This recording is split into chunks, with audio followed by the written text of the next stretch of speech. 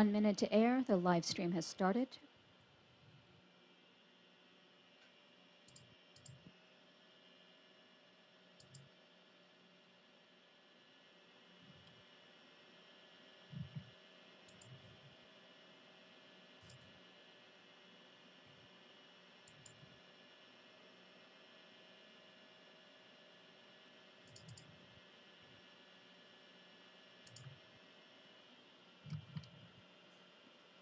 Thirty seconds.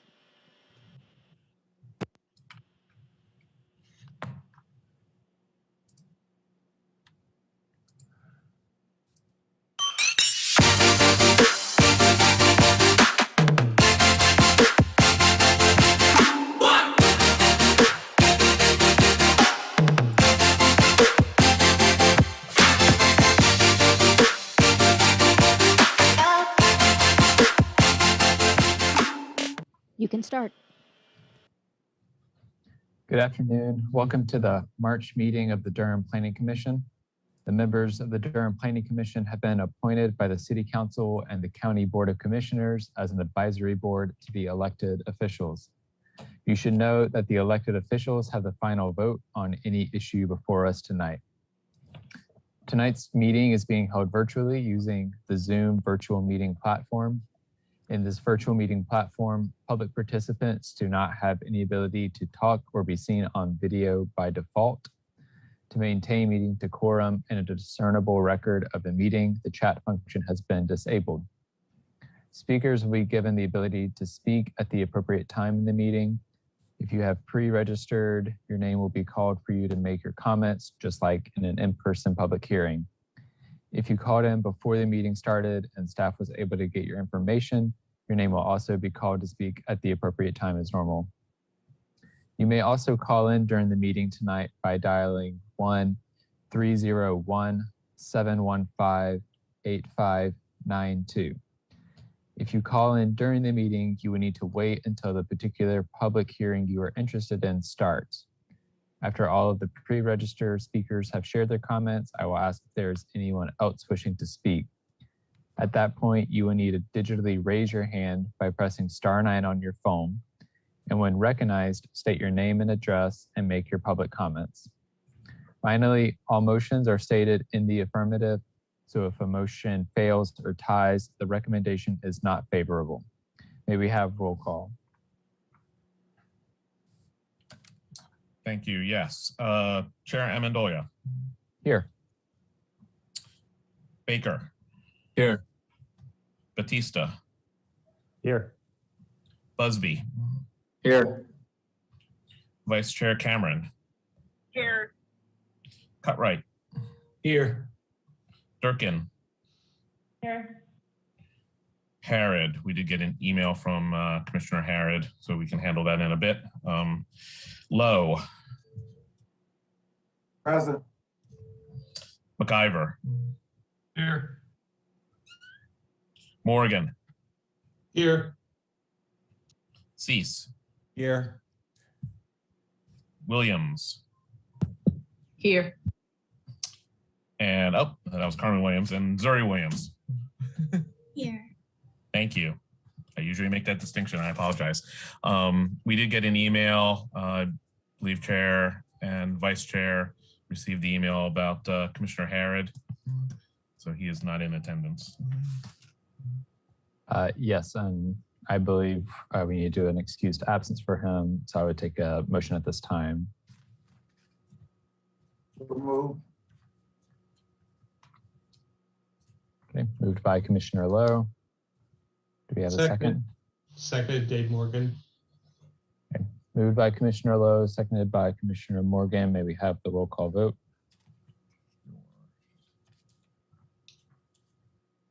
Amendolia. Yes. Baker. Yes. Batista. Yes. Busby. Yes. Cameron. Yes. Cutright. Yes. Durkin. Yes. Lowe. Yes. McIver. Yes. Morgan. Yes. Cease. Yes. Carmen Williams, Yes. and Zuri Williams. Yes. Passes unanimously. Great. Thanks, Mike. Next on our agenda are the approval of the minutes and consistency statements for the January 27th and the February 8th Planning Commission meetings. Does anyone, commissioners or staff, have comments or adjustments to those minutes?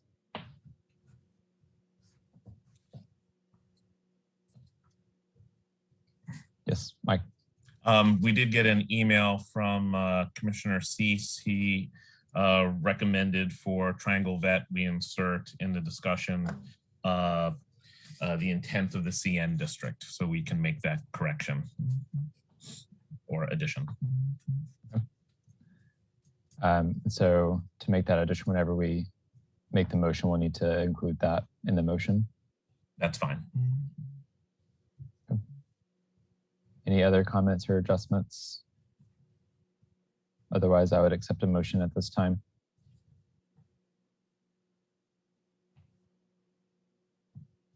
Cameron, I move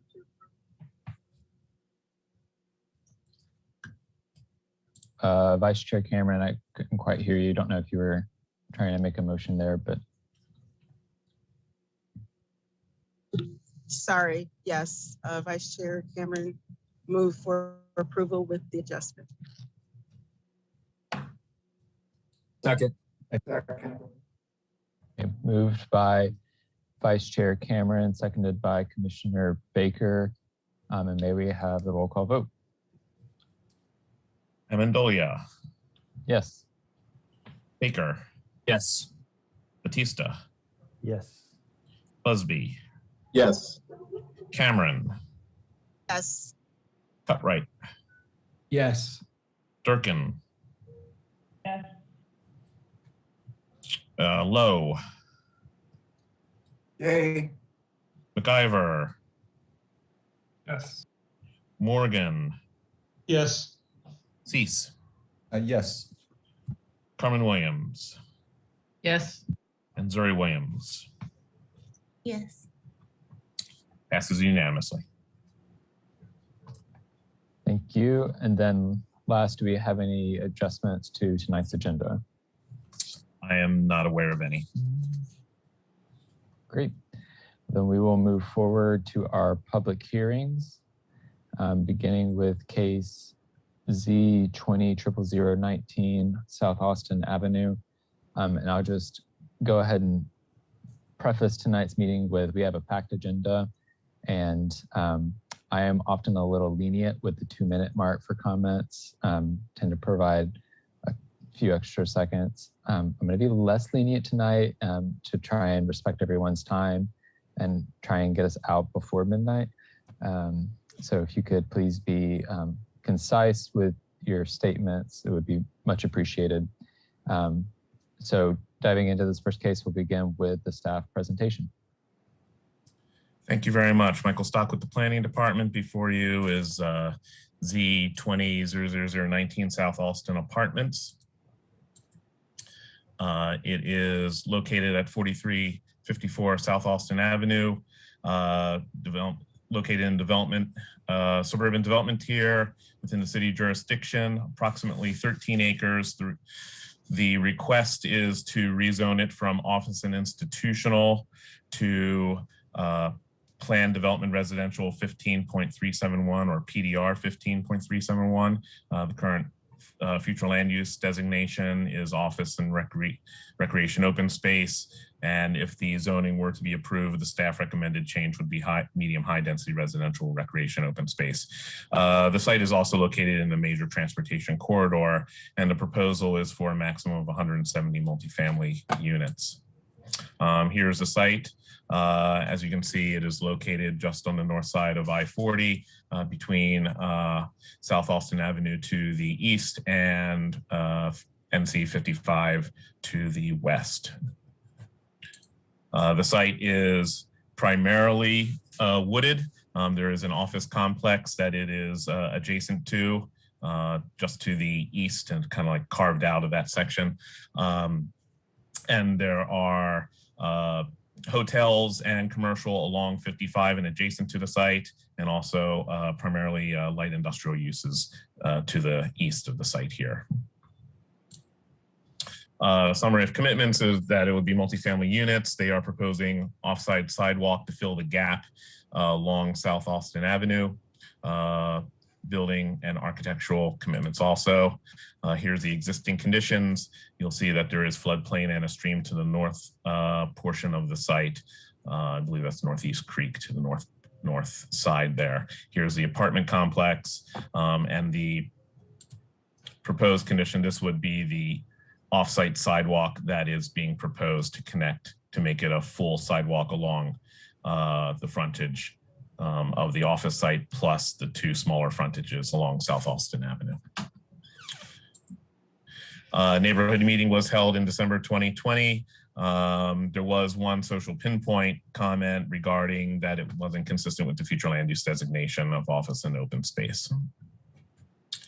And except for the future land use designation and identified housing neighborhood goals regarding affordable housing, staff determines that this request is consistent with the comprehensive plan and other adopted ordinances and policies. And again, if the request is approved, the flume designation would also be amended. Thank you very much, and be happy to answer any questions. Great. Thank you, Mike.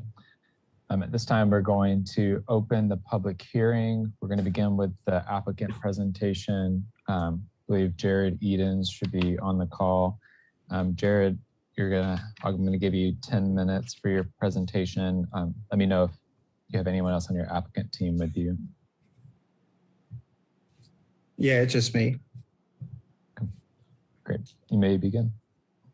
All right. Thank you. Good evening, Chair Amendola, Vice Chair Cameron, members of the Planning Commission. Jared Edens with Edens Investments. Appreciate Michael's summary of our project this evening. I'm going to try to provide some background info and answer any questions that you have. But as Michael said, we're looking at rezoning about 12.93 acres on South Alston Avenue. A portion of the site to the north has a 100-year floodplain on it, so there's roughly about 11 acres of the site that's actually usable. We're proposing apartments, 170 units. That's a density of about PDR, I think 15.7. You know, when you look at the parcel, you can see it's sort of an odd-shaped parcel, and it's surrounded by, you know, a lot of commercial and industrial type uses. So we actually started looking at this property.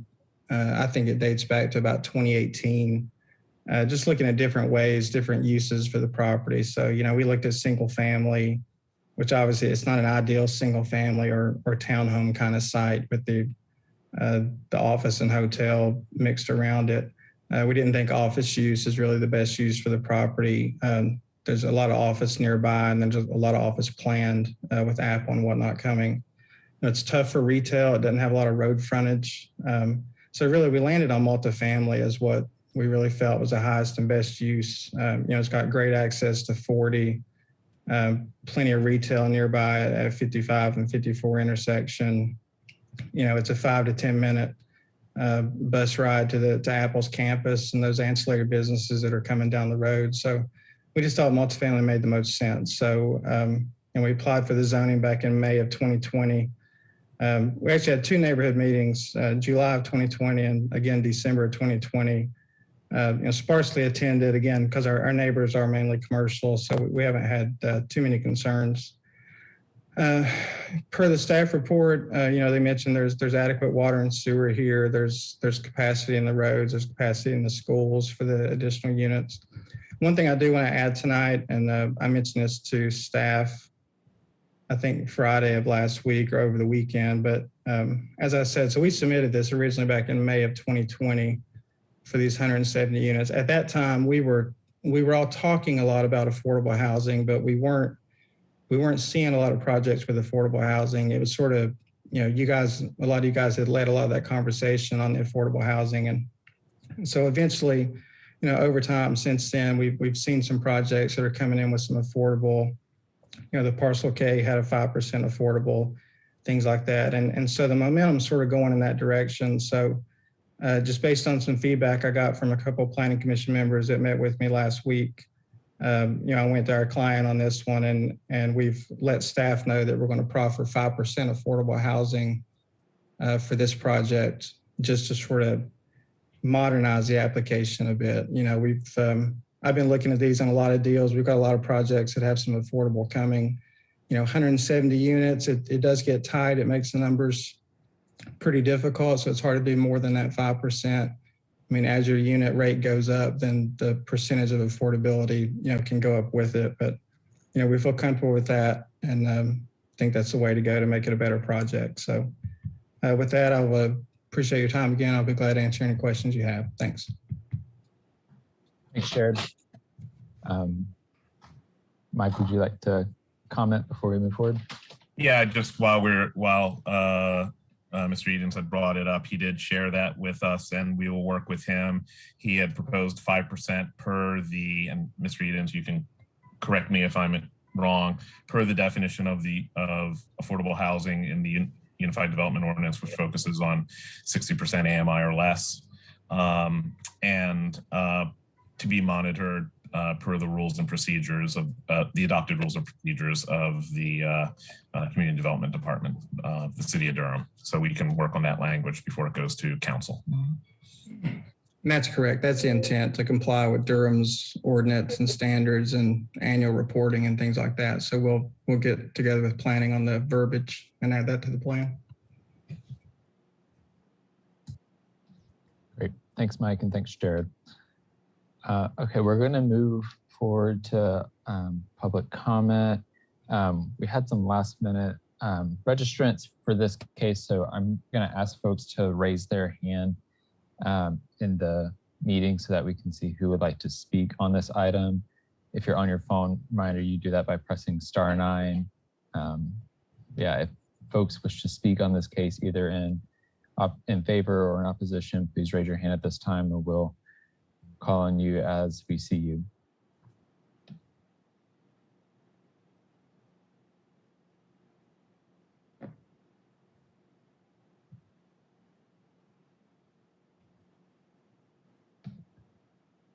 I'm going to give just a few more moments before moving forward.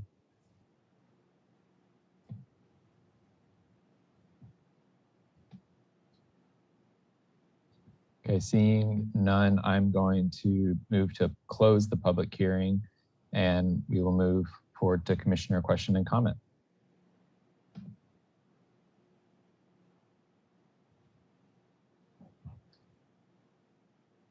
Commissioner Durkin. Hi, I just have one question for the applicant. Did you consider, Jared, using the affordable housing density bonus to allow for additional units, which would then offset the additional cost of a lower income on the affordable? Yeah, and I appreciate the question, because so we have another rezoning that will be coming before the commission in the next probably 3 or 4 months. Very similar. It's an apartment project. I think it's 107. It's right at the same unit count, 170 or so. We went in initially with that one because it was, again, applied for much more recently. And so to be more in line, we were trying to go 15% on that one. But the unit count, what we're finding, even with the density bonus, the extra 15% market rate, it's hard for the project financially at that unit level, like the 170 level, to accommodate 15%, even with the density, and make all the numbers work out. So what I've been finding is, for me, it feels like the cutoff is around that 210 to 220 number. Applications that are around 220 or above, I could see the 15% being incorporated and it penciling out on paper. Anything below that, from 170 to 220, I don't think you could do the 15%. You might be able to get to 10 for some projects as you get a little bit more units, but for this one, I think 5% being it's already a very lean apartment deal. They start out in not much lower unit count than this. So I think 5% for this one is just the best we can do. And that's based on some recent experience. And what is the underwriting showing as the rents, average rents? I don't know those numbers specifically. I know that, the 60% AMI number in Durham, I think for a 3 or 4 person household it's pushing 70,000 a year, I think. So the rent still ends up being, I'm just going to throw out a number that I'm not an expert in it, but it's still like a $1,000 kind of a month rent. I think it's just based on the average income that exists in Durham. Yeah, I was actually more curious at the market rate rents, what the underwriting shows for those. Oh yeah, so those, and I haven't looked at the numbers around here in probably 6 months, but I mean, market rates anywhere from maybe $1.35 to $1.55 a square foot, something like that. That's just what I would put on it today if I had to guess. Thank you. Yeah, it sounds like we need to work on getting some subsidy and increasing that baseline from 5% to something much higher than that. No, I agree. I mean, I'm going in the same direction as you, doing the best I can per project. Yeah, but I appreciate it. Thank you. Thanks, Commissioner Durkin. Commissioner Carmen Williams. Thank you, Chair Amendolia. I'm not crazy about this site, given its perplexity, how close it is to Lowe's Grove Middle School. South Alston Avenue is a heavily traveled road. Unfortunately, I travel it just about every day to avoid traffic coming from RDU, which is going to be even more abundant soon. I definitely don't agree with the site as is. It doesn't really matter. Apartment complex, townhomes, single family homes. This is a bad site. It's an extremely bad intersection. It's not too far from the State Employees Credit Union that is right there. It's heavily traveled any time of day. Those railroad tracks right there, Highway 55 and South Alston Avenue present a little bit of an issue. Highway 54 and Highway 55, any time of day, traffic is going to bottleneck. I don't know if there's any plans to widen Highway 54. The closer, once you pass over Barbie Road, there is an underpass getting to 40, then it bottlenecks again to try to get there. I know the Apple campus is supposed to be coming there, and I guess this is supposed to be getting people ahead of the curve for people who are going to be living or working at Apple or the bus ride out there. There's also a school district by Boxyard, which I'm sure hasn't been considered in terms of the amount of traffic. There are also townhomes once you come off Alexander Drive, because it dumps on that end off of 540. And I believe that this is going to be extremely problematic for what is essentially a 2-lane road, which is South Alston Avenue, even with traffic improvements and the traffic light that is right there at 54 and South Alston Avenue. And I just think that this is going to be extremely problematic for the people who live there, whose only recourse is to go to the Walmart that's in Morrisville or the Food Lion in terms of groceries, which they'll have to fight the traffic on 55 and 54 in order to get there.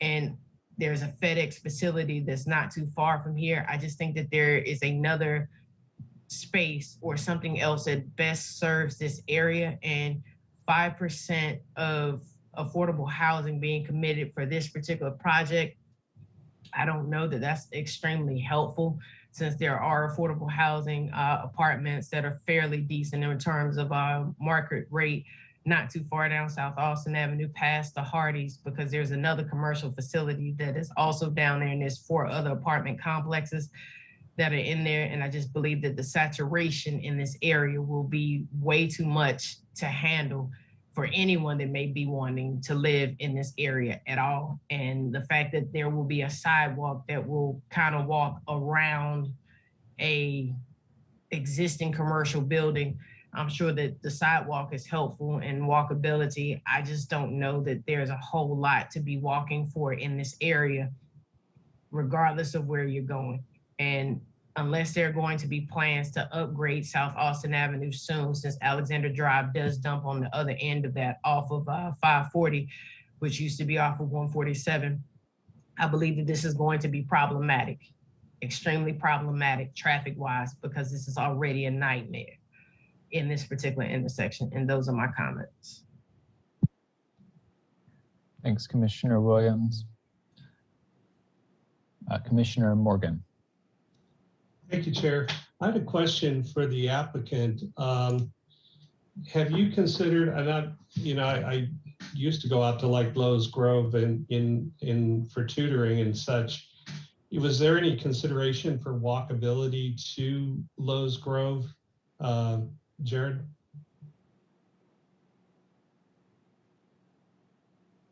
Yeah, sorry.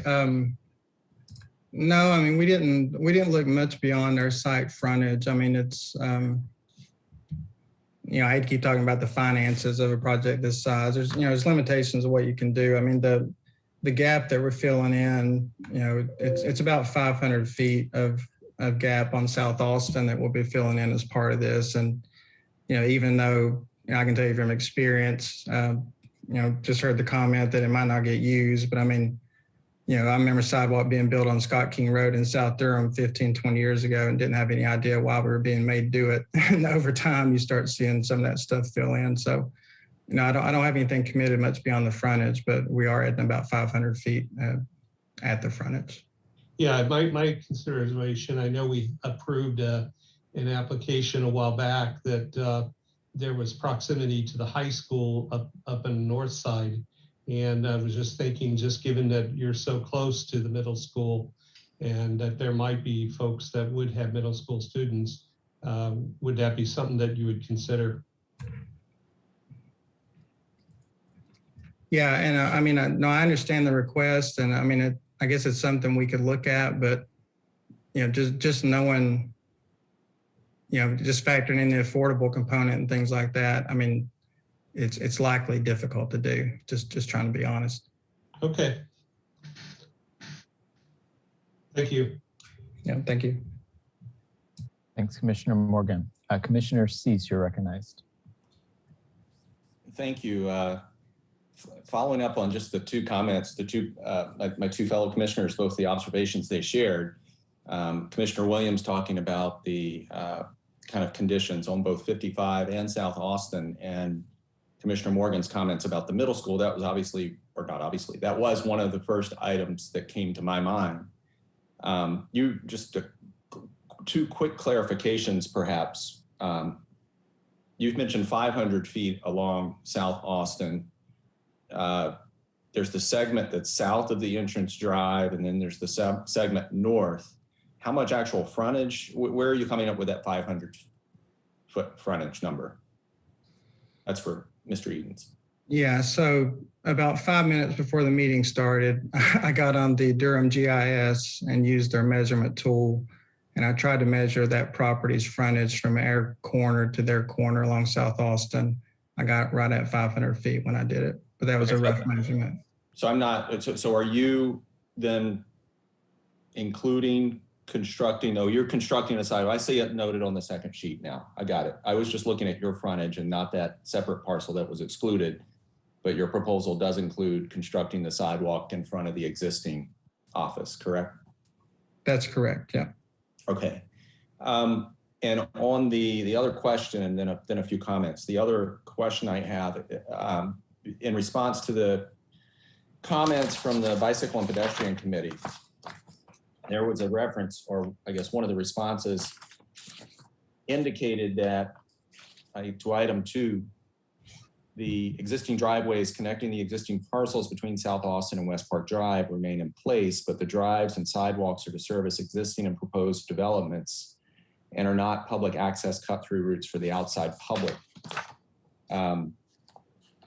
Clearly, there are locations where private streets make sense and where access can be limited for a variety of reasons, whether it's security in any form.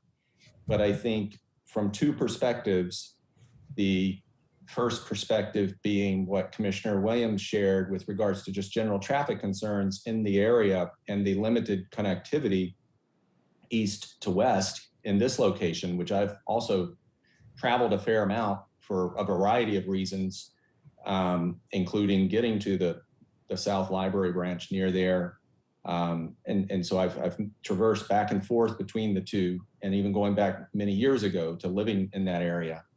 I'm very uncomfortable with the notion that an additional development using this parcel could be done without ensuring that that is maintained as a publicly available access, not a public access, but that it would not be gated, that it would not be closed. And I can't, that's an important distinction, I think, to discuss. Yeah, and if I could speak to that, I mean, there's, and maybe Michael can help me, there's site plan standards, there's standard site plan standards that will come into play regardless of what is zoned and developed here. And there's interconnectivity requirements with the, on the pedestrian portion that's reviewed by planning that I feel pretty certain, that's going to be enforced. As far as making it public, I mean, there's a cross-access easement that exists there now that for the benefit of, the office building has actually been using, their northern driveway is on our property, actually on a cross-access easement. So that stays in place to ensure, the driveway and sidewalk can cross through there. I mean, there's not much, the additional right-of-way one, to have some kind of public street cutting through. I mean, I can't see the real benefit there. We didn't get those concerns from DOT or the city of Durham. And also just on traffic in general, I mean, I understand the sentiment and, this is bad and that is bad, but, I have to go to the staff report at some point. We have those staff reports that are generated by, nonpartisan individuals. And at least from a capacity standpoint, we don't have the dire issues that we're talking about. Yeah. So let me just clarify, and I appreciate that response. I take it from that response that you're not indicating a willingness to commit to a publicly available pedestrian or bicycle route across this project from east to west. Is that correct? I mean, I could commit to not gating off the entrance to the sidewalks at the right-of-way points and accomplish the same thing. Like I said, and if planning wants to step in, there's ordinance requirements that come into play for pedestrians. We often don't. Excuse me, sir. We often don't, or we're at least encouraged not to commit to things on the development plan that are already sort of ordinance based. So there might be a little gray area. Thank you for that. You answered my question.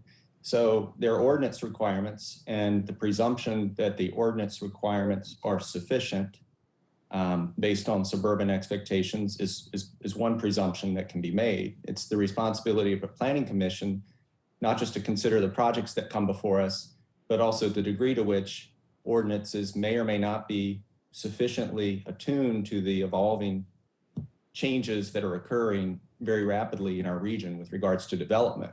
So I can ask the specific question of you, which you answered, and I appreciate that. But I think it's also important for us as a commission and for the general public to understand that in every one of these projects that we're reviewing, we're also discussing and identifying potentially the need for additional standards and/or revisions to standards. And of course, all of this is feeding into the comprehensive plan. So I can assure you that my service on this planning commission is not one that is predicated on saying, well, if the standards are met, then we've done our job, because I don't think that's what we're all here for. I think we're all here to understand where the standards are met and there's still a public interest being served, and where there may be places for those standards to be continually evolved and reconsidered, as does come forth with the omnibus provisions on a regular occurrence. We can identify those. And to my fellow commissioners, I'd say this is a project where we've got an interesting condition of existing conditions and cross-access easements splitting an existing already built roadway.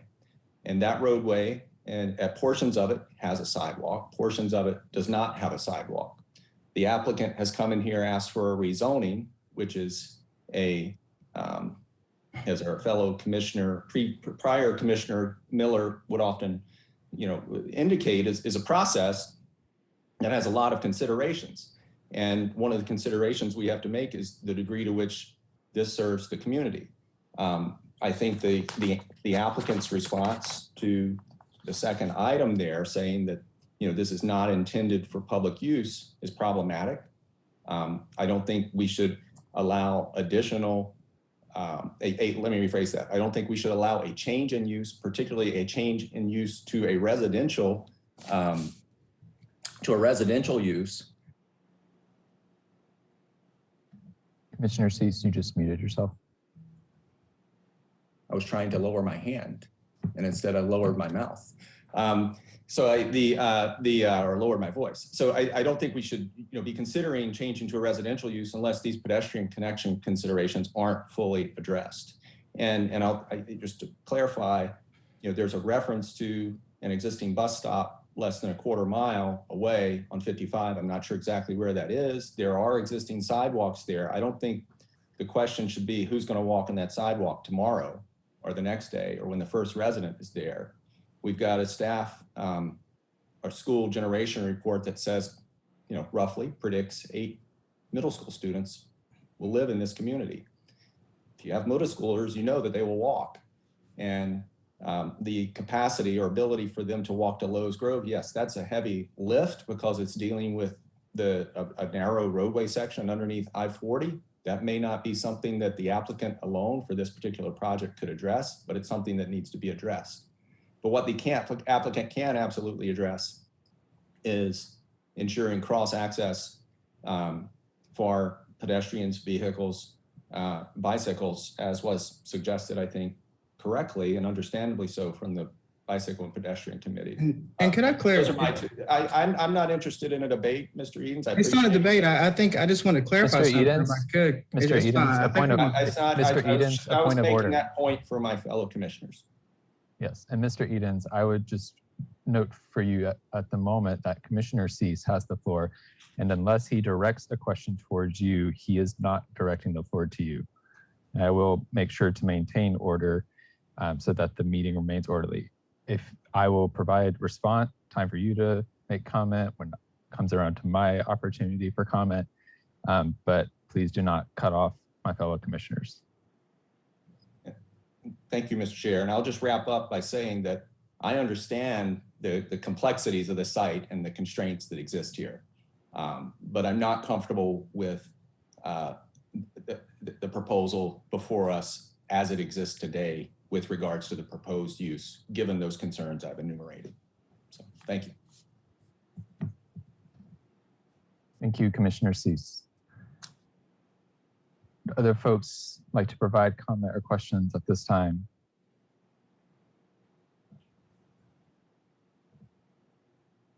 Commissioner Busby.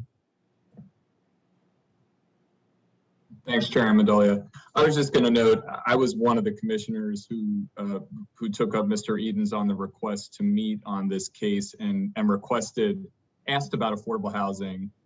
And Mr. Edens walked through the opportunity to add affordable housing. I strongly encouraged it. So I was very pleased to see tonight's proffer. I'm glad it was clear with staff. As you all know, we have seen proffers of 5% or more, where I and some of you have voted no. Those tended to be much bigger projects where I believe we should have done more. I'd like to see us just begin to move toward this being a standard mode of operation. And I think, as you have all noted, and we talked about this, I think, in last month's meeting, this is far preferable to allocating some funds to just the Affordable Housing Fund. This is actually moving forward with units tied to the code. So I think it's a good step forward. I have some concerns about this case as well. It's a weird site. It may not be the best place for this type of development, but something's going to go here, and I think this is a positive step in the right direction. So I have some reservations, but I am planning to vote for it, and I just wanted to share my thinking with all of you. Thank you. Thank you, Commissioner Busby. Other commissioners, questions, comments?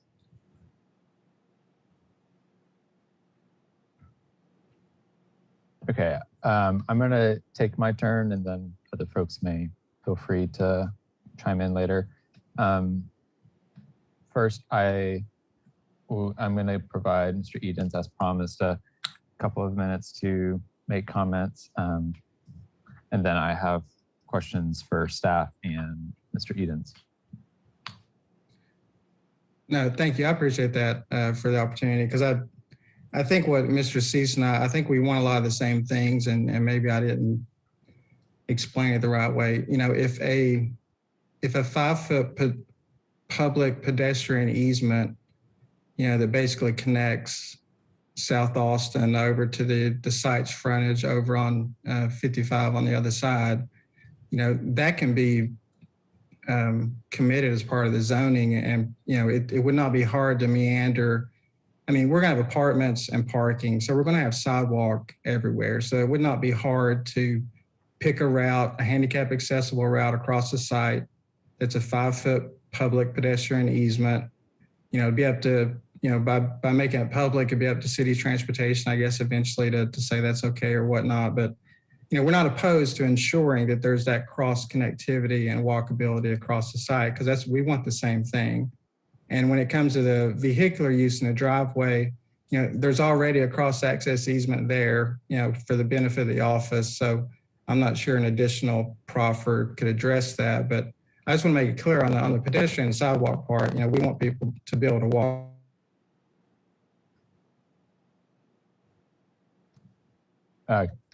Mr. Edens, you just cut out. Am I back? You're back. I just wanted to say I appreciate the opportunity, and I hope that clarified things. Thank you. And can I follow up on just that to make sure I am clear? Are you agreeing to proffer the first thing that you described with the pedestrian pathway or the pedestrian easement going east to west across the site? Is that something that you were committing to? Yeah, I mean, I think that's reasonable, and I understand the concerns. And I mean, I'd love, obviously, planning's input on the language and how we worded it, but it's what we all want. So it's not an issue to put it in writing and lock it in that way. So yes, we're proffering that, you know, subject to the working out the language with planning. Yeah. Okay. Michael, do you need anything else on that at that time, or will you and staff continue to work on that as we discuss?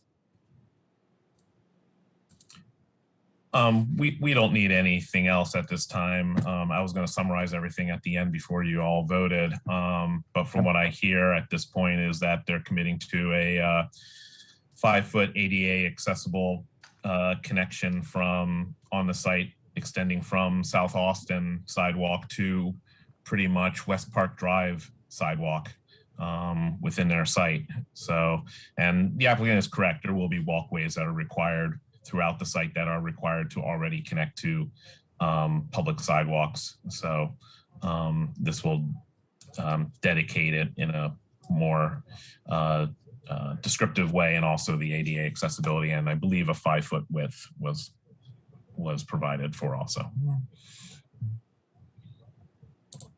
Thank you, Mike.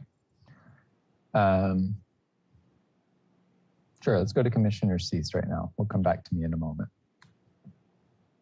Thank you. Just a quick clarifying item. Mr. Stock, you said to, oh, I'm sorry, you did say South Alston to West Park Drive. Okay, never mind. You clarified it in my own mind. You stated it correctly. Thank you. Thank you. Okay, so first I have a question to staff.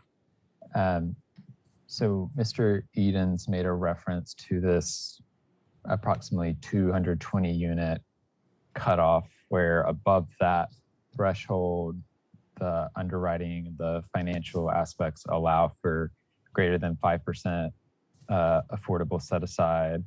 And beneath that threshold, the most that we can do is 5%. Has staff done research to, I guess, validate, verify that threshold? I guess what would staff's advice on that threshold be? Michael Sock with the Planning Department. I'm not an expert in that by any stretch of the imagination. We don't have Karen Lotto or any of her staff here with community development. They would probably have that kind of information. It doesn't seem, well, I'll leave it at that. It is a smaller unit count for an apartment. So it does seem legitimate from my stance, but I am not an expert on underwriting. Okay. And then I'm going to ask another question of staff. So as you'll know, we have the draft place type guide, and I like looking at it with these new rezonings. And this area is drafted to be a transit opportunity area. And so I'm thinking about this as a future transportation node where we want to enable people to live, access transportation, shop, hopefully work, do all of the things in one spot. And to that end, I'm curious staff's opinion on what densities we should be looking at in transportation opportunity areas.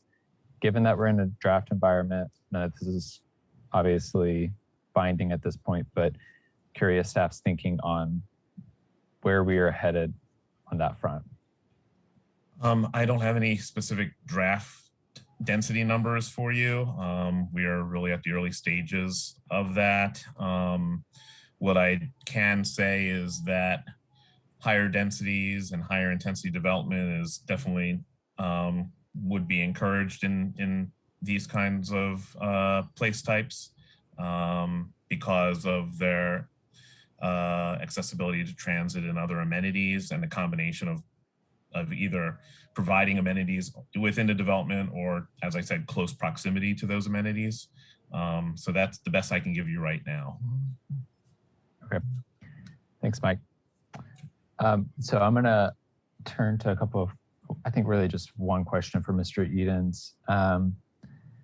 So you referenced the fact that it's a smaller multifamily unit, so that makes it harder to provide more affordability. I'm curious what's preventing you from going higher density and also being able to provide more affordability.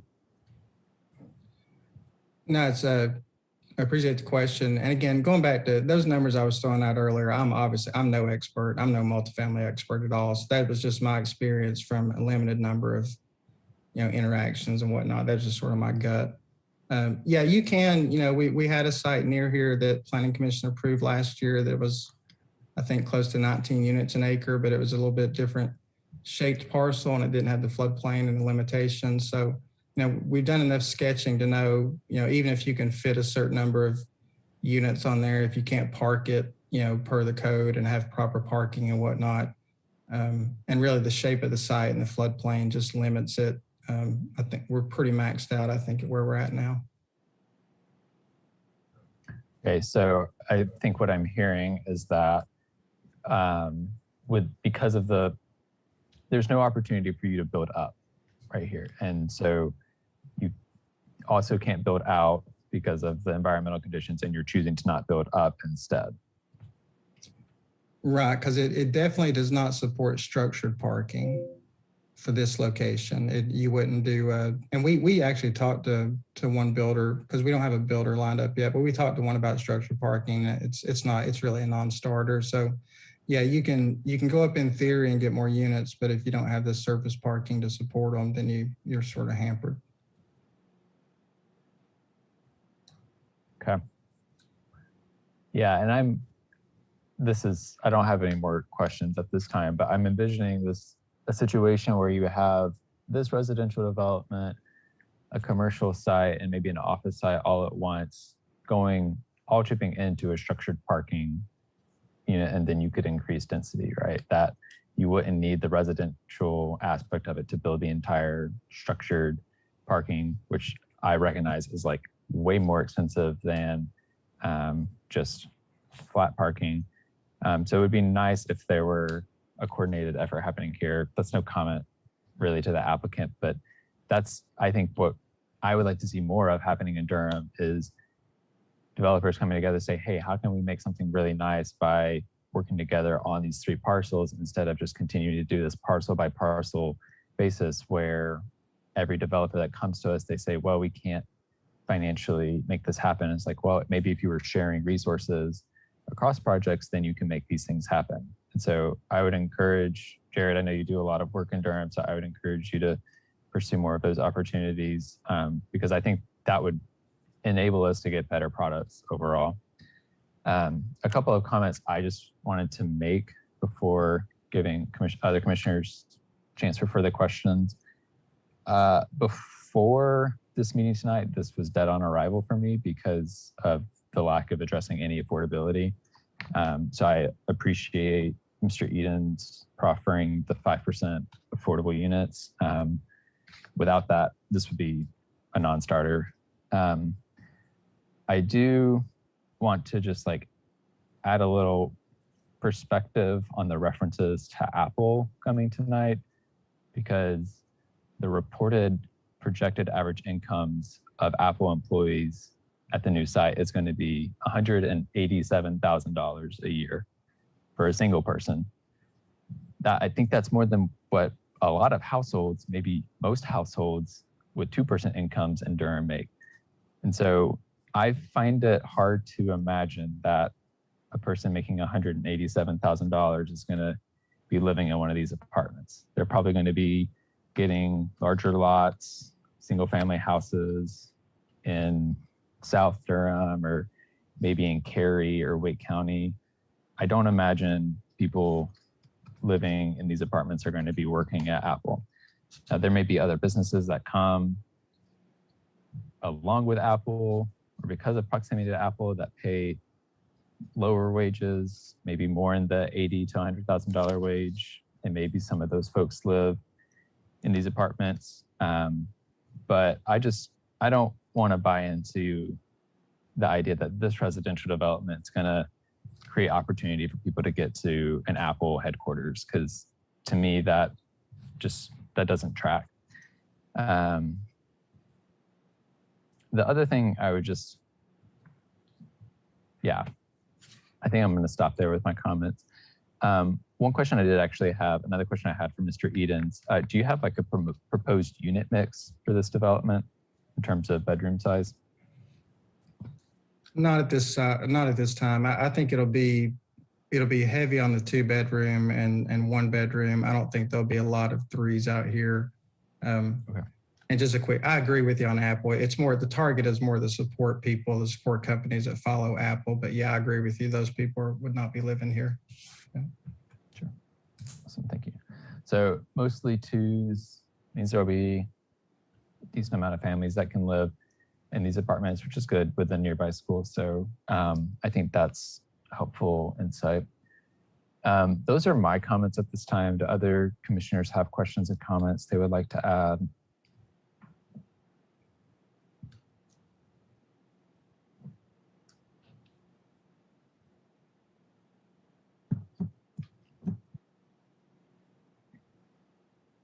Commissioner Lowe. Thank you, Chairman Amandel. I'm just curious to the applicant, Mr. Eden. Can you give us any type of idea of what the exterior of these apartments will look like?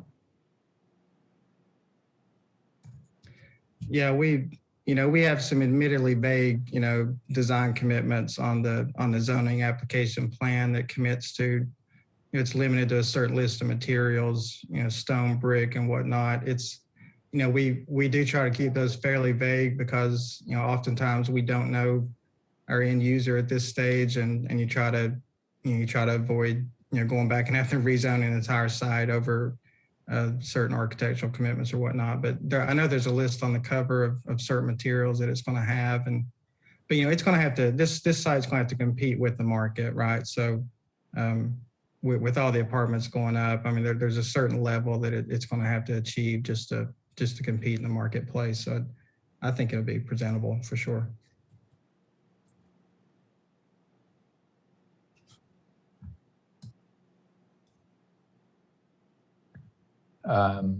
Other commissioners Commissioner Cease. Yeah, I'd just like to thank Mr. Edens for clarifying what he is able to do with regards to addressing some of the concerns that were raised about pedestrian connectivity. And again, that's a no pun intended, a step in the right direction. I appreciate that. And I recognize too the complexity that this site, that it's languished there from the office development many years ago and hotel development on one end, office on the other. And recognizing both the proffer for the affordable housing and the fact that that's just simply such a great need in Durham these days.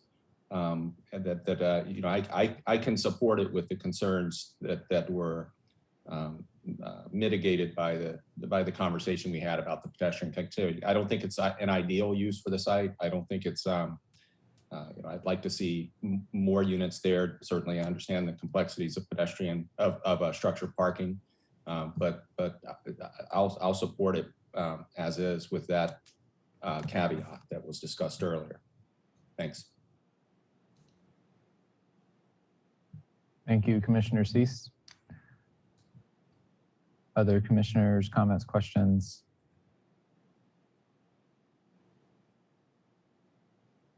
Okay, before we have a motion, Mike, I wanted to bring you on to just confirm all proffers that were added during the public hearing. Sure. I heard two. One was the addition of 5% affordable housing commitment per the definition of the UDO and for compliance and compliance procedures per the adopted rules and procedures of the City of Durham through the Community Development Department. And then also a commitment for an ADA accessible route from connecting South Alston Avenue sidewalk to West Park Drive sidewalk. And those will be on the plan that will go to City Council. Mr. Edens, can you confirm those? Yeah, that sounds great. Thank you. Great. Thank you. Seeing no further comment, I would take a motion at this time. Mr. Chair, I would like to make a motion for case number Z2100019, the South Alston Avenue case, to be forwarded to the City Council for approval with the modifications and proffers that have been noted.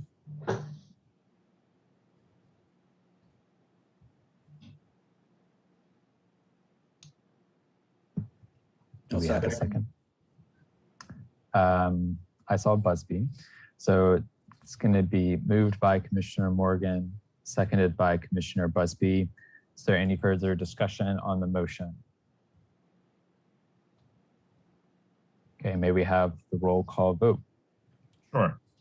Amendolia. Yes. Baker. Yes. Batista. No. Busby.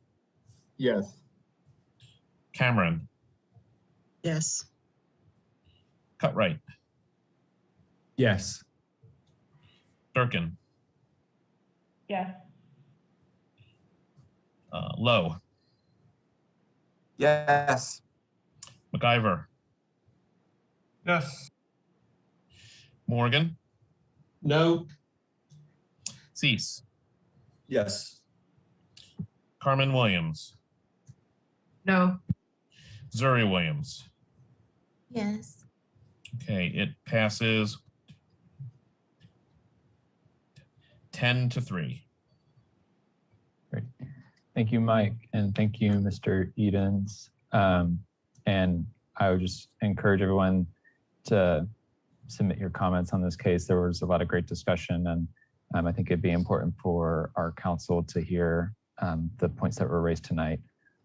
Okay, moving on to our next case, we have case Z210002509 Sherron Road, and we'll begin with the staff presentation.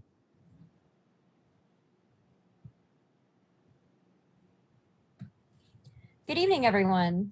I'm going to share this is Leah Larkins with the Planning Department, and I am going to share my screen.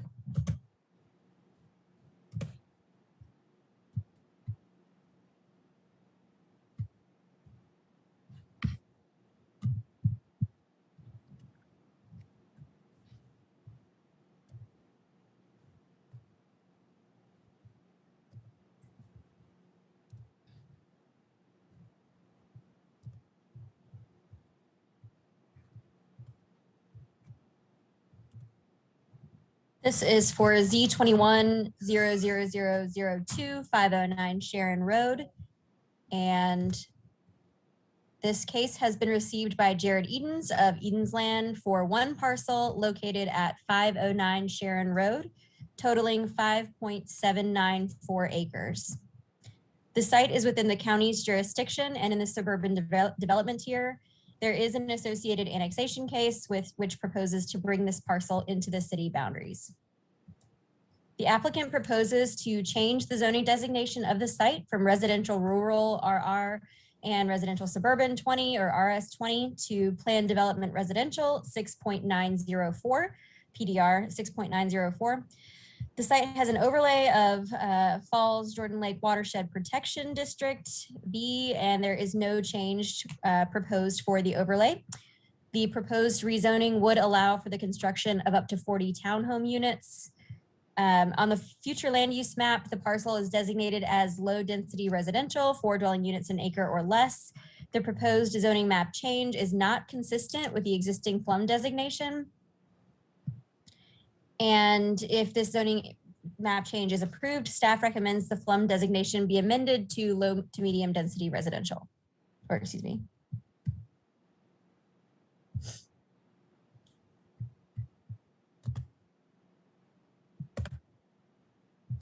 The context map shows that the site is currently zoned residential rural and RS 20. The property is surrounded by RS 20 zoning to the north and west and residential rural to the south and east.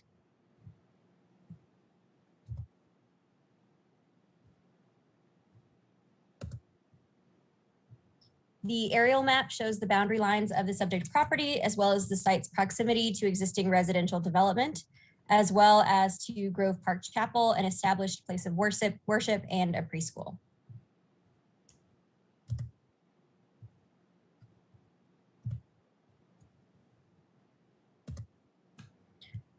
The current aerial photography shows that the site is undeveloped and forested with a mix of mature pine and hardwood trees.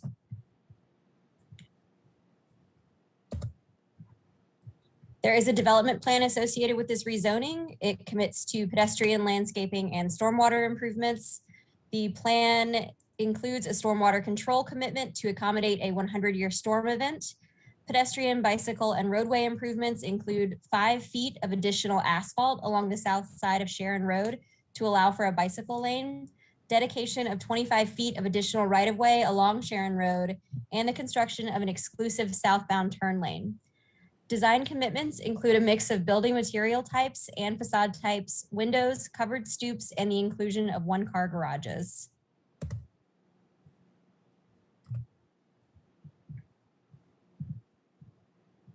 An initial neighborhood meeting was held on November 4th, 2020. A second neighborhood meeting was held in accordance with UDO requirements on July 6, 2021. Through the Land Use Engagement Initiative Social Pinpoint website, commenters listed flooding, stormwater, environmental protection, accessibility, traffic, gentrification, and a sense of belonging as priorities they believe are relevant to this case.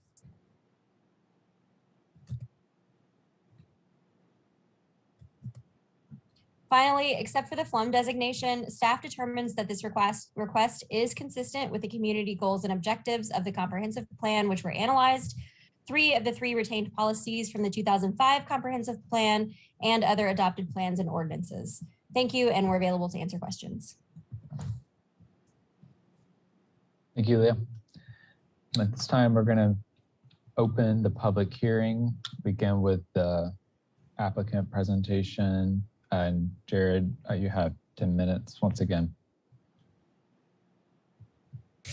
Thank you, Chair Amendola and members of Planning Commission. Appreciate your time again, and I appreciate staff put my cases back to back for this evening, so I appreciate that. But yeah, so I'll give you a little bit more background on this project. Appreciate Leah's summary. So we got about 5.8 acres on Sherron Road. It's a pretty good piece of property. It's got pretty good topography. There's no streams or floodplain on the site. It's zoned currently RR and RS 20, which if you look at development patterns in the area, that's not really consistent with what we're seeing out there. From a use standpoint, this is another case where we felt like this was the best use for the property. If you were to land plan Sherron Road, you would you would ideally put most of your density up at Sherron Road. And then as you drift back from Sherron, you would get into the single families and sort of transition that way. So this sort of serves that purpose with some townhomes and density up at Sherron with the single family behind us. There is some precedent for this out here. Right down the road, probably a quarter mile at 920 Sherron Road, Planning Commission and Council, we did about 7.2 units an acre there last year for similar development, 55 units, same kind of concept. So we're proposing 6.9 with this one, again, a max of 40 units. As Leah said, we had a couple neighborhood meetings, November of 20 and July of 21. Had decent attendance. I think we had 7 attendees at the second meeting. I did go out and meet with one of our neighbors at 519 Sherron, and they requested some additional buffering and fencing and whatnot. So we added a condition to the plan to accommodate their request. Also, I'll note the 100-year stormwater detention. I had a conversation last week with Mr. Garner, who lives just downstream of us in the new development to the east. And he was concerned about stormwater. We walked him through our plan and the 100-year detention, and I think he's satisfied now. So, and there will be some public benefit. This project is not near big enough to require a traffic study, but there is some public improvement because by us lining our driveway up to Bayard Road across the street, when we widen for our left turn lane, with just it's not much additional pavement, you can provide an opposing left turn lane for the people that live on Bayard. So, I counted 20 to 25 homes that currently sit on Sherron Road on 2 lanes to turn left. And once we're done, there'll be a left turn that they can use also. And just reiterate per the staff report, we've got good water and sewer capacity here. The church next door is working with us on a sewer easement to make that happen. Schools, roads seem okay. So again, appreciate your time, and I'll be glad to answer any questions you have. Thank you. Thanks, Jared. Okay, we had 3 people register in advance. 3 people in advance. None indicated a desire to speak, but I'm still gonna read out their names to provide folks the opportunity who want to speak on this case to do so. And if there are other folks on the call that also would like to make comment, please go ahead and start raising your hand and queuing yourselves up. Again, if you're on the phone, you do so by pressing *9. The folks that signed up in advance were Pam Williams, James Cooper, and Scott Garner. Again, none indicated the desire to speak, but if those folks or any others would like to speak on this case, please raise your hand at this time.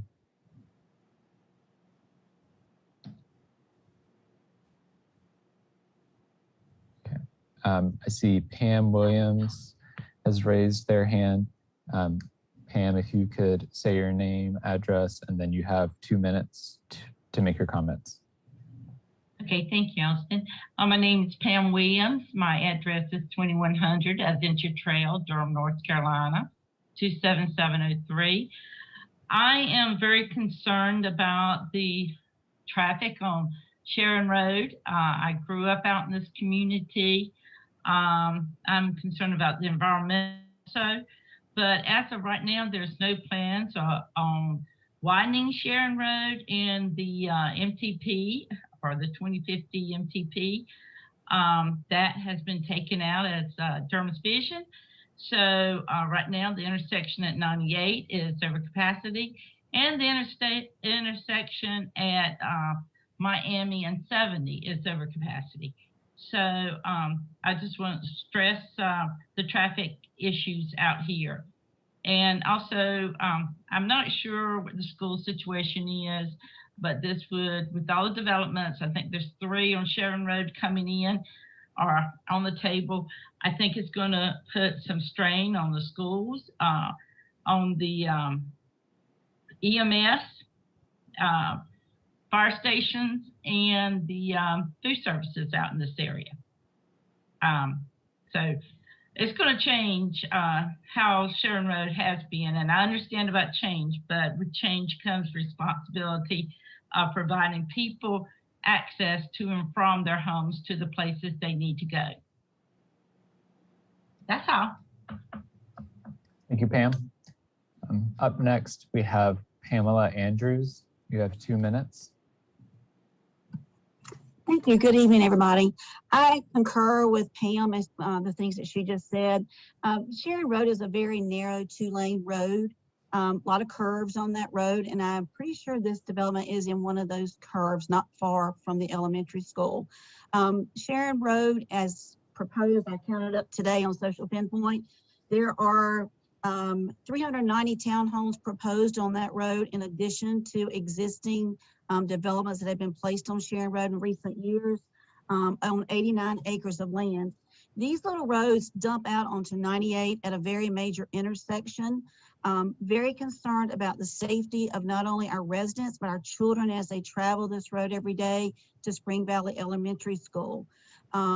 Again, safety is a big concern. I'm also concerned about the ecology. And, you know, we had a lot of restrictions on Falls Lake watershed, and it seems that those restrictions have definitely been put to the side.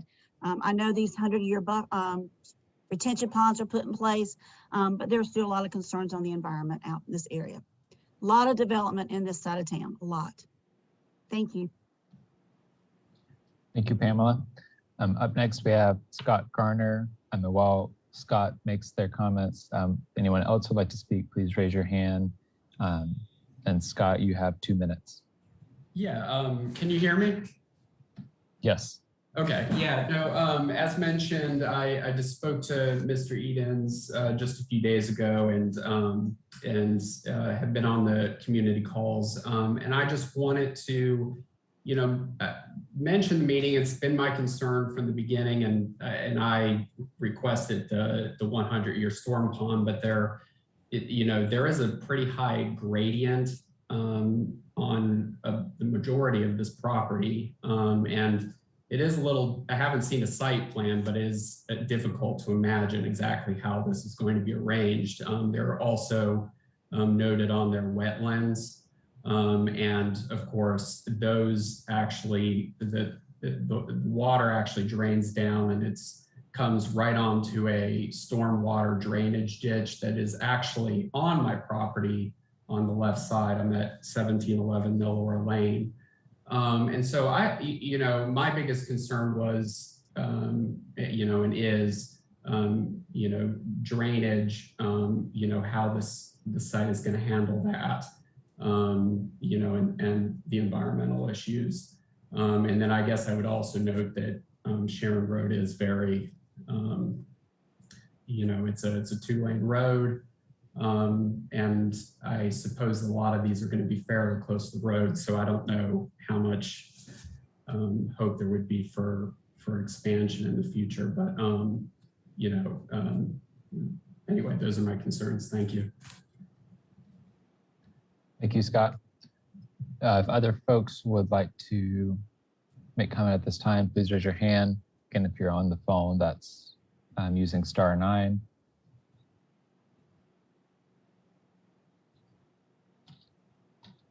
Okay, seeing none, we are going to close the public hearing and turn to commissioner comment and question. Who would like to go first?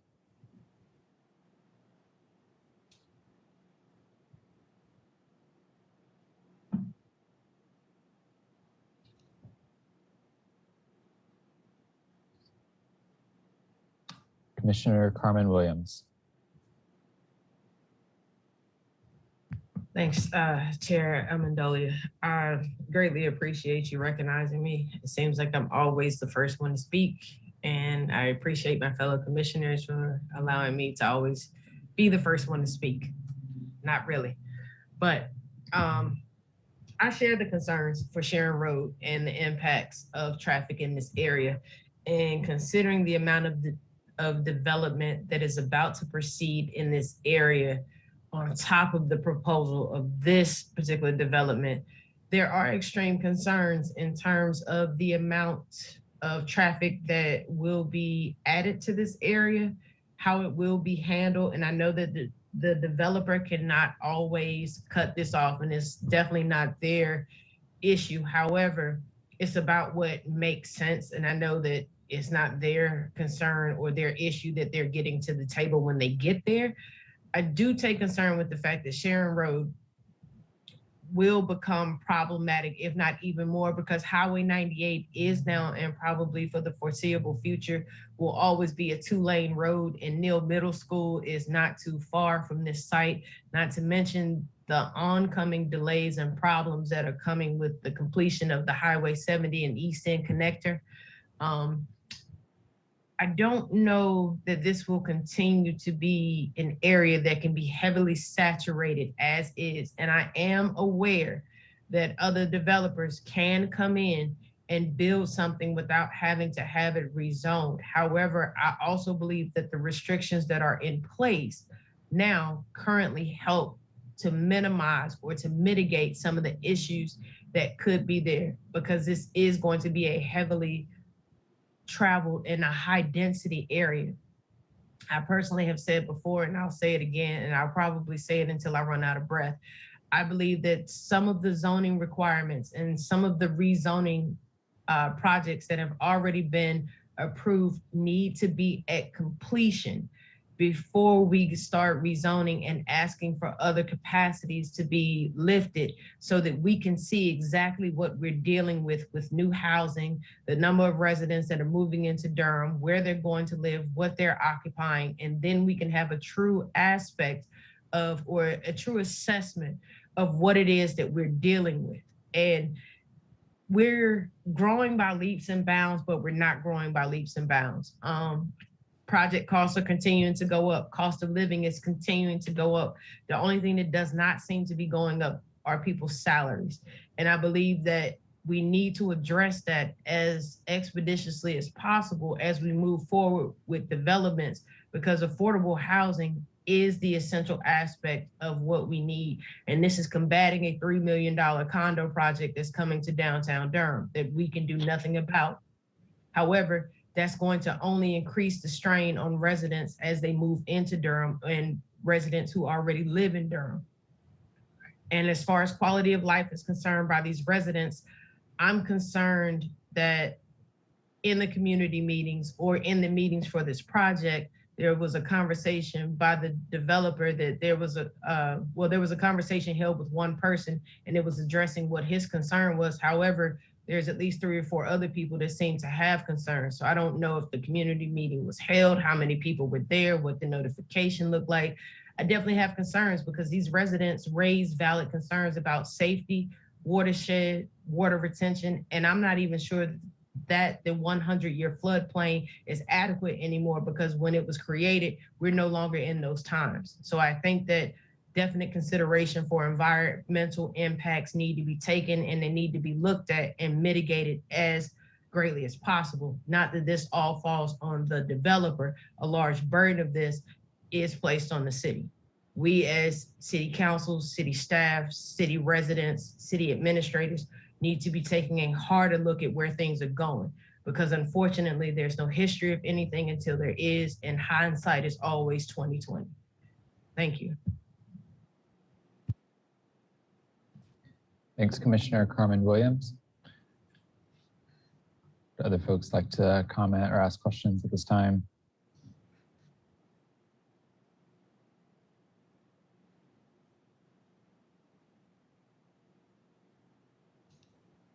Commissioner Cease.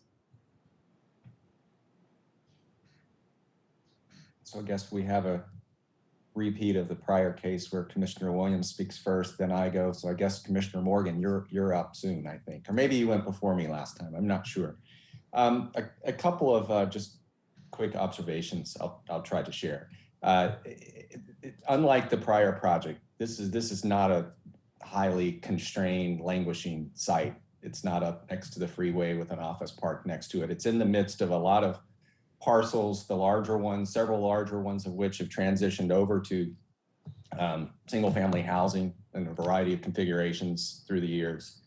And this is one of those residual parcels that's left, not tiny by any stretch of the imagination, enough to introduce a number of housing units if it was to be rezoned. But the fact that it is small enough to not trigger a TIA is very problematic relative to the concerns that are expressed by the community, or that we've heard expressed tonight, and we've heard expressed in other instances with regards to Sherron Road. And it's the accumulation of these types of smaller projects being approved that even exacerbates that condition, because there aren't infrastructure improvements kicked in by the way in which transportation analysis is conducted in a conventional suburban sense. And so it will exacerbate the trip and traffic concerns that we've heard referenced. And I think that's important. That's important to note, because it will do so only if the zoning change is approved from what is currently, for nearly half the site, rural residential. So it's a significant ask by the applicant to make that change and to add that to add that additional traffic without any encumbrance on improvements to accommodate that traffic. And granted, it's a small enough project, you can't fix everything, and even what fixing is up for debate, but that's a concern. Secondly, the applicant referenced, or made a suggestion that, well, this is the way you would plan this project, have a slightly higher density up next to Sherron Road and then feather out to the RS20. And I would say that in a planning approach, that would only be the case if that slightly higher density was approaching something that also had a mix of uses, destinations, public uses, whether schools, shops, civic uses, workplaces, for that density to allow trips that are generated to be shifted off of a single occupancy vehicle to ped and bike, that would allow a 12-year-old or an 8-year-old or an 80-year-old to access something through the course of their daily existence without being dependent on someone else to drive them there. So I think this project, as proposed, has a lot of problems. I would suggest that the more pressing need, whereas the other site, I don't think offered a lot of opportunities. This site, this location, I think, is one that clarifies a need that's been discussed and been championed by Commissioner Morgan and others, and kind of other parts of the city, not so far from here, other parts of the county, to really plan more comprehensively, to consider what this parcel and the additional adjacent parcels that are not yet redeveloped into anything other than their prior rural, low density kind of use. Those need to be considered comprehensively for this area, so that the city can do its job, the county can do its job in ensuring that the public demands on infrastructure are met. So that's where my thinking is on the project as it is before us tonight. Thanks. Thank you, Commissioner Cease. Commissioner Morgan. Thanks, Chair. I think Commissioner Cease and Commissioner Williams kind of stated it well, so I'll be brief, but there is a need for a little bit more thought and planning in this area, because there is a lot of development going on. And certainly, we're working it parcel by parcel. We're not doing it kind of an overall, what is the future, what this might look at. I know it's incremental, but it would be good to kind of have an overall picture of where this is going as we are putting in, residential housing. I know there's a general store right across from there that's kind of nice, and there's actually opportunity for possibly a small commercial hub there. There's some other things that could actually be really good for the area itself, but I think it would be good to, like what Commissioner Cease and Williams are saying, is just the infrastructure. It just seems like it's lagging behind on the transportation side as to what we need and what kind of traffic will occur from this. That's all I have to say. Thanks, Commissioner Morgan. Would other folks like to raise questions or comments at this time? Commissioner Busby. Thanks, Chairman Medolia. I was actually just interested in hearing from Mr. Edens, just to give him a moment to offer any feedback. And based on the comments that we've heard in the public hearing from the fellow commissioners, and particularly I'm interested to hear in the previous case, based on our feedback, you brought forward 2 proffers that I think really strengthened that proposal. I'm interested in hearing any thoughts or proffers that you may be considering that are worth sharing with us this evening. Yeah, I appreciate the opportunity to respond. I've been trying to take notes as people are talking.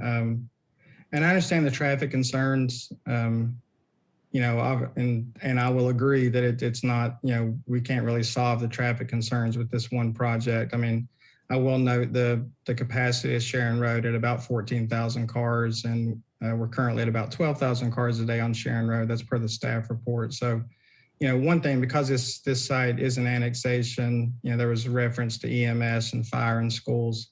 The city staff does do a pretty thorough evaluation as part of the annexation review, and they look at those coverages to make sure you have that. So I think we're covered there. The 100-year storm, I mean, that, we're committing to that. That's the best we can do, right? It's the best standard that's written. We're a proponent of that being a permanent, for all projects, having the 100-year storm. I think that's something that I sort of champion with other people probably snickering at me when I say it. But no, I understand the traffic, and I don't really have any other proffers I can think of. I mean, we were out and met with our neighbors and, tried to work through things. We placed our tree save up, adjacent to our neighbor's property to the east to sort of help buffer her, and that's on the plan. So I don't have much I can add with this one, just being the small unit count that it is. Yeah. Thanks, Mr. Edens. And I guess just as a follow-up, can you help just sort of walk us through your thinking with the previous case with the ability to offer the 5% affordable housing, and this case where I do appreciate the 100-year stormwater commitment. I 100% agree with your analysis that should just be the code. We should just build that into what we do from here forward. And I appreciate you just saying that unprompted. But I do want to just hear your thoughts on why you're not in a position to offer affordable housing commitment here as opposed to the previous case. Yeah, so I had a pretty good conversation with, I think it's Karen, with the affordable housing. I mean, it's something that I've been working on personally for a long time with different council members, and something that, we try to encourage when we can. But, the feedback we've gotten from city staff and how the Durham's code specifically is set up on affordable housing, it's set up very well to function for a rental project. The apartments, rental townhomes, there's even single family rentals coming into the market. Rental projects, the way the code and the way they enforce it and the way it's set up, it's pretty easy for them to monitor that. On the for sale side, where you're looking at the 80% AMI, there's a lot of tracking that sort of goes into that, as far as, someone can't buy an affordable unit that on a for sale side that qualifies at 80% and then go flip that unit a year later for 30% profit, right? The code is written to not allow that. And just some of the feedback I've gotten is that's pretty cumbersome for the city to try to track and monitor transactions like that on the for sale side. So, they've been very welcoming to affordable on the rental, but the for sale, I think there's some other avenues to get there, but it's not as cut and dry as it is on the rental side. Okay, thank you. Thanks for answering the question. That's the first I've heard of that, so that's interesting to me, and maybe something that's worth us learning more about at a later time, but appreciate your responsiveness to my questions. And that's all for me, Chair Amendolia. Thanks, Commissioner Busby. Commissioner Durkin. I actually have a question for Arlene, if she's available tonight.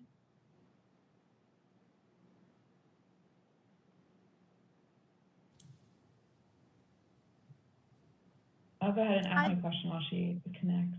I'm just curious, if there was a TIA for this project, if that analysis would take into account the projects that are planned for this area, or at what point in time do projects under development get included in that TIA process? Because I do think that's a really good point that's been brought up a few times. So Earlene Thomas, Transportation. So a traffic study was not required for this particular development due to its size and the number of trips that it generates. But when traffic studies are required, the approved developments are taken into account as a part of the background traffic to be accounted for. That's really helpful. Thank you. You're welcome. And I guess, Mr. Edens, what's the financial cost of having a TIA done? Yeah.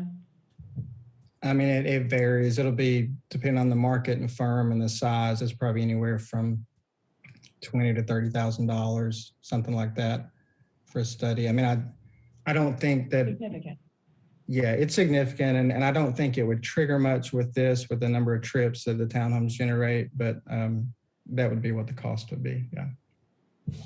Thank you. Thanks, Commissioner Durkin. Other commissioner comments and questions?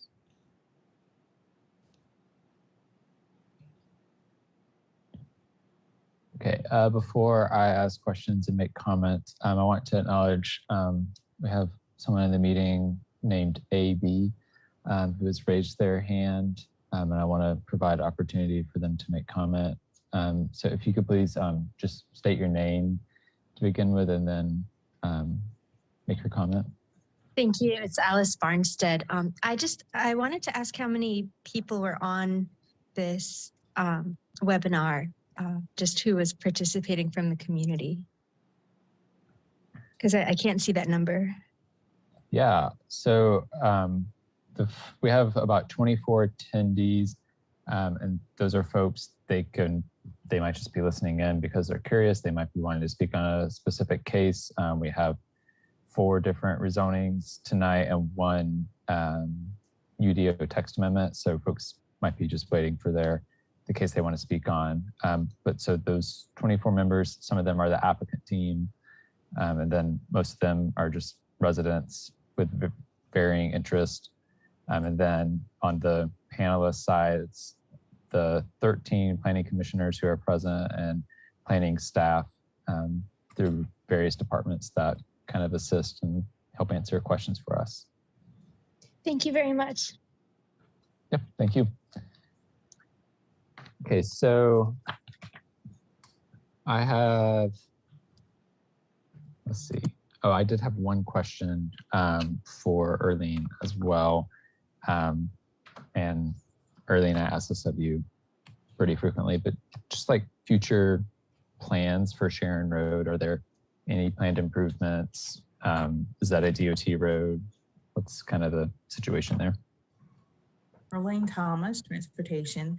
So Sherron Road is a NCDOT maintained road. The long range transportation does include or propose the 4-lane widening of the roadway, but it is not currently a funded project. Got it. Thank you. We get a lot of those. It's a fun thing about our DOT. So I just wanted to make one comment. I pay pretty decent attention to the applicant responses to the community goals and objective. I think they're pretty informative, and they help me get inside kind of the perspective of where developers coming from. And I'm not looking this up to try and like slam Mr. Edens on anything, but I think it's an illustrative case that can help clarify some of the community goals and objectives, that there's a objective referring to designing for everyone. And it refers to accessibility, particularly for disabled folks, and also for people of varying ages, so that people aren't pushed out from purchasing these homes based on their ability. And I appreciate Mr. Eden describing that these units will be made available for everyone. And I think I just want to make a slight distinction there of, it's not just that we want it to be available, we want it to be designed with all ability types and aging types in mind. And that's just like a slight nuance that I would just throw out there to kind of shape our interpretation of the community goals and objective. Like, yeah, there are laws out there that address accessibility that are often insufficient. And that's not necessarily enough to be designing for everyone. I just thought that was an interesting insight that came from reading those comments. I think it's notable to me, again, we have these draft place types, and in this area would be mixed residential. And so right now we're proposing a single residential type within a draft place type guide that we would have multiple types of residential development. And so I guess I would ask that question to Mr. Edens, like, why are you only doing townhomes here? Could you do a combination of like multiplexes and townhomes to kind of get at that mixed residential type that we're eventually aiming for? Yeah, and thanks for the question. And I agree, ideally, every project has got 2 or 3 housing types and some commercial, and we can park our cars and walk and do our thing, right? But unfortunately, in the suburban setting and just dealing with the builders, and they all sort of have the same rules, it can be difficult to provide a varying product type on just low number of units. In the current market, 40 units can be sold. I mean, they might sell those in 2 or 3 months, you know what I mean? And then you're sort of done. My experience has been when you get up to around 100, 120 units and above, you can start getting some decent planning together for multiple housing types. And I agree that's sort of what we should be going for. But for this site, and by the time you do 20% tree coverage, and we got the larger pond and things, it wouldn't be viable, because if it's not 40 townhomes, it's 30 townhomes and 5 singles or something, and then it just becomes difficult to pencil out. But I agree where you're coming from, though. Yeah. Okay, thank you. That's helpful. Apart from that, I really appreciated the way Commissioner Cease put it when looking at this spot of, starting with townhomes and going down to where single family housing would be great if there was something in the center for people to come to. And I feel that way about this site, and just looking at the Google Maps sky view on this part of Durham really frustrates me, because I sit and I try and figure out how to piece it together. Like, where can I put my commercial in my office to make this a cohesive neighborhood that could allow for that type of development? And it's going to take some time to get there. And I don't feel confident that this gets us in that direction.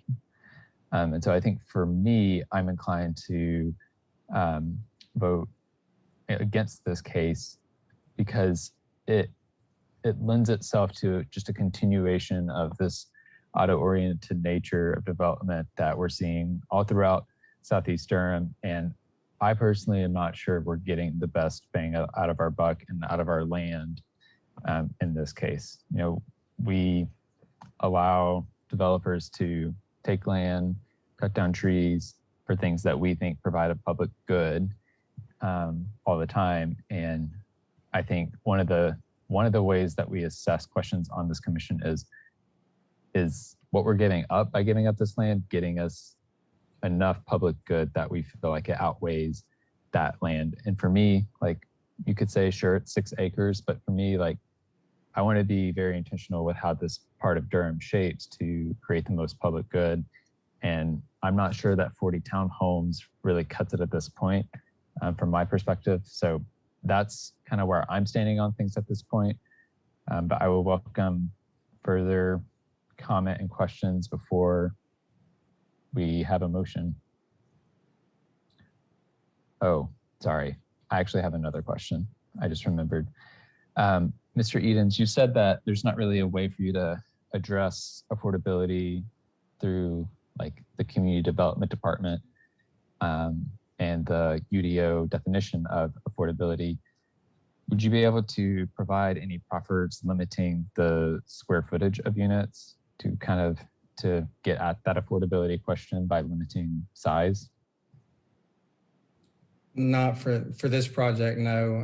I can't really put a limitation on it. It'll be more market driven, but yeah, I can't really do that here. And we will, at council, we'll be proffering an affordable payment. We generally make that proffer at council when we don't have affordable housing. I know that's nothing for you guys to consider, but just throwing it out there, we'll have that down the road. Yeah. And if you could just provide like a little bit more thinking of like why limiting size in this case doesn't work. Well, I just, just talking with our builder and knowing what they want, the product they want to build, it's just not, limiting the size would not be in line with what we've been working towards for the last, 18 or so months. So, yeah, I just prefer to keep some flexibility there. Okay, thank you. Any other questions or comments from commissioners? Commissioner Zuri Williams. Hi. I do have one question as it relates to accessibility, to piggyback off of what Commissioner Amendolia mentioned. Do you know, are you far enough in the project where you know if any of the townhomes will have owner suites on the first floor to provide accessibility for potential residents? It's a good question. Honestly, I don't know the answer. I don't know, sometimes the end units have first floor masters. You do have a limited number of product mix. You're going to have over 40 units. There probably won't be more than 2 different product widths, if I'm guessing. But honestly, don't have the answer to that on the first floor. I know there's definitely a market demand for that 55 and over first floor masters, so it wouldn't surprise me, but I don't have the answer. I don't have the floor plan in front of me.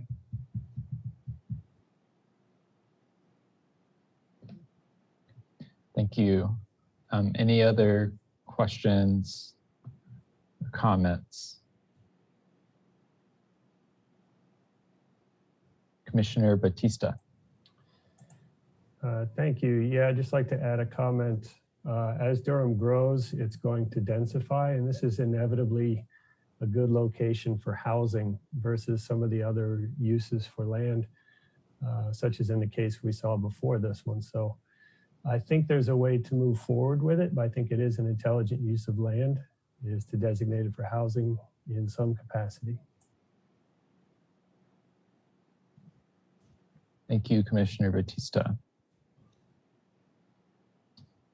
Other thoughts, comments, questions?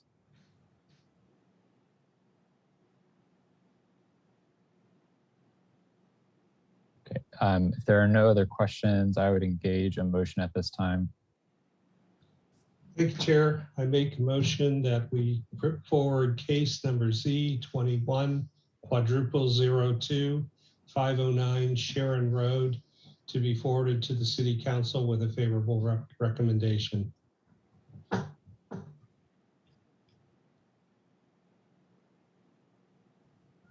Second. Moved by Commissioner Morgan, seconded by Commissioner Busby. Is there any further discussion on the motion? Okay, seeing none, may we have the roll call vote? Or, excuse me, Amendolia. No. Baker. No. Batista. Yes. Busby. Yes. Cameron. Yes. Cutright. Yes. Durkin. No. Lowe.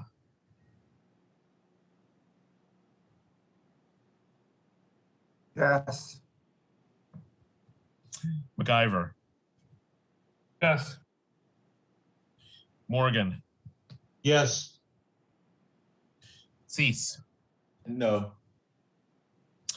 Carmen Williams. No.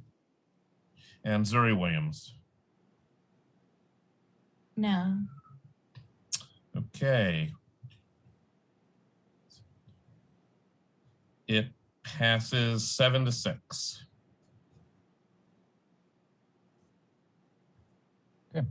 Thank you, Mr. Edens. Thanks, Michael. and Leah for the presentation. We're about 15 minutes before our 2-hour mark to take a break for closed captioning. I'm going to propose that we go ahead and break now so that we don't have to break midway through our next case. So we'll take a 10-minute break and start back at 7:25.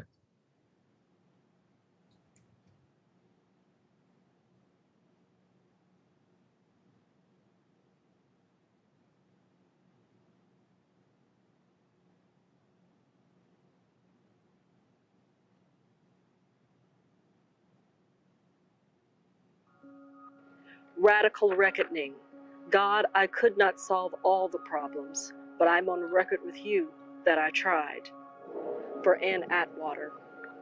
Poverty is to partake in tallying all that's owed, unaccounted for, past due bills, their unpaid debts. It is 8 leavened loaves until a flour sack empties to become a daughter's dress. It is what rises in you while living poor in a homeland your ancestors made wealthy. You have no name for it, surviving on domestic work, single mothering in a house that leans into the street and wind moves through. You tally up the housing improvements, they tally up the rent increase. You tally up moonlit prayers, gone unanswered, an endless measure of black madness. You tally up the times you listen, that you forgive your enemies, of freedom, of passage, of human happiness. You know suffering, how your work is a calculated survival that gives the suffering meaning, a tally that comes to this radical reckoning.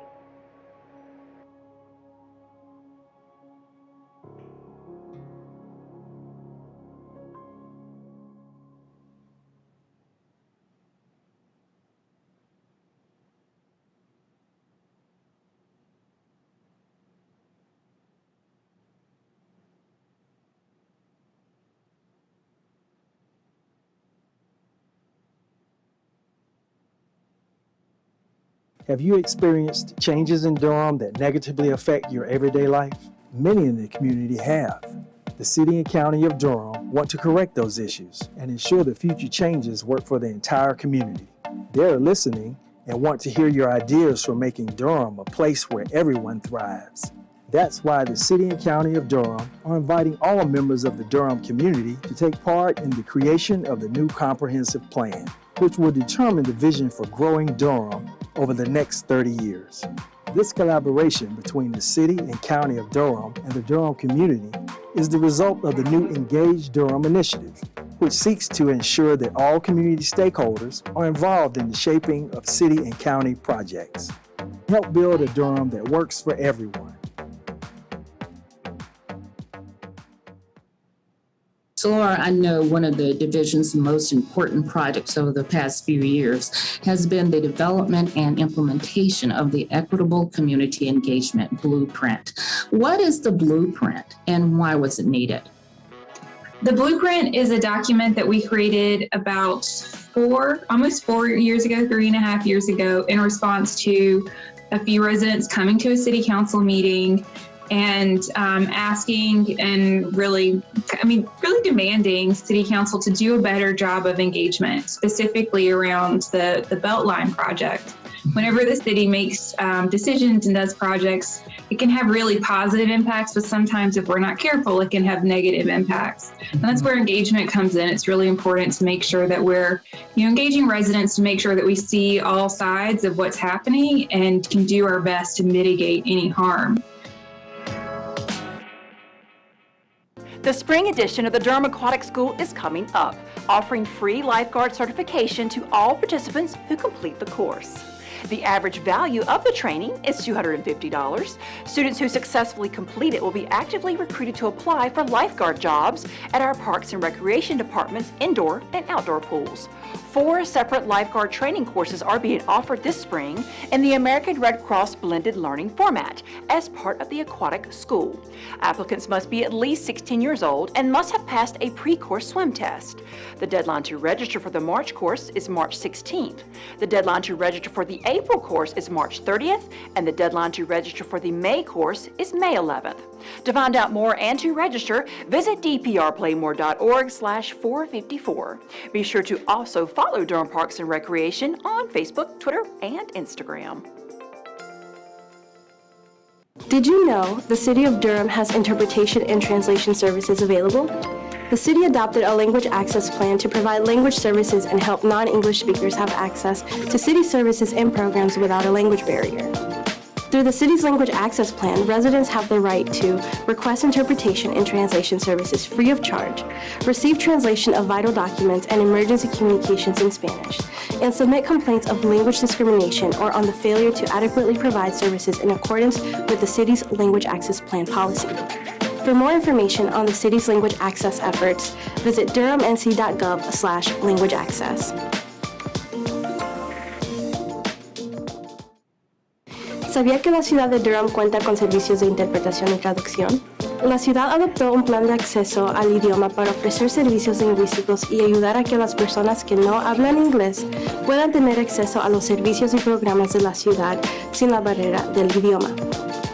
Por medio del plan de acceso al idioma, los habitantes tienen derecho a solicitar sin costo alguno servicios de interpretación y traducción, recibir la traducción de documentos importantes y de comunicaciones de emergencia en español, presentar una denuncia de discriminación por motivos de idioma o por no recibir servicios de manera adecuada de acuerdo con la política del plan de acceso al idioma de la ciudad. Para recibir más información sobre la labor de la ciudad relacionada con el acceso al idioma, visita durhamnc.gov/acceso.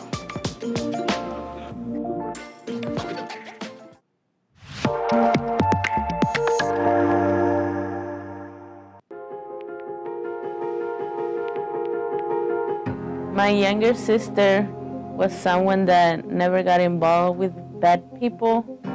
She was a selfless person, and her life was taken away by her boyfriend due to gun violence in front of her 3 younger kids. I was in my car. I heard loud gunfire. Didn't know where. I got shot, was dramatic and experience I couldn't, want anybody to live through. Gun violence can happen any given time, anywhere. I'm truly blessed to be alive today. The person that did this to my sister is still on the loose, and we want justice for my sister and for my nephews.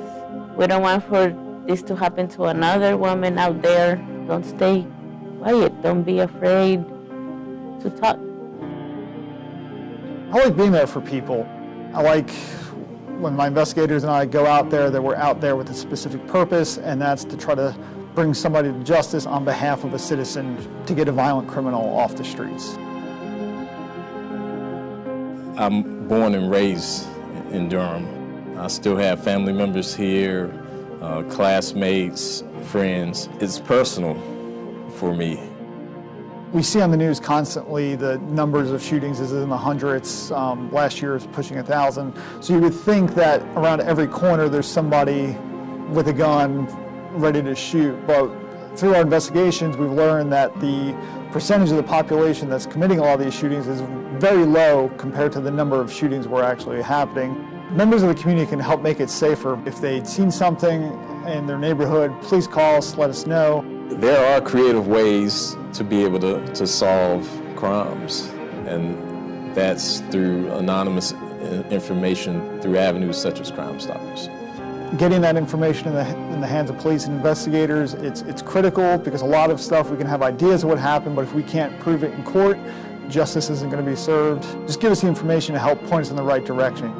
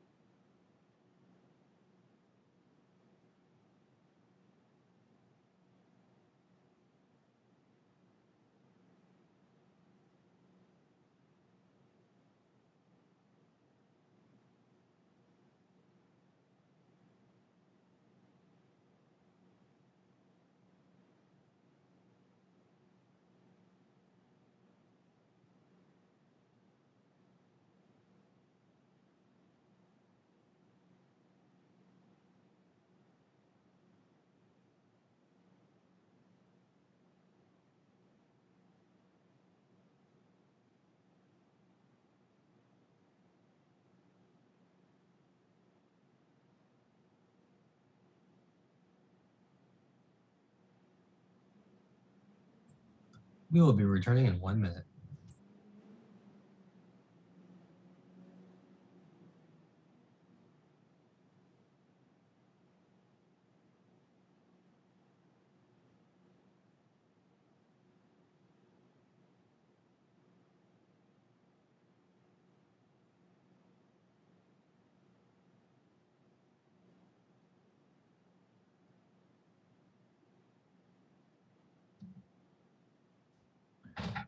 We are turning from our recess. We'll wait for commissioners to get their cameras on so we can make sure we have a quorum before moving forward.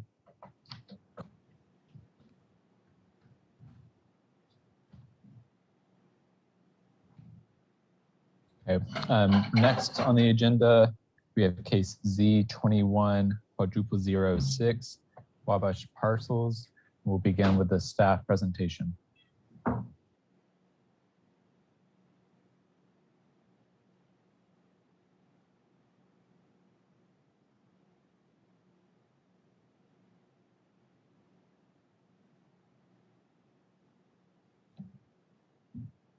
Mike, if you're speaking, you are on mute.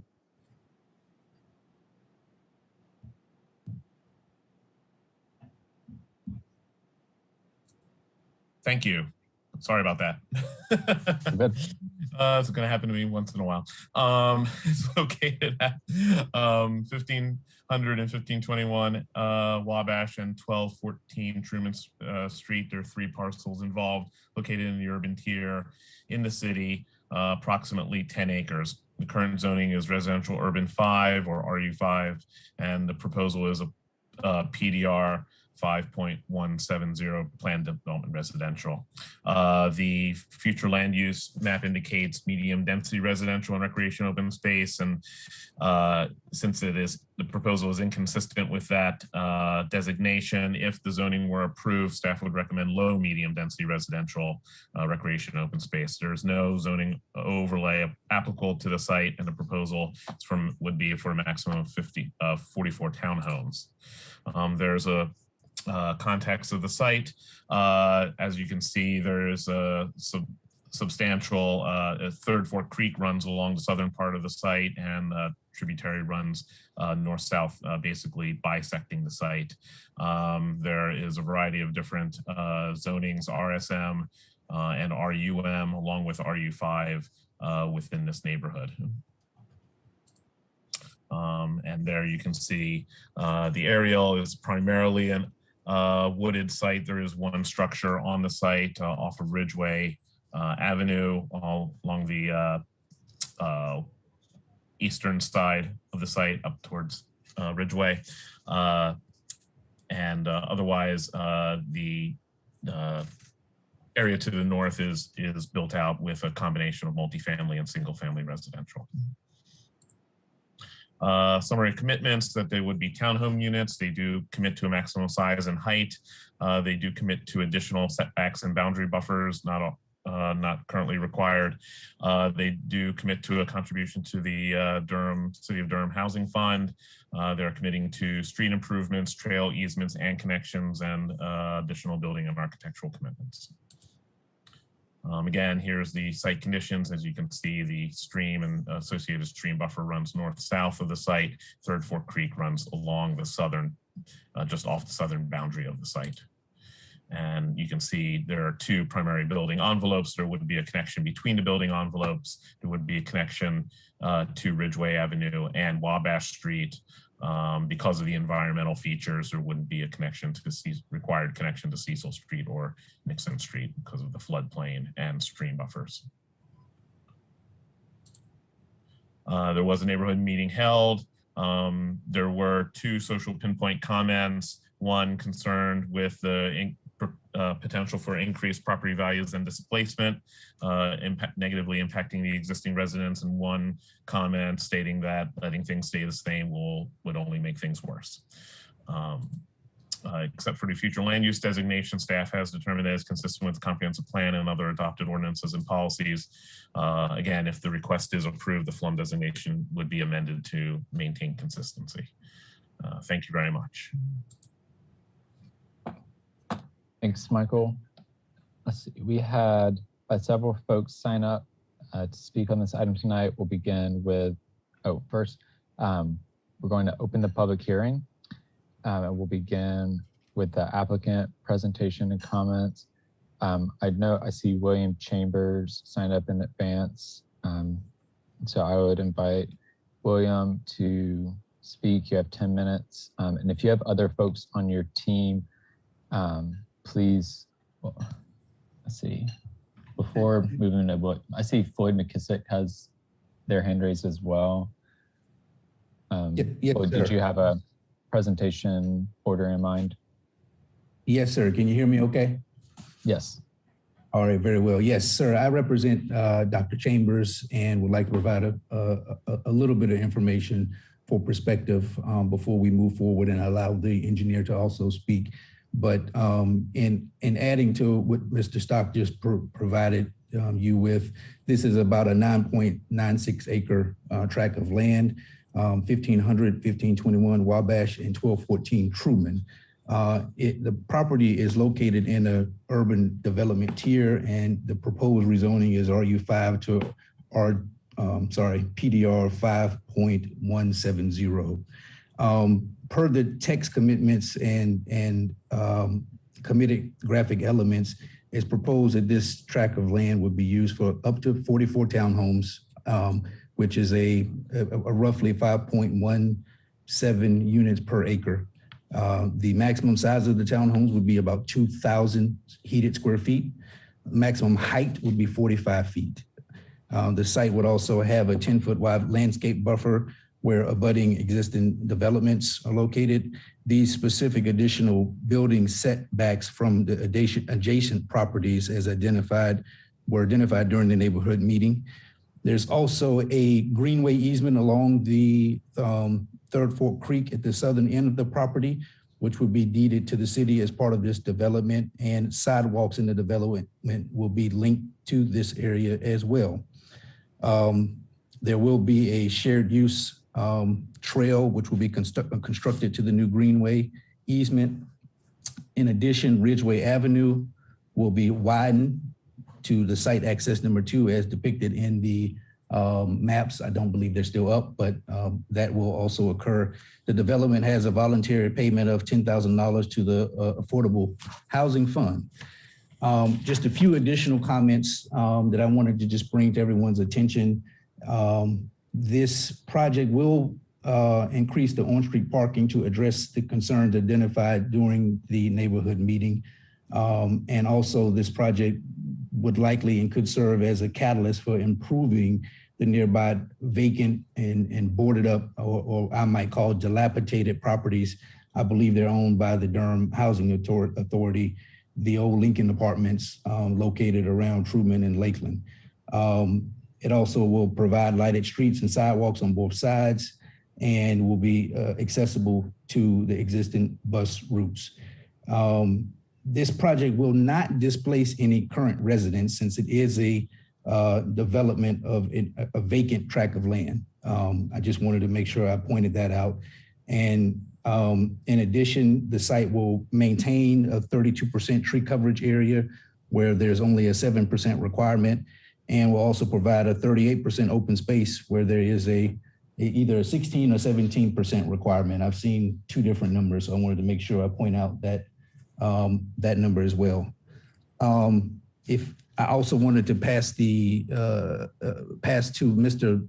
Landon. Is he available? Can we activate his microphone as well? He is the project engineer, Landon Lovelace. He should be also on the call this evening, and I wanted to make sure I provided an opportunity to make any statements after I wrap up.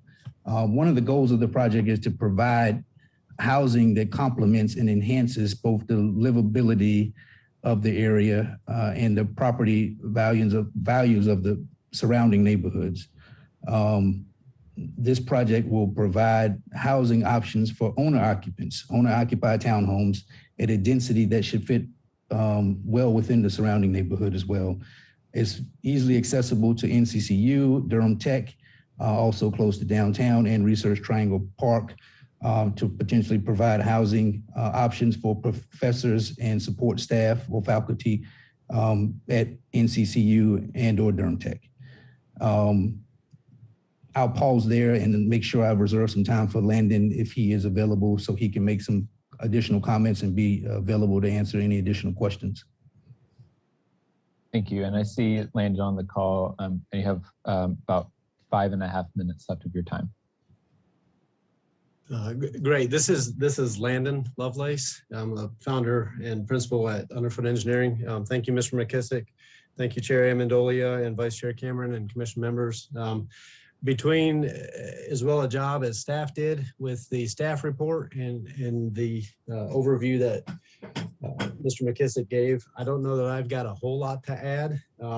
I do just want to reiterate the fact that this area is an area that's struggling greatly. It's in a great location between Durham Tech, NC Central, Beacon Street schools there.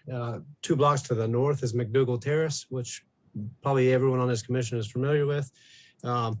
McKissick mentioned the Lincoln Apartments. If you go west of Wabash and north up to almost Dayton Street, I count no less than 15 buildings that are old housing apartments, and they are literally boarded up right now.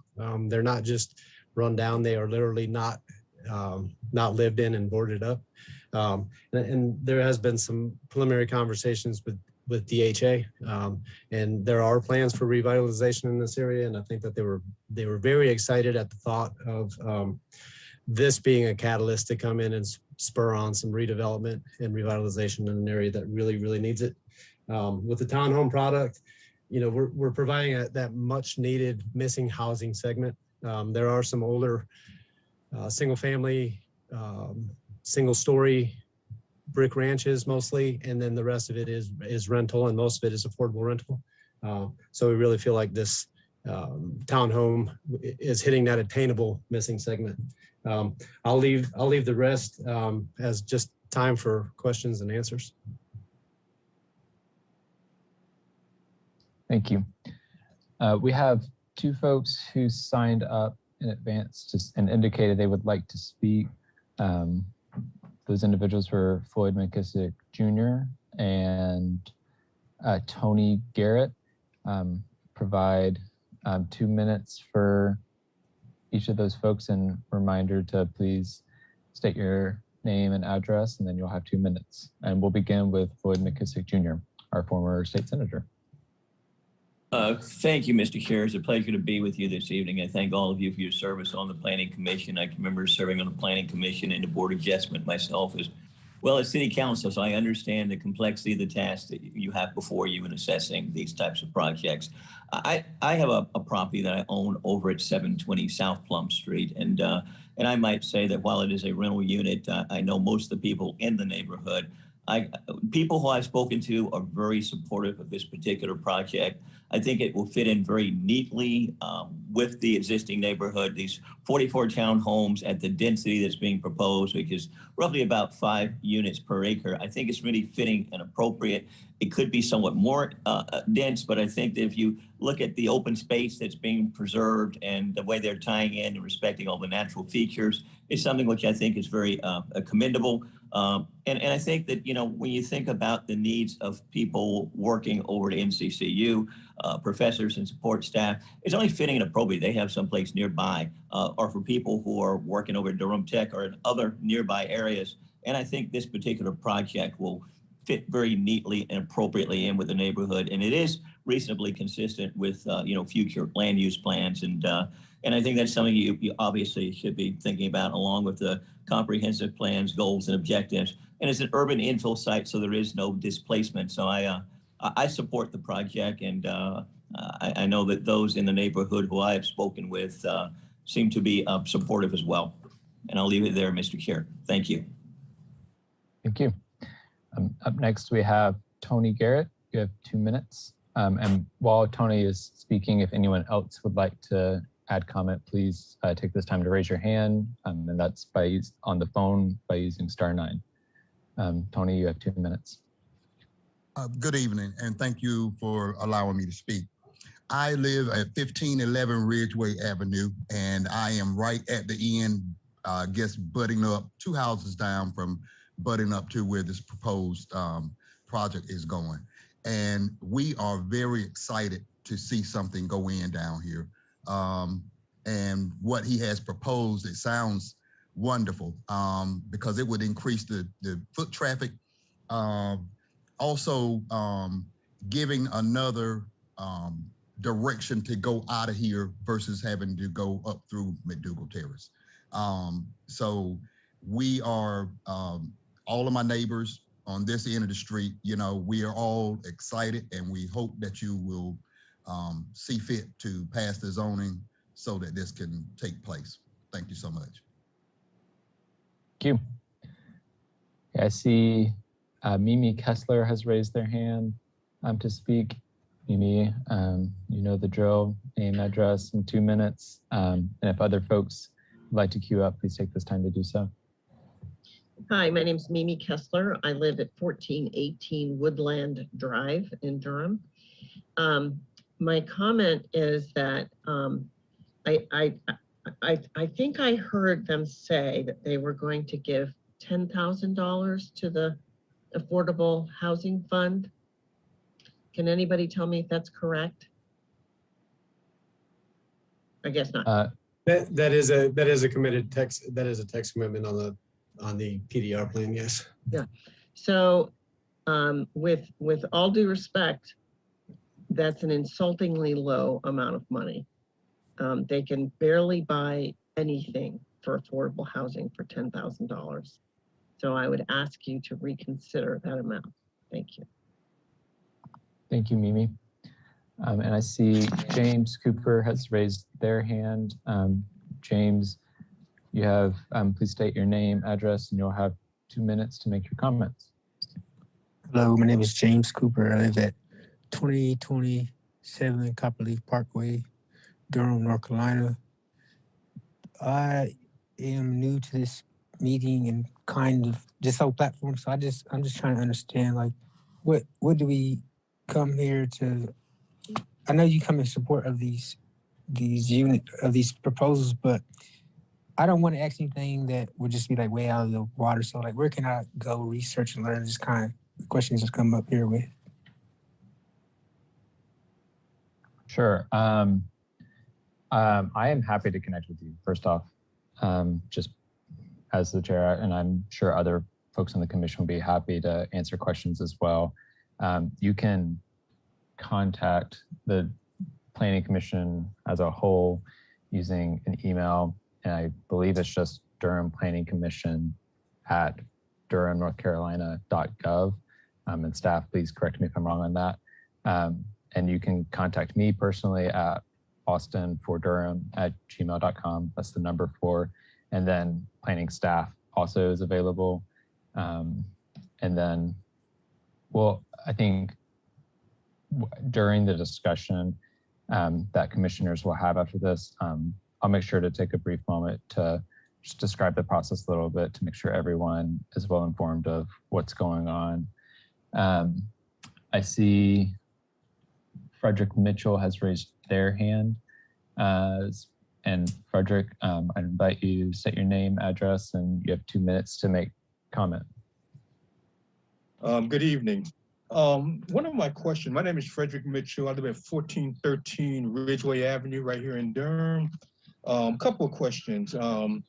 What effect does that have on city services with that type of construction? And then my next question is the townhomes, who are they going to really be marketed to in terms of affordability? Are we thinking about the professionals that work at Central or in Durham Tech, or we're looking at a much more wider scope of individuals? And thirdly, does this tie into what may happen to the other Lincoln part of Lincoln Apartments for future reference? And those are my 3 questions. Thank you, Frederick. Now is the time for you to make any comments. So if you have other comments you would like to elaborate on, feel free to do so at this time.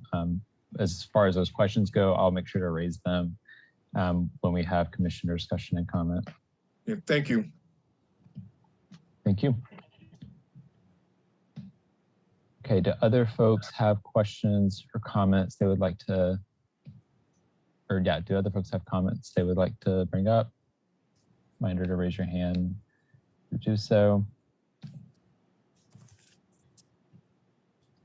Okay, seeing none, I'm going to close the public hearing and we're going to move forward to commissioner comments and questions. While folks are raising their hand to make comments and questions, I'm just going to talk really quickly through process. So when folks want to build new things in Durham, there are existing zoning laws and they can go build it as long as they comply with those laws. Sometimes people want to build things that are currently not legally allowed. And those cases, some of those cases come to this board, particularly when developers need a different zoning designation to construct something. So for example, if a piece of land is legally zoned for industrial and a developer wants to build houses, they are not allowed to do that unless they get a rezoning approved by the city council or the county board of commissioners. We, as our board, makes recommendations to those bodies on what they should decide.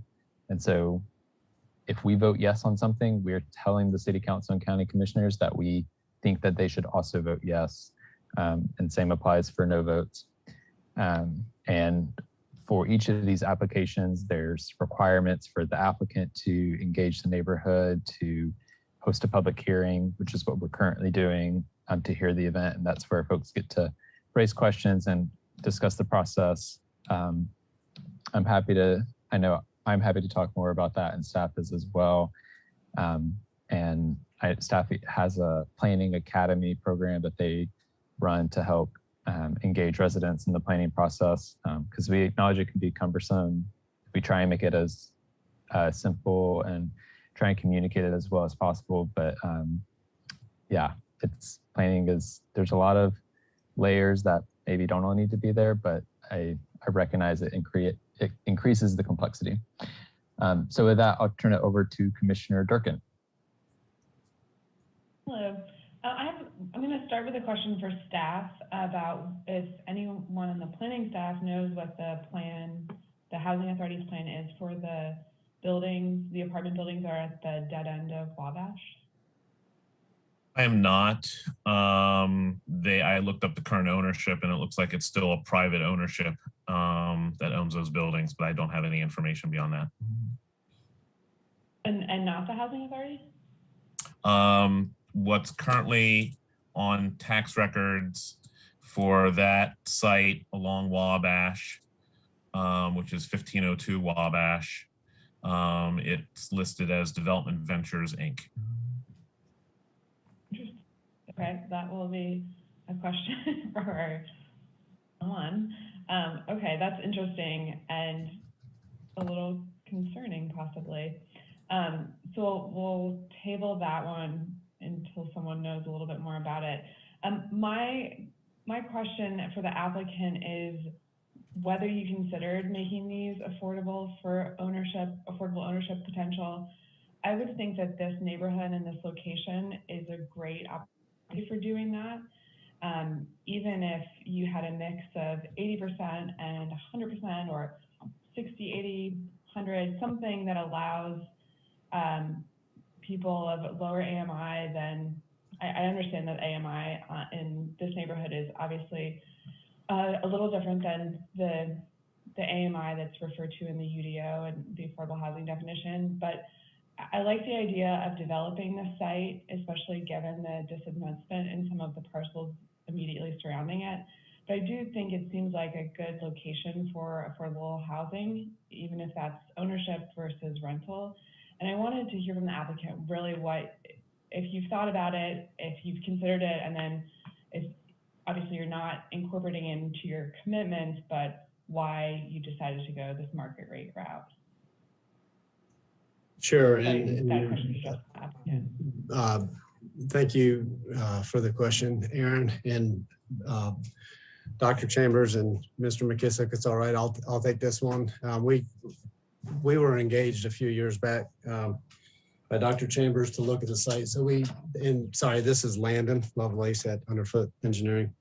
We have gone through many iterations of layouts and different planning exercises. And I think Mr. Amendolia kind of hit on something earlier where if something is zoned a certain way and you're looking to do a specific type of construction and you can't, then you come in for rezoning. So the current site was zoned RU5 and it was on the future land use map as medium density residential.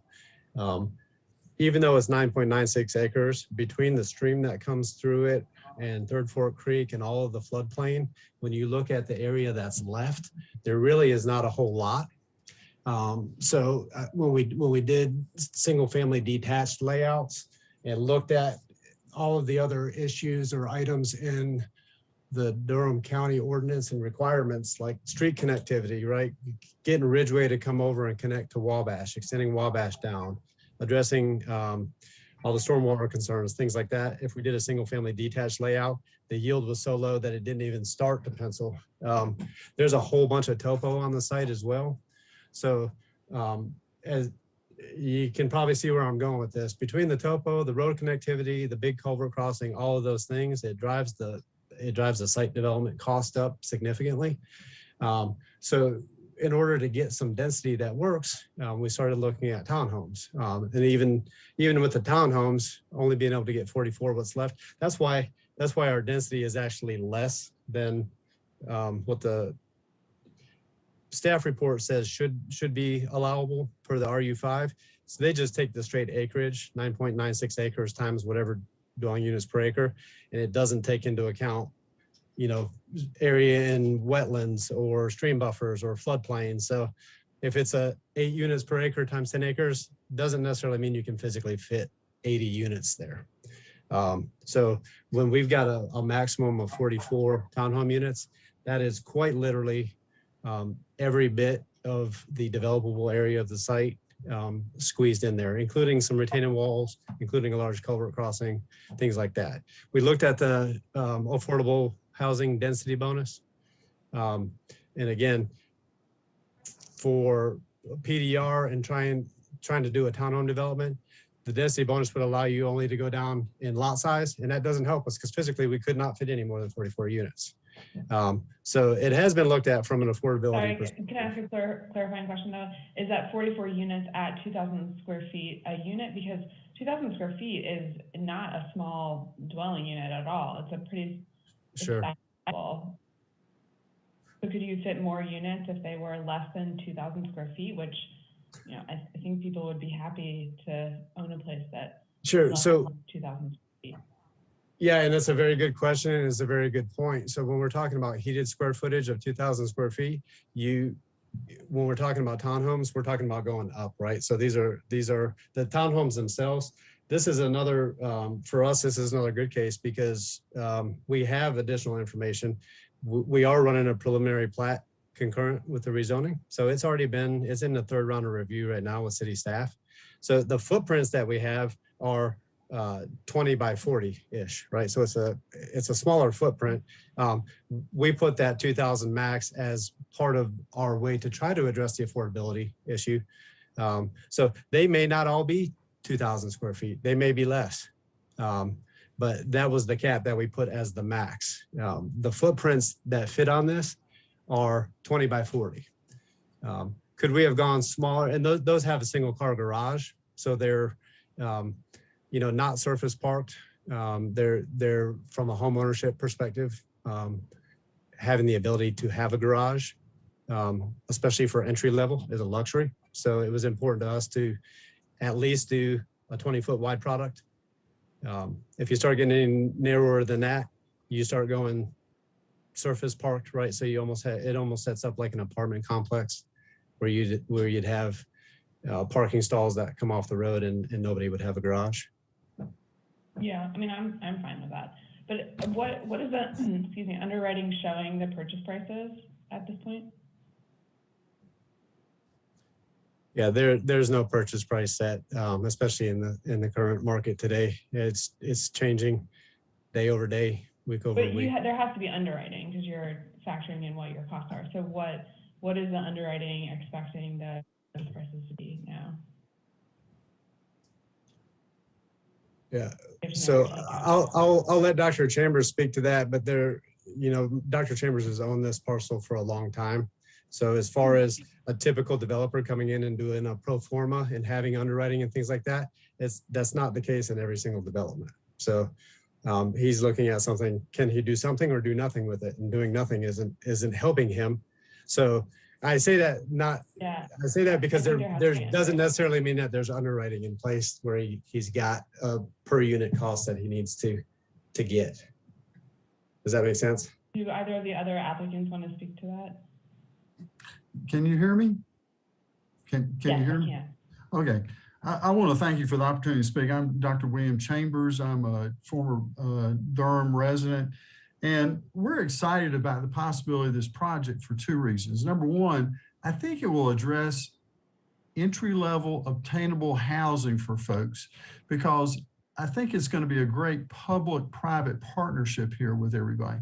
McDougall Housing, all these dilapidated homes, they're in a private, I don't know all the nuances of Durham City stuff, but supposedly the Durham Housing Authority's future plans are to turn those into single family and multifamily home sites and revitalize that area through home ownership as opposed to rental situations.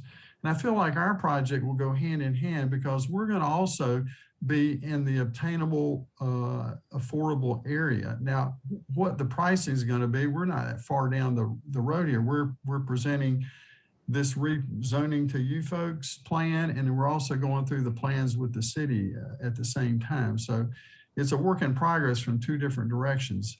But my goal is, this is not just for the neighborhood itself. It's not going to be price people out of the home ownership level. I just don't think that's what's going to happen. So when you say public-private partnership, you're just referring to the fact that there are publicly owned sites near to this privately owned site, and the idea is that both the public and the private sites are going to be redeveloped, but not that they're working together to redevelop your site. Right, they're not going to do my site, but because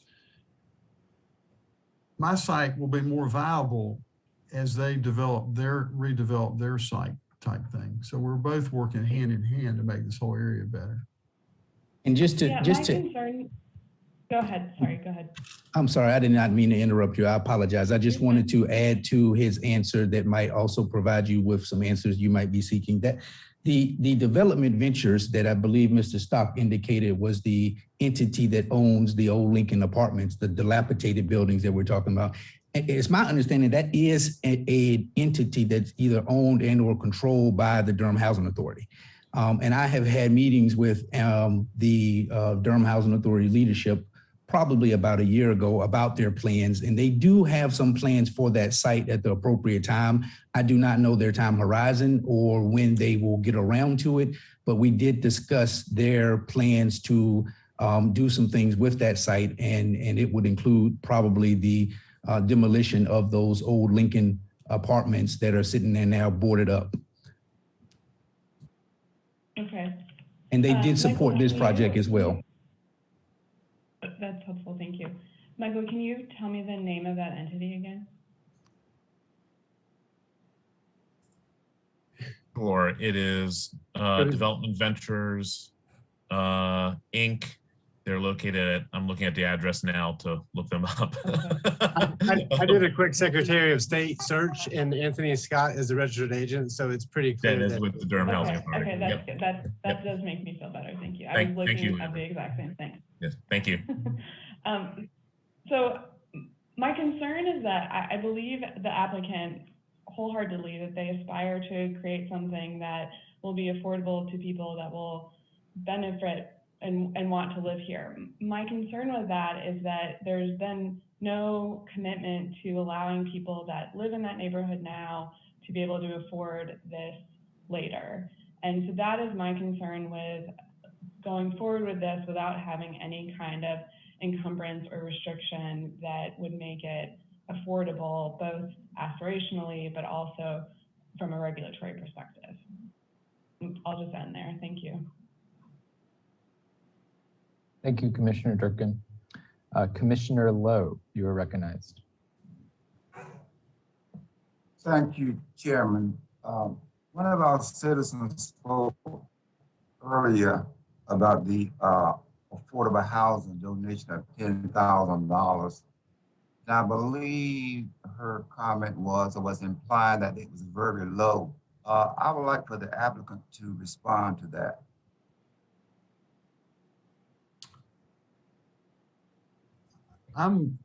Don't know all the ins and outs of the commitment to affordable housing. We're trying to make this project obtainable, entry-level homes. And so I'm fine with looking at increasing that. As you increase that, it also raises the potential for increase in price of the homes as well. But I'm open to any suggestions, but I don't know the ins and outs of what that looks like in Durham City.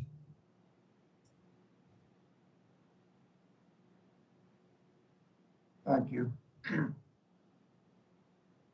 Thank you, Commissioner Lowe. Commissioner Carmen Williams. Thank you, Chair Amendolia, for recognizing me. I believe that this is an extremely ambitious project. I think it is poorly cited, only because of where it's located. And given the fact that McDougal Terrace is about to undergo some type of revamping, whatever that's going to look like with displaced residents to upgrade or mitigate whatever issues are currently there.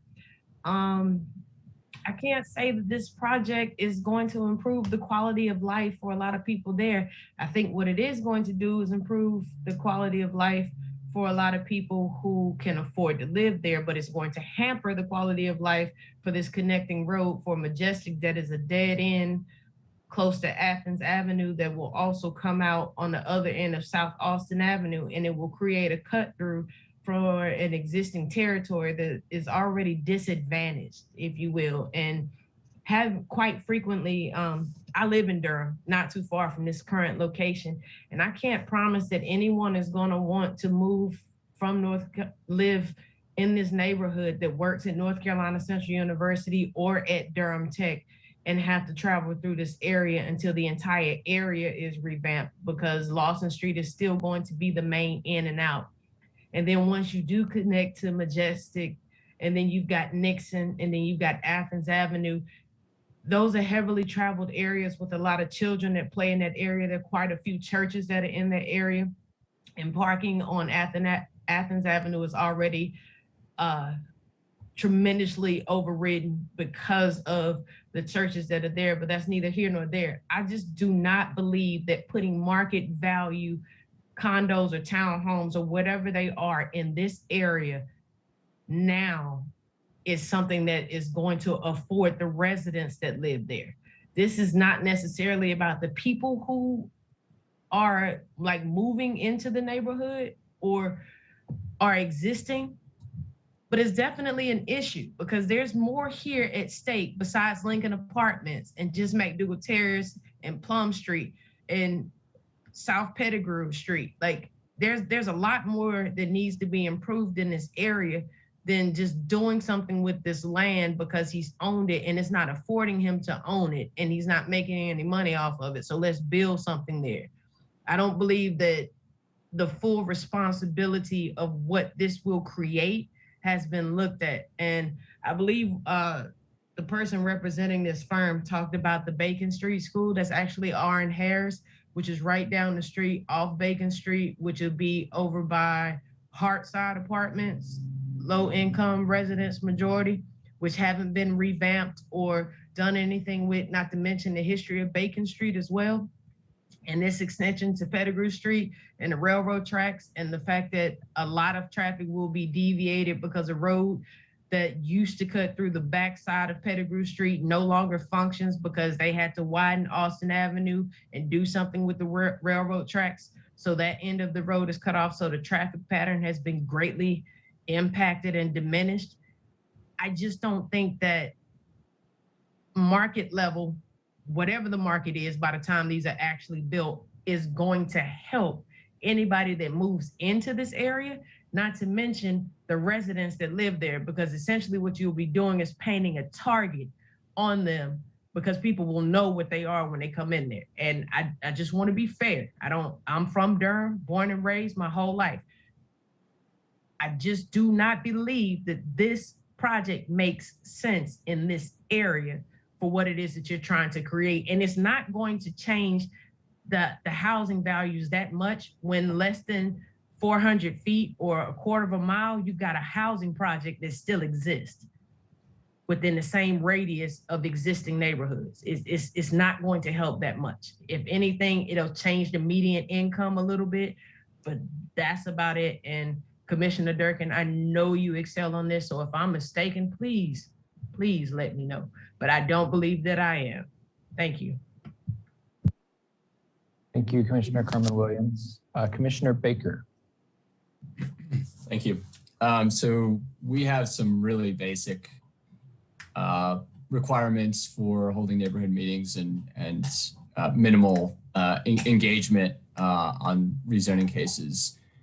I'm just curious, and I only have one question. I'm curious to the applicant if there was sort of a going above and beyond, recognizing that this area is full of historically marginalized people, and that this is a very vulnerable area.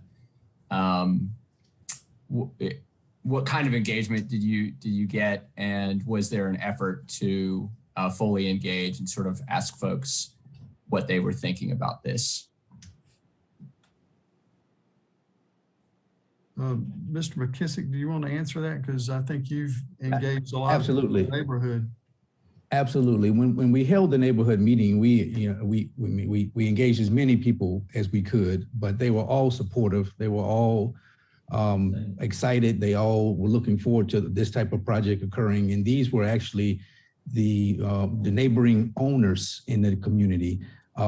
As you know, probably a large majority, and I don't have the percentage before me, but someone else may, a large majority of the folks that live in this area most likely will be considered tenants at this point, considering the location of McDougal Terrace 2 blocks away.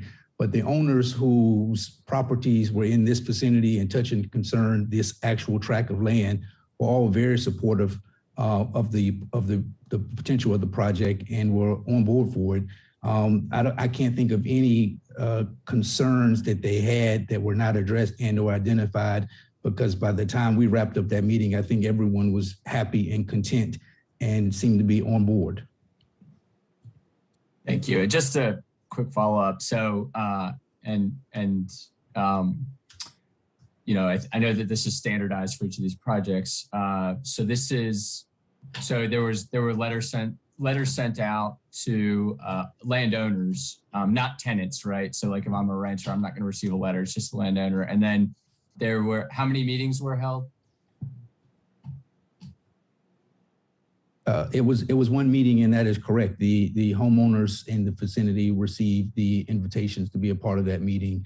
I don't know the exact number that was there. Landon may have that exact number, but I do remember, to be honest, a Zoom screen full of people who were participating in there to ask questions and have their questions answered. Okay, that's all I have. Thanks. Thank you. Thanks, Commissioner Baker. Other commissioner questions or comments? Yes, Commissioner Batista. Thank you again. Yeah, I just want to address in the most generic way that I can, just looking at the maps and so forth, that the proposed rezoning for lower density is probably a smart move, because there is a lot of water right there. And if you follow the creek up Lakeland, then you can expect that with higher density as well, because there is an increasing water concern. So I think that's a good move or it's a good direction to go in while the other issues are worked out. That's all I have to say on that. Thanks. Thank you, Commissioner Batista. Other commissioner questions and comments this time?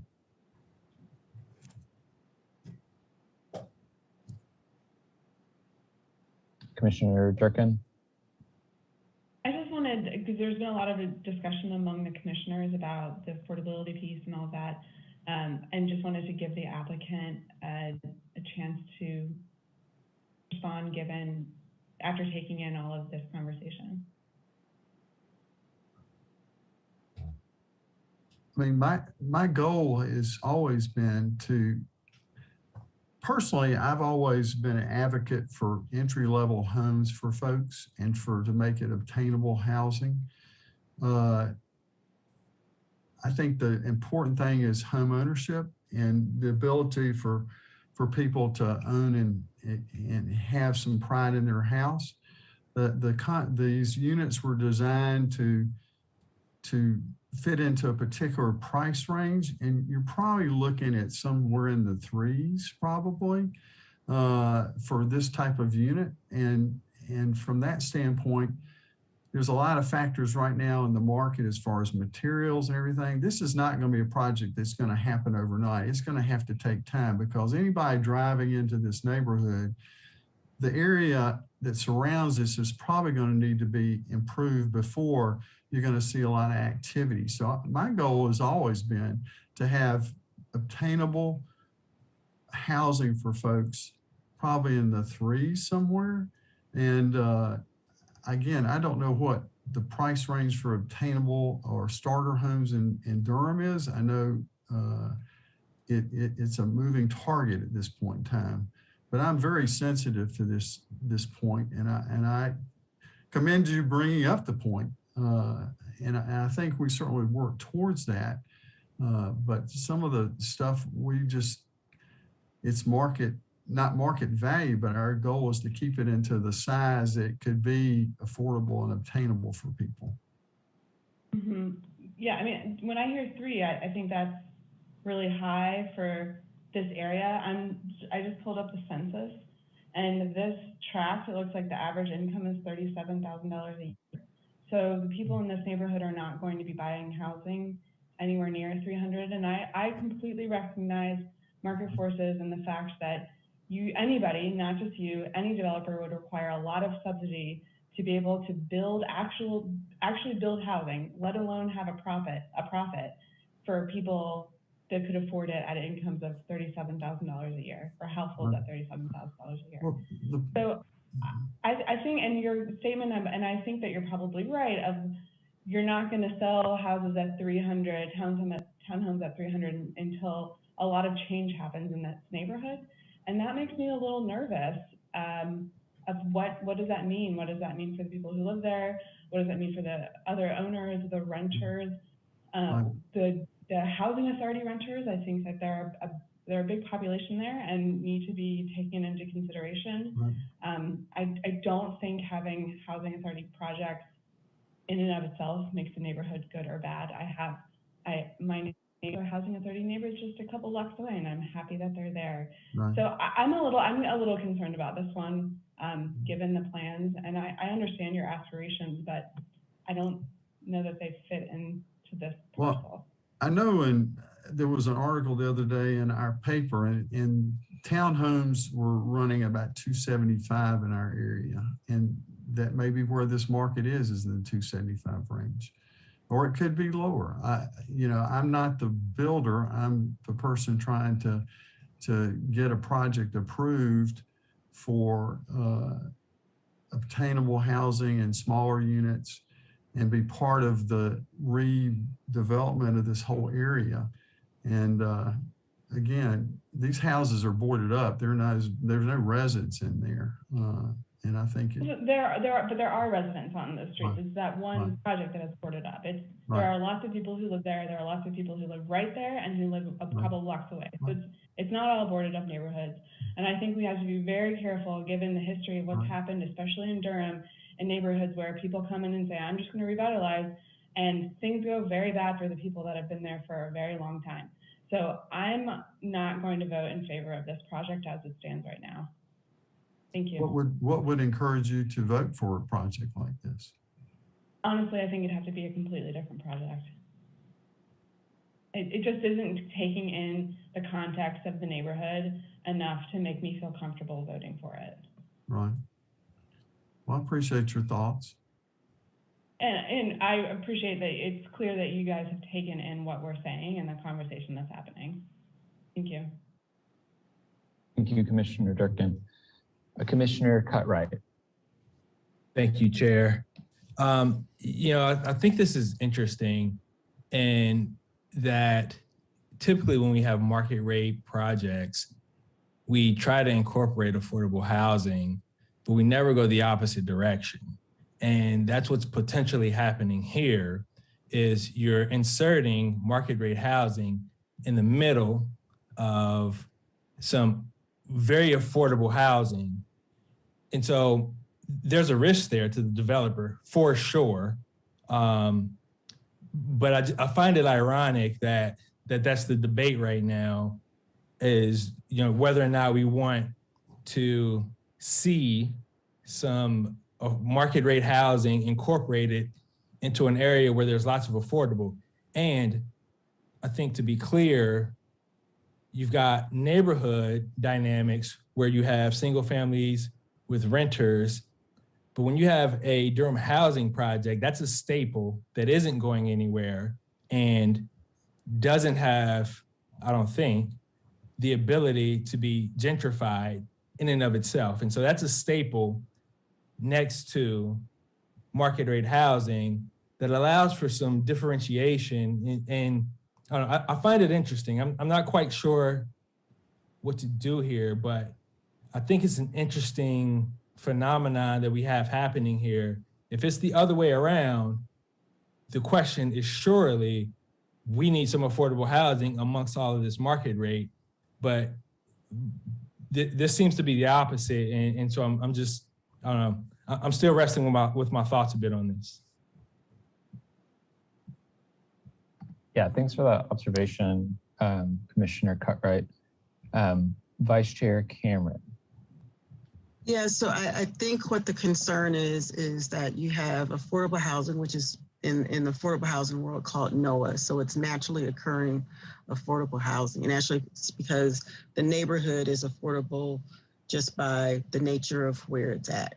And when you put market rate housing in a NOAA neighborhood, gentrification happens. It just does, unless you protect and preserve that existing affordable housing some type of way. Either it needs to be protected with some type of land trust or some type of covenants that run with the land or some deeds that run with the land. And if, so I think what all of us are trying to say, if there was some thought given to that as how do we protect and preserve that naturally occurring affordable housing, that we don't gentrify, that we don't have things happen. I don't want to call out neighborhoods that have happened to neighborhoods that the city and the community have done this, you know, through programs that were well-intentioned, but it just didn't happen that way. And so I'm even thinking that if you would contact DCLT, you know, Durham Community Land Trust, how can you partner with them to make sure that this neighborhood remains mixed income? And I think that's a more well thought out process to overcome the concerns that this commission may have right now. Thank you. Thank you, Vice Chair Cameron. That's very helpful context. I'm going to recognize Commissioner Cease, since he has not had the chance to speak on this case yet, and then come back to folks who have repeat comments. And Commissioner Lowe may have may also be in the queue as well in that regard. I want to commend Commissioner Cutright and Commissioner Cameron for tapping into exactly the issue I think that is here. Two observations. We often reference in these meetings what our impressions are about a case coming into the meeting, and then how that evolves through our conversations and what we learn both from the public and from our deliberations on the commission. You know, my impressions coming into this case or coming into this evening were that a kind of market rate direction on this site, given its given certain constraints. And I think those are important caveats in the context of the gentrification concern. I thought this was a good proposal. Bringing market rate, and let me elaborate on the constraints. It's up against the riparian edges of the Third Fork Creek.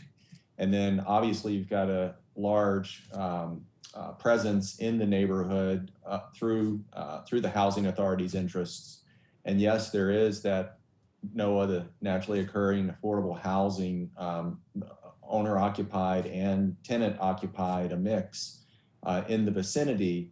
But this isn't the center of the neighborhood. It's on the edge where connections will not be made further to the south beyond just potential greenway connections that are referenced. And you know, there are, as Commissioner Cutright pointed out, there's a fixed aspect to the housing authority's presence in this area. And then you've got the institutional interests that the applicant spoke very eloquently about with regards to Central to the west and Durham Tech, as well as the Magnet Elementary School to the east. So I guess I'm hearing the conversation and really appreciate those who've identified, you know, observations and reflections about the neighborhood, Commissioner Williams and others. There is a complexity here. And I'll just say from a planning perspective, as Commissioner Cutright said, we're normally seeking ways to insert affordable housing into market rate neighborhoods or market rate developments. But here we've got a site that in and of itself is not displacing housing. It's undeveloped, as the applicant indicated. So displacement on the site itself is not an issue. There's I don't want to say a fixed constraint, but there's a kind of a static tissue, if you will. It's not likely to change a lot in terms of the kind of mission directive. The purpose of the affordable housing's interest in this neighborhood is to deliver affordable housing, and that the transformations that are kind of on the horizon for that are I think, you know, obviously direly needed and welcome. But to me,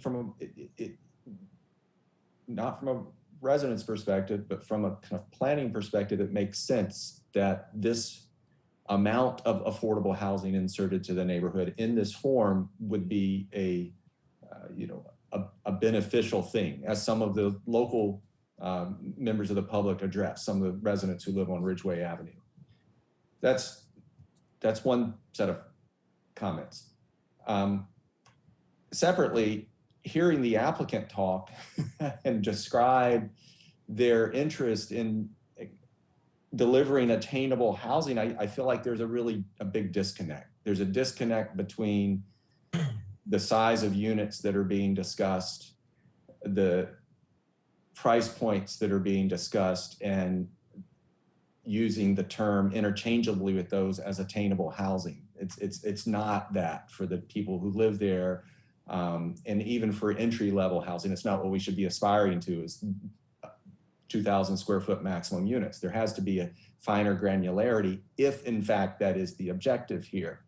And I say that because I'm not sure that necessarily needs to be the objective if there are only 44 units or whatever the number is. So I don't know where that puts us in the conversation, but I wanted to share those complexities. I think if this is market rate, then the project as proposed is a good thing. There are actually some commitments on the design commitments that we don't see in a lot of the standard suburban projects, just in terms of materials, in terms of actually including a covered front porch instead of just a covered stoop. And that covered front porch is so important in terms of creating a unit that can be a place that actually allows people to live in the community rather than living just behind the garage door. And so there's some substantive aspects on the document and in the project description that I think are are worthy of a kind of an approval. But there are some uncertainties in the applicant's description of what the intent there is in terms of price points, in terms of unit sizes, and in terms of a delay that causes me to be more concerned. So I'll just leave it at that. Thank you. Thank you, Commissioner Cease. Commissioner Lowe. Thank you, Chairman. I just want to make a few comments.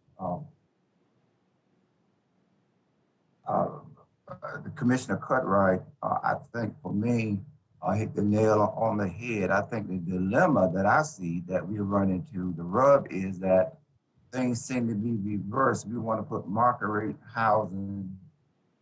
houses into affordable housing area. And I think that's where the rub comes in for some of us. There are some things that I desire more to see in this package, but what resonates with me also is that they did have a community engagement meeting. I think he said he had one. I wish it was more than one, but one. And the opposition tonight against this packet here is little or none. I mean, we talk about landowners in the community, and that resonates with me that the opposition is not there. It seems to me that the community are in favor of this. Sure, we put market rate houses in a housing development area, but that's diversity. And as C said tonight, diversity, it's beneficial. Unless I hear something pivotal tonight, I'm leaning heavily myself, voting for a yes. Thank you, Chairman. Thank you, Commissioner Lowe. Commissioner Durkin. All right, I'll be brief. I just wanted to respond to Commissioner Cutright's observation. And if this was affordable as defined in the UDO, it would be at 80% of AMI because it's an ownership project. And that's AMI is roughly $80,000 in the metropolitan statistical area that's used to calculate that.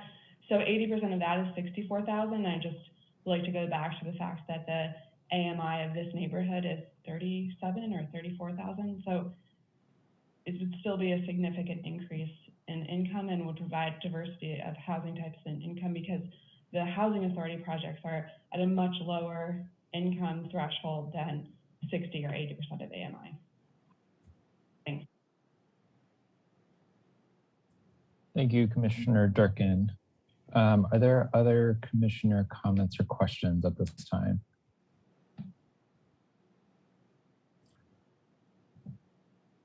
Commissioner Cutright.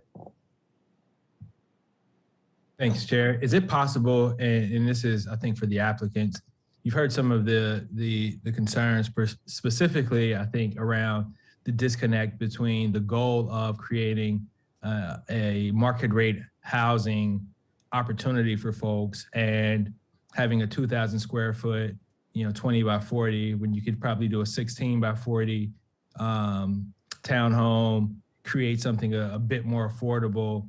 Is there the possibility to delay and you sort of come back with a more refined project that we could get behind after addressing some of these disconnects that have been raised?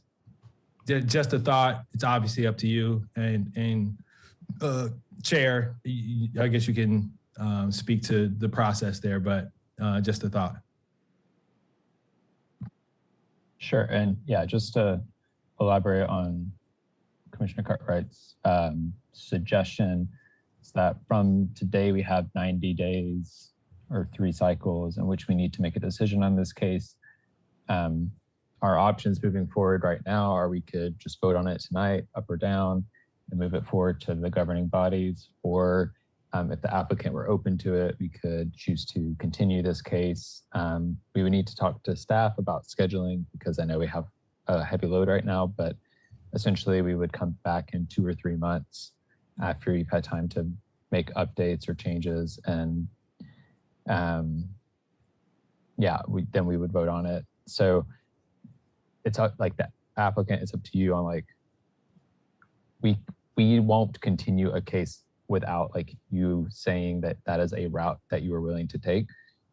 So given that context, do you have any thoughts on that? I'd like to say two things.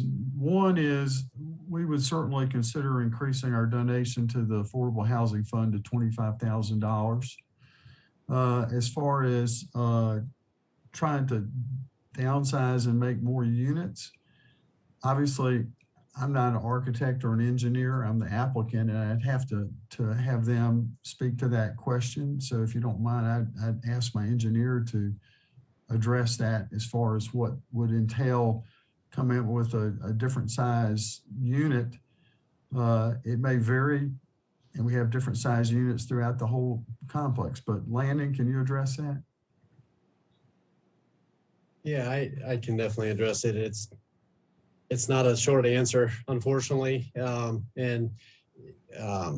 Specifically in this case, since we have also moved forward with preliminary plat, I think the crux of the argument is if we do want to create a more affordable unit in this regard, a smaller unit,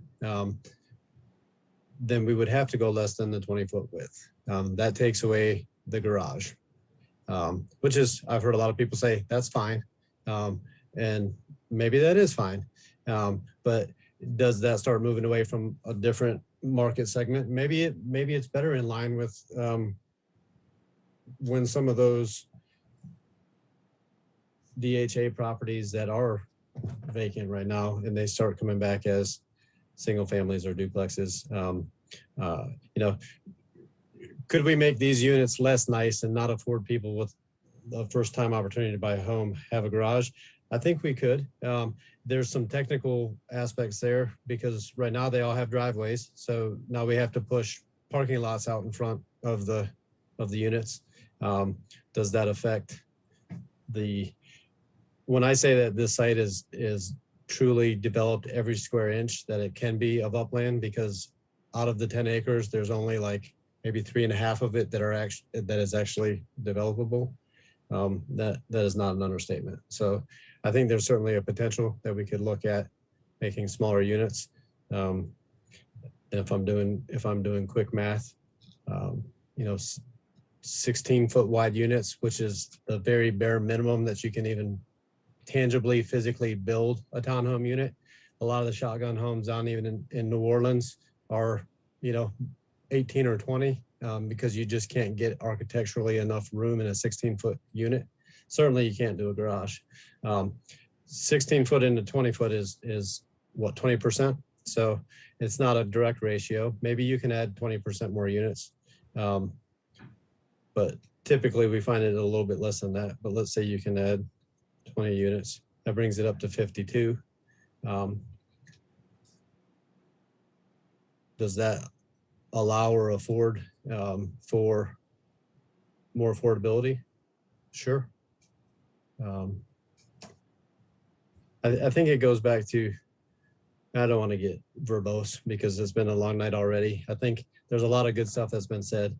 This is almost the exact opposite of the two that we saw before this one, right? One was stuck up against a highway and was kind of in the commercial area. The other one was suburban. This one is completely the opposite. It's urban infill. And we are talking about something very different, which is adding market rate housing into an area that is affordable. I think there was a lot of really good dialogue and conversation. And yeah, I don't know. I'm being very wordy, but the short answer is, could we go back and see if we can add another 8 units? Probably. The amount of work to do that would be relatively significant. So does it make that big of a difference? If there are 8 more units, does that change anybody's view? Does that really change what the attainable goal is here? So I guess that's a question back to commissioners. Like, does a 15 to 20% increase in unit, does Do you guys feel like that would make a difference? Would that help bridge the gap between the disconnect of what we're calling attainable housing? And I would like to just add one thing, if it's okay, sir. I from the conversations I've had with folks in the community, homeowners, actual homeowner residents, owners who live in the community, they did have some concerns with a few of the folks I spoke to about on-street parking. So I just want to bring that to your attention, that if we begin to consider a different design element in downsizing the width and size of these units, it is going to greatly affect the ability to have these units have garages, which then goes back to the concerns that I did hear from folks in the community when they did speak up with me about on-street parking and having easy access through those new roadways that will serve this area. And some of these conversations I've had clearly have been after our community meeting. These are follow-up conversations with folks in the community who have reached out to me independently in some cases to kind of discuss the project. Thank you for that. Commissioner Carmen Williams. Thank you, Chair Amendolia. I think that this project as it stands needs to be voted on in its entirety tonight. I don't believe giving them 90 days to afford 8 more properties to reduce driveways or garages is going to sway anyone on this commission in terms of whether they're going to vote for this project or they're not. And I do not believe, well, at least for me, it's not about putting market housing in an affordable neighborhood. It's about putting market rate housing in this neighborhood, period, in terms of how it stands currently. And whether that's in 2022, 2025, 2028, this neighborhood is going to be this neighborhood. It's going to transform marginally, but there's some aspects that just cannot be afforded. And if it does, then it'll look a lot like what Fayetteville Street projects used to look like and is now congruent slabs where nothing is existing. And I think that it's just about whether or not this makes sense. And I don't believe that it does. I honestly do not believe that it does. I believe all the considerations that are being given, they make all the sense in the world. I know a lot of people with garages and none of the cars go in there. It's full of other stuff. So on the street parking is always problematic. It's going to continue to be an issue. I don't want to take anything away from the residents who are actually homeowners, but I do take offense to the fact that the questions and the comments and things were placed there for actual homeowners. That's being emphasized when there's more than just homeowners that live in this area, which makes it affordable housing because there are renters and the renters need to be considered. How this is going to affect them needs to be considered, because if property values go up and the taxes can't be afforded, then these renters now become homeless because the property taxes cannot be paid by the owners. So there's a long chain of effects of things that need to be considered here. And I can understand from an architectural standpoint, from a planning standpoint, what goes into development, site development considerations, architectural considerations. I know it's a lot. I know it's a lot. And I know that it's problematic, and I would not want to waste your time for 90 days for you to come back and still get a no. So if at all possible, if people are prepared to vote without them having to go back to the drawing board for this with consideration for what Mr. Landon said, I would like to afford them the opportunity to know whether or not we feel like this will be going forward, because there's still another say-so that has to come after us. Thank you. Thank you, Commissioner Williams. I have a lot of thoughts. This discussion has been really useful, I think, for this specific decision and just for how we're thinking of moving forward in Durham in general. I think the first thing that I just want to acknowledge is that with this neighborhood and this discussion tonight, the discussion is geared towards having a private partner fix a public problem. And that public problem is affordable housing, and this private partner can't do it themselves. And we might not even want the private partner to do it themselves. Now, I know there's been references to public entities like the Housing Authority working in this space and having these visions for this neighborhood. I think what causes me to pause is I don't know what those plans are. And it is an option for the Housing Authority to sell their property. Like, that is something they can do. My understanding, at least, maybe there's a legal binding there that I'm misunderstanding, but I'm pretty confident they can choose to sell the property if they want to. They probably wouldn't do that because it would look bad and a lot of people would be raising fuss about it. But I don't feel like we can do this by just talking to the private partner or just the public partner. We don't have the full vision for what's going to happen in this area to really feel assured that this is going to create the revitalization, the vision of revitalization that most of us have, not what often ends up being the reality. And I think we've circled back around to the fact that there are owners that are engaged, but there's a lot of renters in this space. And I just quickly tried to pull up the 10-year numbers for the census tract. And based on the American Community Survey in 2019, 80% of households in the census tract were renters.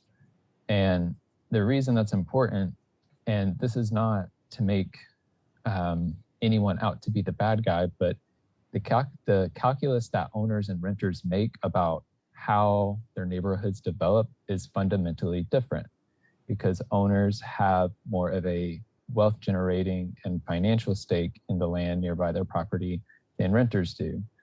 It's different. Renters don't want to see their prices go up, but owners benefit more when prices go up and value goes up around their household, and renters tend to not. And so the fact that renters aren't engaged in this process, and that's not simply the fault of the applicant, it's also the fault of our UDO, which we are working to update to find ways to better engage renter households. But nonetheless, what we've heard and feedback from the community are owner households, and that's not the majority of who's living here. I also briefly wanted to touch on some of the conversations around gentrification and displacement. There's a distinction that often gets made in housing and planning between direct and indirect displacement. And Commissioner Cease alluded to this earlier. And the applicant has acknowledged that direct displacement is not happening. Direct displacement meaning someone builds a highway through a neighborhood and those households have to leave, as what happened with Highway 147. Direct displacement as in a apartment complex gets bought by a developer wanting to gain profit and they raise rents, and so households have to leave. I agree that this development will not cause direct displacement because there are no households on this parcel. The concern here is indirect displacement with rising costs nearby. And I think that distinction has been brought up tonight, and I think it's just important to emphasize that and really put a pin on that. I say all that, and I also do want to commend the applicant for several things tonight. First off, sometimes when applicants come and get negative feedback from us, they get frustrated, and it really makes it harder for us to engage. As just any relationship in general, if you're having a conversation and one person starts to show frustration, you tend to show frustration back. And I really appreciate the time that the applicant has taken tonight and how much y'all have listened and received feedback and engaged in this conversation. I also really enjoyed reading this packet, which is odd for me. I usually cringe most of the time I'm reading the community goals, the responses to the community goals and objectives, because my ideal brain finds problems all over the place. But I actually I could tell that there was thought and care brought into those responses, and I really appreciated that. So I do want to uplift the things that this applicant has done well. I also, there was references of potential partnerships with Durham Tech to have training programs at Durham Tech that would enable folks to hopefully assist in constructing the properties on this site, like that's an exciting thing to me. And that was something that really stuck out to me because oftentimes people check that little other innovation box in their responses, and it's just a way for them to say like, well, we're not really addressing this, but we don't want to say we're not, so we have to check other innovation. But like that was an actual innovation that I haven't seen before, is somebody coming and saying like, hey, we want to try and find a way for to train folks through Durham Tech and have them work on this property. I really appreciate that. And I appreciate it so much that like, if that connection has not been made yet with Durham Tech, like I would love to be helpful in making that partnership happen, because that's what this process should look like from my perspective. And I say all that, and it does come back to what happens once this development gets passed. And I think that's the thing that I'm stuck on right now. And for me, it's a little bit unfortunate we don't have folks from community development here tonight, because I think they would be able to speak a lot better to potential plans for this area. Maybe not, maybe there's not plans. I don't know, but like, I think it would be helpful to have some of that broader context so that I would like to have that broader context to understand, like, is there a plan for the neighboring properties for those households to have assistance to stay in place? Like, that's not something this developer can do, right? We can't expect this private developer to engage 600 renter households in this census tract to make sure that they remain in this area. It is something we can expect our government to do. And the fact that there's this disconnect there and that I don't have a clear through line of how this is going to work makes me nervous to push this forward. I think I personally agree with Commissioner Carmen Williams' comments that based on the conversations had tonight, I don't know that 8 additional units is going to shift anyone's decision one way or the other that much. If I'm wrong, folks can feel free to correct me on that, but my perspective and thoughts on this is that it would be best to move forward with a vote tonight. But I'm willing to fancy other options.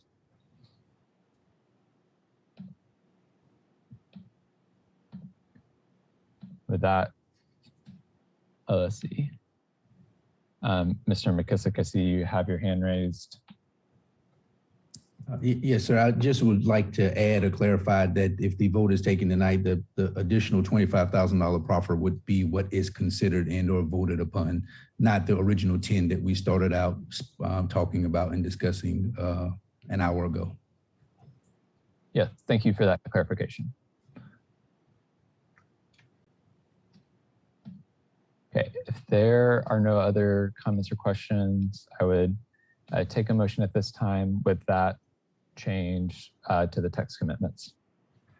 Chair, I'd like to make a motion to forward case number Z2100006, the Wabash Parcels, forward to the City Council with a favorable recommendation with the modification for the proffer for affordable housing of $25,000.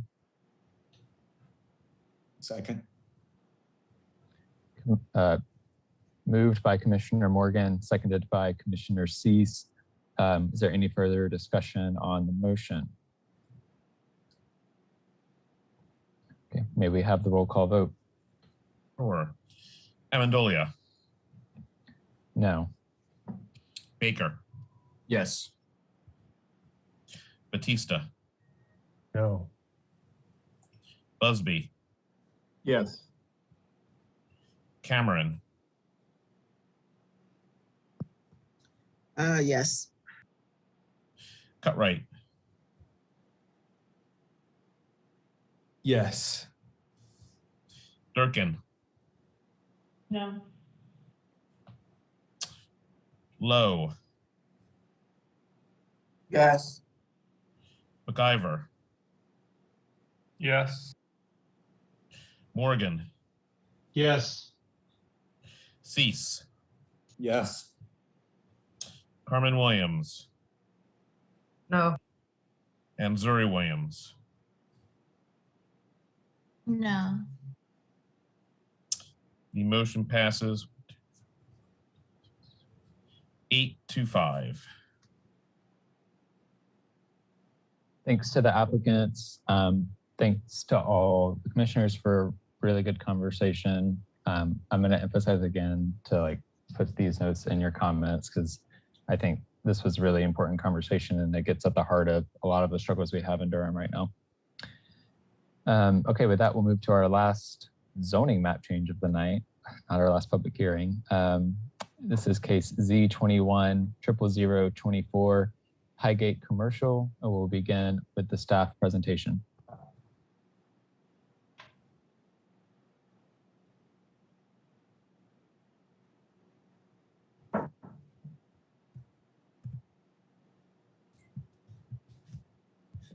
Good evening again, everyone. This is Leah Larkins with the Planning Department. This is Z2100024 Highgate Commercial. This application has been received from Jennifer Stull and James Stein of RRPIV Homestead Durham, LLC, for a parcel located at 5588 Highgate Drive, totaling 0.95 acres. The site is currently within the city's jurisdiction and in the suburban development tier. The applicant proposes to change the zoning designation of the site from office and institutional with a development plan to commercial general with a text-only development plan. The site has overlays of FJB and major transportation corridor, and no change is proposed for the overlays. The proposed rezoning would allow for any use permitted in the OI zone, except for the following uses, which are permitted by the text-only development plan.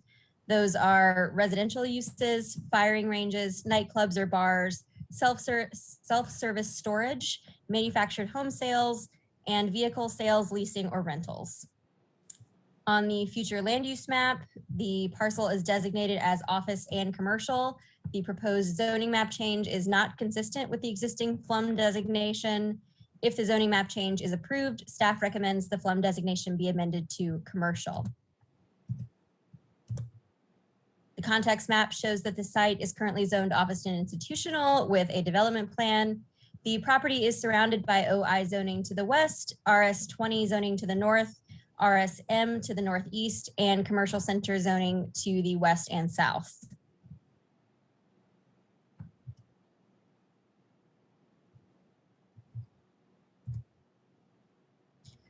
The aerial map, you can see the boundary lines of the subject property, as well as its proximity to existing residential development, both single family and multifamily, and existing commercial development.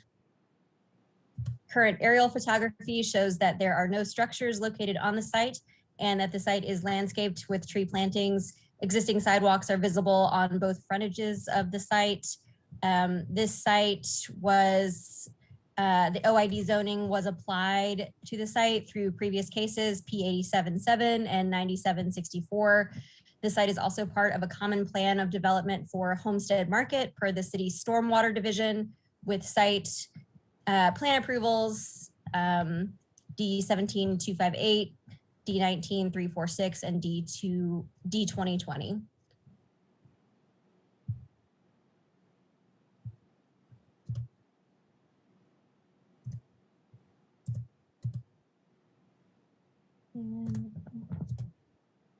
The text-only development plan includes a limitation of uses. It's not required for the CG zoning district, but the applicant proposes the following list of prohibited uses as earlier stated: residential uses, firing ranges, nightclubs or bars, self-service storage, manufactured home sales, vehicle sales, leasing, and rentals. A neighborhood meeting was held in accordance with UDO requirements on March 18th, 2021, and there were no comments on this project through the Social Pinpoint website. Finally, staff determines that except for the FLUM designation, this request is consistent with community goals and objectives, and 3 of the 3 retained policies from the 2005 comprehensive plan, as well as the existing development plan. Thank you, and we are available for questions. Thank you, Leah. At this time, we'll open the public hearing. As of now, I've only seen one registrant, and that's the applicant, Neil Ghosh. Neil, I'm going to give you 10 minutes for your presentation. If there are other folks who would like to speak on this case tonight, please go ahead and start raising your hand to queue up. A reminder that to do that on your phone, you press *9. Apart from that, Mr. Ghosh, you may begin. Thank you, Chair Amendolia, and you all have had a lot of robust discussion today, or tonight, I should say. I promise not to take 10 minutes, but good evening, Chair and Vice Chair Cameron, and members of the Planning Commission. I am Neil Ghosh, attorney with the Morningstar Law Group at 112 West Main Street in Durham, and I'm representing the applicant for this rezoning. I want to thank Ms. Larkins for the initial presentation. This is a relatively straightforward rezoning of a small remnant out parcel at Homestead Market. The parcel has been zoned O&I for a long time. Obviously has not been developed. I think originally it was thought of as a site for a bank with a drive-through. Obviously didn't pan out. We are requesting a change in zoning to CG to allow the parcel to be used for a few other things than the current zoning allows. We're not looking for a blank check. We've implemented a text-only development plan to eliminate uses which we do not really think are suitable at this location anyway. So we've eliminated residential uses, firing ranges, nightclubs, bars, self-storage, manufactured home sales, vehicle sales, leasing, and rentals. This leaves things like indoor, outdoor recreation. I honestly don't think that's what's gonna occur here, but it's a possibility. Minor vehicle service, hotel, restaurants, probably most likely, but other uses are allowed. Also, retail sales and office use also would be allowed. I'll leave it right there and see if you all have any questions or comments on this. Looking forward to getting your feedback. Thank you, Mr. Ghosh.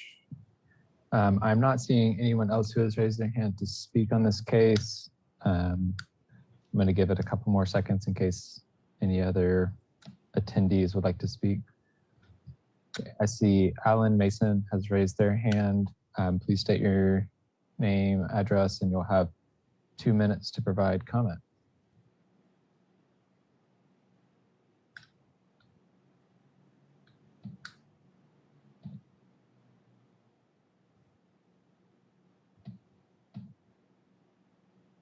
Alan, are you able to speak?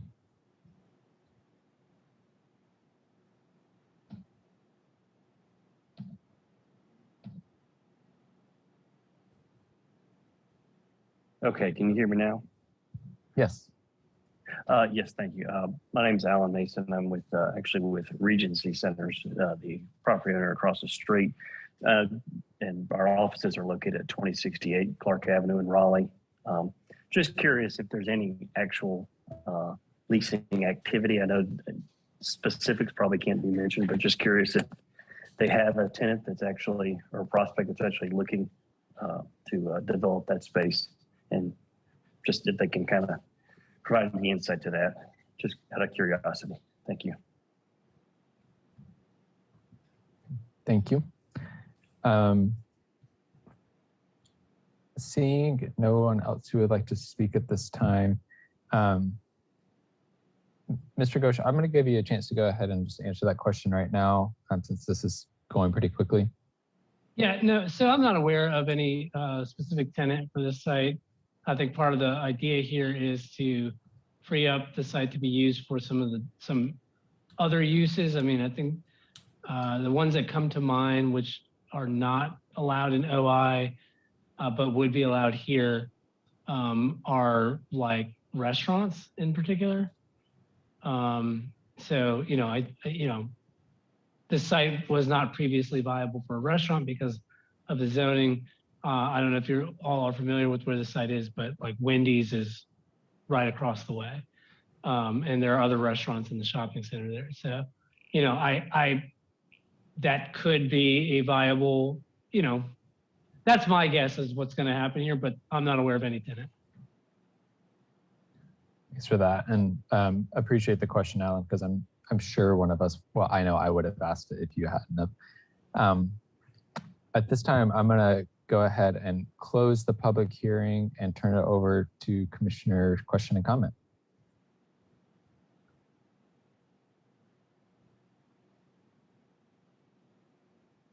Commissioner Batista.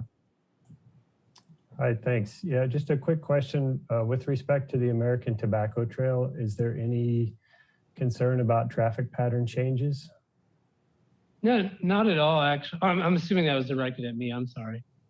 Yeah, sorry about that. Yes. Okay. No, not at all. So there's full connectivity to the American Tobacco Trail from this location. There's sidewalk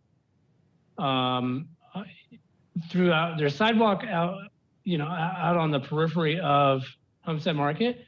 There's also walkways within Homestead Market that get you back to the American Tobacco Trail, which is kind of, well, behind Homestead.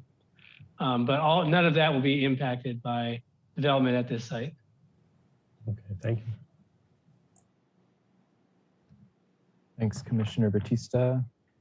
Other questions and comments? Commissioner Busby. Thanks, Chairman Dolia. And I was going to ask the same question. So just to be crystal clear, Mr. Ghosh, there won't be any additional access points into Homestead, that they will just use the existing access points to be able to get to this property? Yeah, yes. I mean, I will say, our understanding is that NCDOT would not issue a different driveway permit for this site out onto, 54. So yeah, it'll be the same driveway where where you go into Wendy's. Great, yeah. Thank you. And I'll just note that I'm not always a fan of the text-only development plans. And during my time on council, I've just grown more wary of those because even when you start to limit uses, there are just lots of opportunities and there's not a lot of clarity about what might go on a particular site. I don't have the concerns here. This is just kind of unique and different. We haven't really seen anything like this that I can recall where you're limiting the uses, even though there's still a variety of options. But the site itself, given how developed it is, really does dictate the kind of final product I think you're going to see on this site. So I'm comfortable with this proposal. I plan to vote yes. Thanks, Chairman Dolia. Thanks, Commissioner Busby. Other commissioner comments and questions?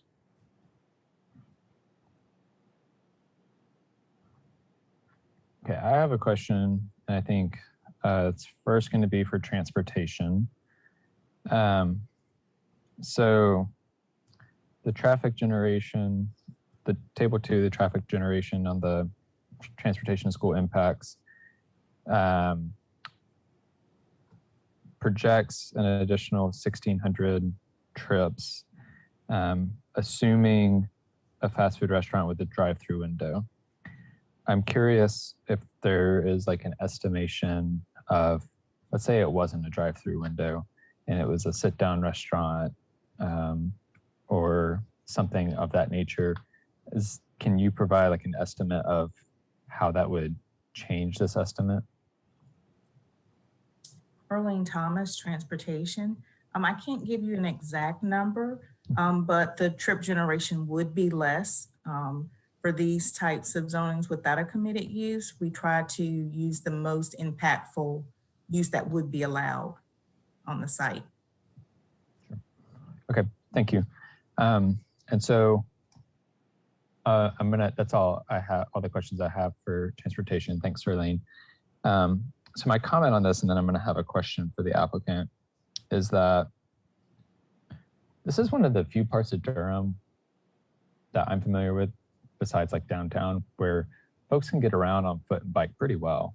And this is right next to one of my go-to running path whenever I go on run. So like I run past this site all the time, and I don't want to stop it from being commercial because I think that makes sense with the shopping center there and I could walk to it. So like, I'm happy to be able to walk to something there. But what I don't want is I don't want a McDonald's right there. because A, I don't want a non-local restaurant to come in and take up that spot. B, I don't want an auto-oriented use to come into that spot, because that kind of like, that little interchange is already incredibly auto-oriented. And so as much as I love that running path, it also is a little bit edgy at times. And so you have to like be a little bit cautious. And I would like to find ways to go the direction of the pedestrian and bike friendly route that this area has taken, and not the auto-oriented route, and try and start finding minor ways to shift the trends here. And so my question to the applicant would be, is there any consideration, or would there be any consideration to further limit uses so that maybe like not drive-through fast food restaurants are allowed, or something of the like? So I don't have my client right here with me, but I think the answer to that question is probably going to be no. I mean, this site has been vacant for quite some time. I think originally it was slated for a bank with the drive-through, hadn't panned out. The zoning that we're requesting would still allow a bank with the drive-through, but really we're trying to open up the possibilities to see what it could be used for, or what someone else might be interested in using it for. Fast food restaurant with drive-through is one of the things that comes to mind here. I mean, I think you know the location well. So, I mean, it may not be what you want to see there, but from a market standpoint, it seems like something that could be viable there. And the rezoning is meant to test the market in that regard. Okay, thanks for that. that. But I will say, Chair Amendolia, this is something I can talk to my client about after this meeting. I mean, I would assume the answer to the question is no, but I haven't asked that question to my client specifically. Yeah, I understand that. That's helpful. And I kind of suspected that might be the answer, but wanted to ask anyways. And I would definitely encourage you to discuss it with your client and potentially make a change between now and council. I think just like to provide a little bit more, I mean, there's already like several fast food restaurants in the area too. I think it's part of what shapes my perspective on this. Like there's a Wendy's right next door, there's a McDonald's. And so I understand the market dynamics to want to compete there and draw customers that are already in the area. It's just, for me, like, yeah, they're not high quality jobs, they're not local businesses, and they're predominantly auto-oriented uses. So I'm a no on this case because I would like to see something different here. That is not to say that I don't see the merits of making this into commercial to make it more viable. I would just like to see further limitations on the uses for this site. Any other commissioner comments or questions at this time?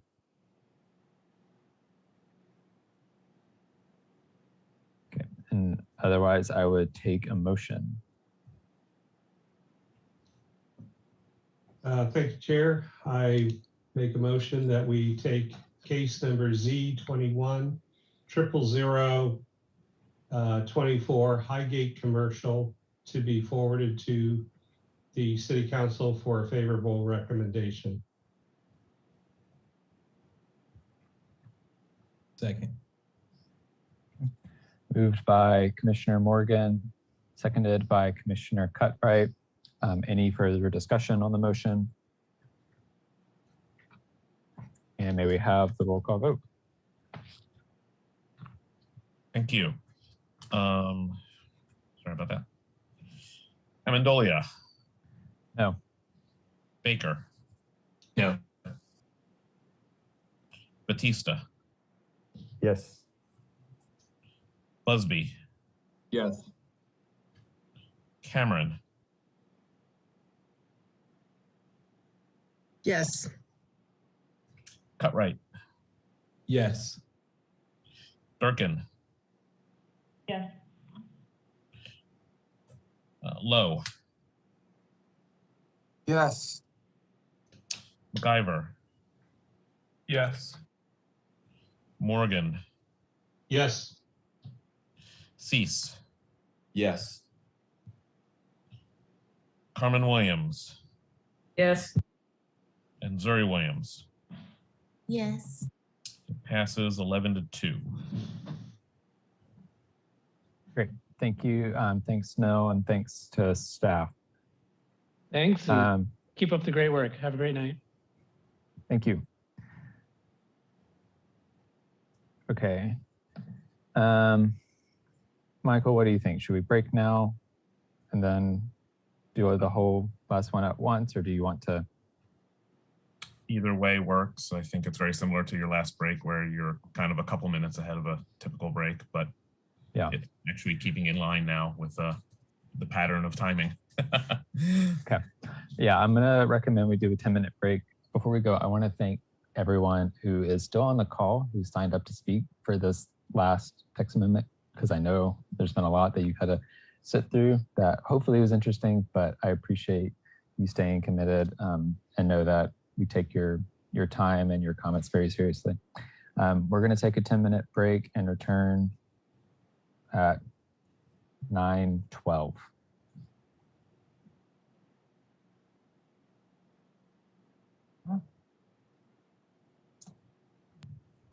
Did he just say we were coming back in a minute? Yeah, but I think you got that wrong. He did. Yeah, 10 minutes, but he gave you the current time. 9:20. 9:22.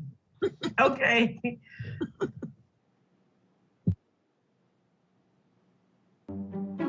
Falling behind on your bills? Even if you owe more than you can handle, you still have rights. Most legit debt collectors follow the rules, but bad debt collectors don't. They break the law. So if you get a call like this, if you don't pay, we will have you arrested and deported. Or this. This is your final warning. Pay up now or we'll contact your employer and make them pay. Hang up and report it to the Federal Trade Commission. You have the right to be treated fairly no matter what. That means debt collectors can't use abusive language, threaten violence, or harass you. Or call you before 8 in the morning or after 9 at night. They can't lie or pretend to be someone they're not. I'm an attorney and will take legal action if you don't pay this debt right away. Or get you to pay a debt that doesn't even exist. They can't have you arrested or deported or tell anyone about your debt. Bad debt collectors like to knock you off your guard to get an advantage, create a sense of urgency, and rush you. They'll say anything to get you to pay right now. Instead, hang up and report it to the Federal Trade Commission at ftc.gov/complaint. We've stopped a lot of bad debt collectors. Help us stop more. For more information about debt collection, visit consumer.gov/debt.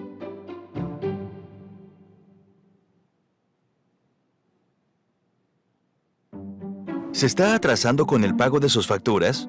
Aunque deba más de lo que pueda pagar, igual sigue teniendo derechos. La mayoría de los cobradores de deudas legítimos cumplen las reglas, pero los malos cobradores de deudas no lo hacen. Infringen la ley. Así que si recibe una llamada como esta, si no paga, lo haremos arrestar y deportar. O como esta es su última advertencia. Pague ya, o nos comunicaremos con su empleador para obligarlo a pagar. Cuelgue el teléfono y reporte el incidente a la Comisión Federal de Comercio, FTC. Usted tiene derecho a ser tratado justamente de todas maneras. Eso significa que los cobradores de deudas no pueden usar lenguaje abusivo, amenazarlo con violencia ni acosarlo. Ni tampoco pueden llamarlo antes de las 8 de la mañana o después de las 9 de la noche. No pueden mentir ni hacerse pasar por quienes no son. Soy abogado, y si no paga esta deuda de inmediato, entablaré una acción legal en su contra. O hacerle pagar una deuda que ni siquiera existe. No lo pueden hacer arrestar, ni deportarlo, ni tampoco pueden hablar con nadie sobre su deuda. A los malos cobradores de deudas les gusta atacarlo con la guardia baja para sacar ventaja, crear una sensación de urgencia y apurarlo. Dirán lo que sea para conseguir que pague de inmediato. En su lugar, cuelgue el teléfono y reporte el incidente a la Comisión Federal de Comercio, FTC, en ftc.gov/queja. Ya hemos frenado a muchos malos cobradores de deudas. Ayúdenos a frenar más. Para más información sobre cobranza de deudas, visite consumidor.gov/deuda.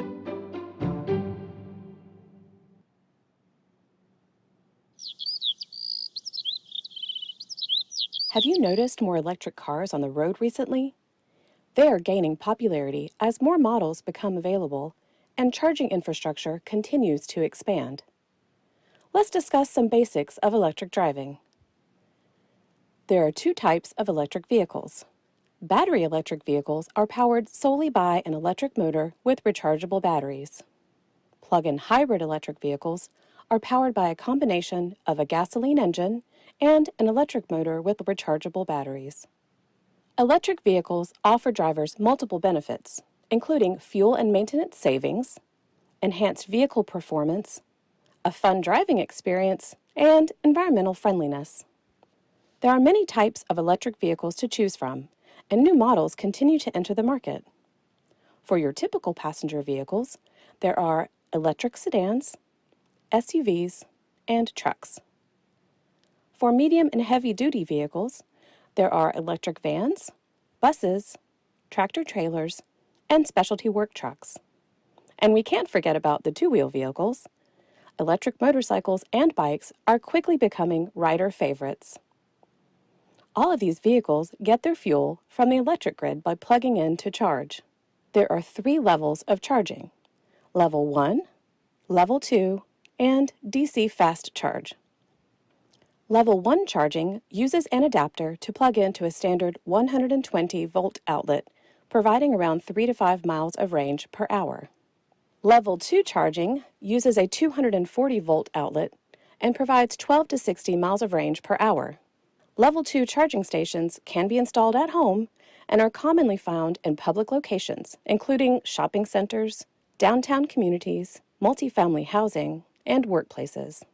DC fast charge stations provide the quickest charge, adding about 60 to 80 miles of range in 20 minutes. DC fast charging is usually located in high-traffic public spots and along highway corridors. While drivers tend to do most of their charging at home, there are multiple apps and websites to help locate public charging stations. With electric vehicle and charging options growing daily, drivers are zipping around their communities and traveling the country cleanly and quietly, with plenty of places to plug in along the way.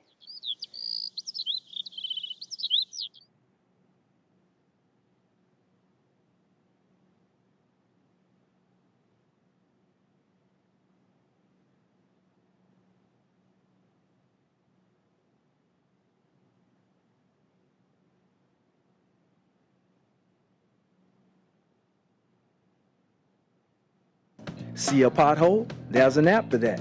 Missed pickup? There's an app for that. Need to set up water service? There's an app for that too. Introducing the One Call app. Report your service requests online on your schedule. Just download for free from the App Store or Google Play Store. Then, sign up and start using it to report problems, check the status of your service request, or just find out more information. Try the Durham One Call app today.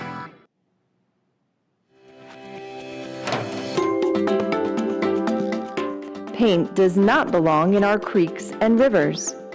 To avoid paint pollution, remove paint from brushes before you wash them, and wash brushes indoors.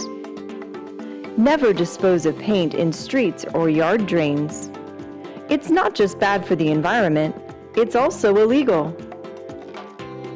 Remember that paint thinner and oil-based paints are considered hazardous materials and cannot be put in the trash.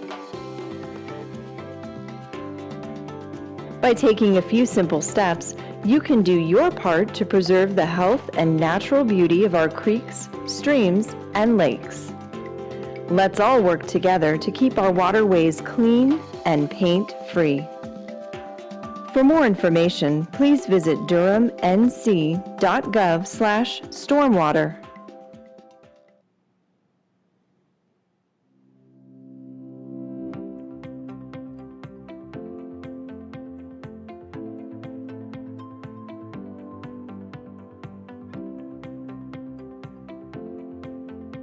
My name is Dwayne McIntyre, and I'm a dispatcher at the Durham Emergency Communication Center.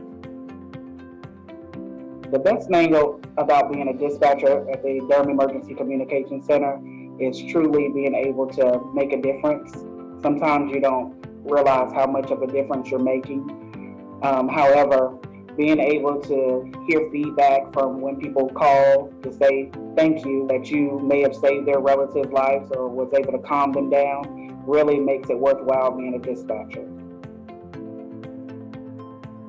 One day I received a call from a man. He was trapped inside of his home. There was a lot of smoke. He was really struggling to be able to see and get out. He was able to tell me where he was inside of his home. I was able to relay that information to the firefighters, and they were able to get him out safely. My job is satisfying because at times I do go home tired, but I don't go home ever feeling like I didn't help anyone that day. There's always someone that's calling in that's in distress, that just may need someone to talk to, or just may need some type of emergency assistance. But every day I go home fulfilled with the knowledge that I've helped someone that day.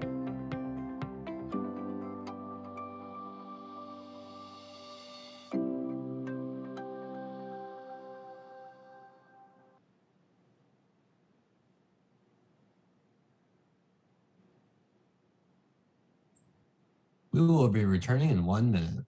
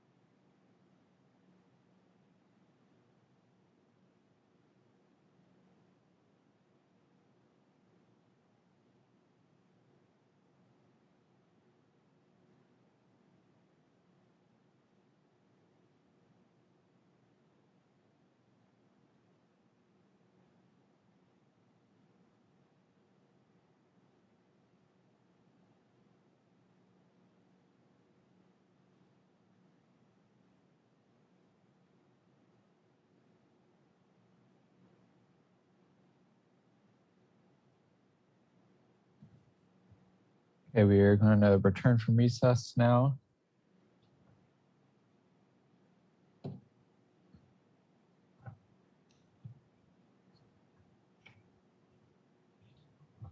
I had a question before we start. Sure. I'm on the Raleigh-Durham Airport Authority, and I was questioning whether I should recuse myself for Article 4 in the Omnibus, as I'm a board member to the authority. Let's see, Michael. Ooh, good question. Yeah. Wonder if Grace, can you quickly look up the rules and procedures? Sure. Or do you know Most offhand? conflicts. Oh, sorry. Grace, you just muted yourself. I know it's late. I don't know what I'm doing. Let's try this again. Most of the conflicts of interest revolve around some kind of financial gain or where you live in a notice area. I can look that up real quick. I don't think any of those are going to apply to you, Mr. Morgan, but let me take a look. Hang on. Okay, thank you. Yeah. If we need to, we can exclude it and then have the rest of the folks vote on it if they maybe another thought. Thanks, Tony. I think I got something from you too. Also, I'm going to invite Tom Miller to say something, because I remember former Commissioner Miller often was aware of these procedural things. Thank you, Mr. Chairman. I don't know if you can hear me. I can. So Grace is right, David. The rules, unless you've changed them in the last few months, would not exclude you because you don't have any direct or indirect financial interest in the decision that's being made that would be different from any other member of the community. And also you don't live within a notice radius of a particular case because this is a text amendment. If it's something that concerns you, then what I would recommend that you do what I did from time to time, which was to make a an oral disclosure during the hearing tonight, and then follow it up with a written disclosure in your written comments. Your the Planning Commission doesn't sit as a quasi-judicial board where there would be more rigid standards.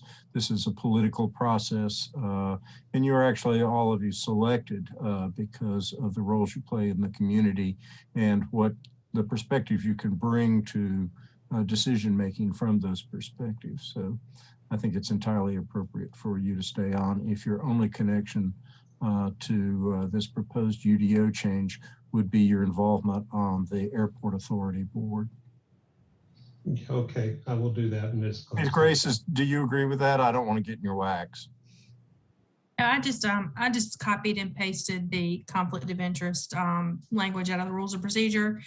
And I just wanted to be sure that it was late and I wanted to be sure that I was speaking correctly, but it is, unless you're the applicant before the commission or you own property within close proximity or of the subject property, or you're or you reside in the notification area, or you have a financial interest in the subject property or improvements undertaken therein, you do not have a conflict of interest. Yeah, I do know that the airport has a financial interest in the provision itself, just for protection, you know, as far as having the rights to be able to fly over the area.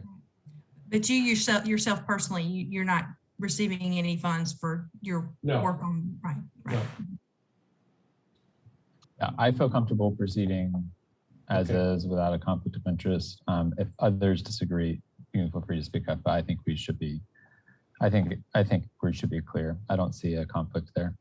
Okay, thank you, and I will put that in my comments. Great, thank you. Great, so our final case of the night is TC2100006 Omnibus 17. This is a text amendment to the Unified Development Ordinance. And I will turn it over to Mike for the presentation. Thank you. Michael Stock with the Planning Department. Let me share my screen here. All righty. Thank you. Again, this is TC2100006 Omnibus 17. You've seen, the Planning Commission has seen 16 of these in the past years. Some of you have seen them, and some of your prior planning commissioners have seen those. This will go through, I just want to go generally through the list of what's within this. It is setting the floodplain administrator as the planning director instead of the inspections director. The airport overlay aviation easement, as we just discussed, is in this. There's some changes to uses and accessory uses and temporary uses, cluster subdivision infill standards, flag lot, yard and small lot option revisions, and I'll get into a recent discussion with that in a minute. Cemetery performance standards, environmental protection and project buffers, parking ingress, stub outs, bike lanes, design districts, and there are a number of state legislation initiated changes too. Again, floodplain administrator is just transferring the role from inspections director to planning director. The airport overlay, add a requirement for an navigation easement, and my very lay person's knowledge of it is that it is exactly what Commissioner Morgan stated earlier, is that it's just to allow for unobstructed overflights of subject sites without legal ramifications to the airport. And I believe staff from Raleigh-Durham International Airport are listening or are part of the, are available to speak on this if needed. For uses, just transferring research and development to the office use category and expanding the allowed uses that would be for that. To mostly the other number of non-residential districts, deleting a redundant definition, allowing for attached accessory structures, which is kind of a unique way of looking at accessory structures. We allow for attached primary structures, so we thought that the suggestion of allowed attached accessory structures was reasonable. Clarification on the maintenance requirements for domestic chickens, particularly regarding odors, and clarification for specific temporary uses related to on-site structures during construction and sales leasing offices. Clarification for the reporting requirements for affordable housing bonus, allowing for a little more flexibility for cluster subdivisions along the perimeter if an alley is provided. Simplification of the corner lot street yard requirements to make it similar to the street yard requirements for mid-block. Again, clarification on yards in general and for flag lots, and making explicit the allowance for a small lot option for flag lots. And then I'll just reiterate, and then the small lot option that's in there, clarifying the allowance for lot averaging for small lots and exempt floor area below street level for small lot option. We did hear concerns raised by Preservation Durham regarding the small lot option. There was an email sent by Mr. Miller, I believe, representing Preservation Durham, and I believe there was another email sent to the planning commissioners by the representative of Watts Hillendale. And staff is fully committed to not moving any of the small lot option provisions forward. We do, once we meet with Preservation Durham to get a better understanding of the concerns that are being raised. We won't, once we get a better understanding of that, we have no desire to make the omnibus a vehicle for very controversial amendments. So we would have no problem not forwarding those forward. And the commission is also more than welcome to make that same recommendation. Additional and new requirements for cemeteries. I won't get into it, but it's pretty straightforward. Environmental protections, just clarification about how density credits are provided for within regulated floodplain and steep slopes when stream buffers are also within there. Removing the purchase state requirement for variances to stream buffers. Clarifying the review procedures for impervious surface credit transfers, and also clarifying the requirement of project boundary buffers along rights of way for certain mass graded sites, basically making it clear that no matter whether it's a wrong right of way or not, if it's a mass graded site in the suburban tier, then it needs that minimum buffer that was established a couple years ago.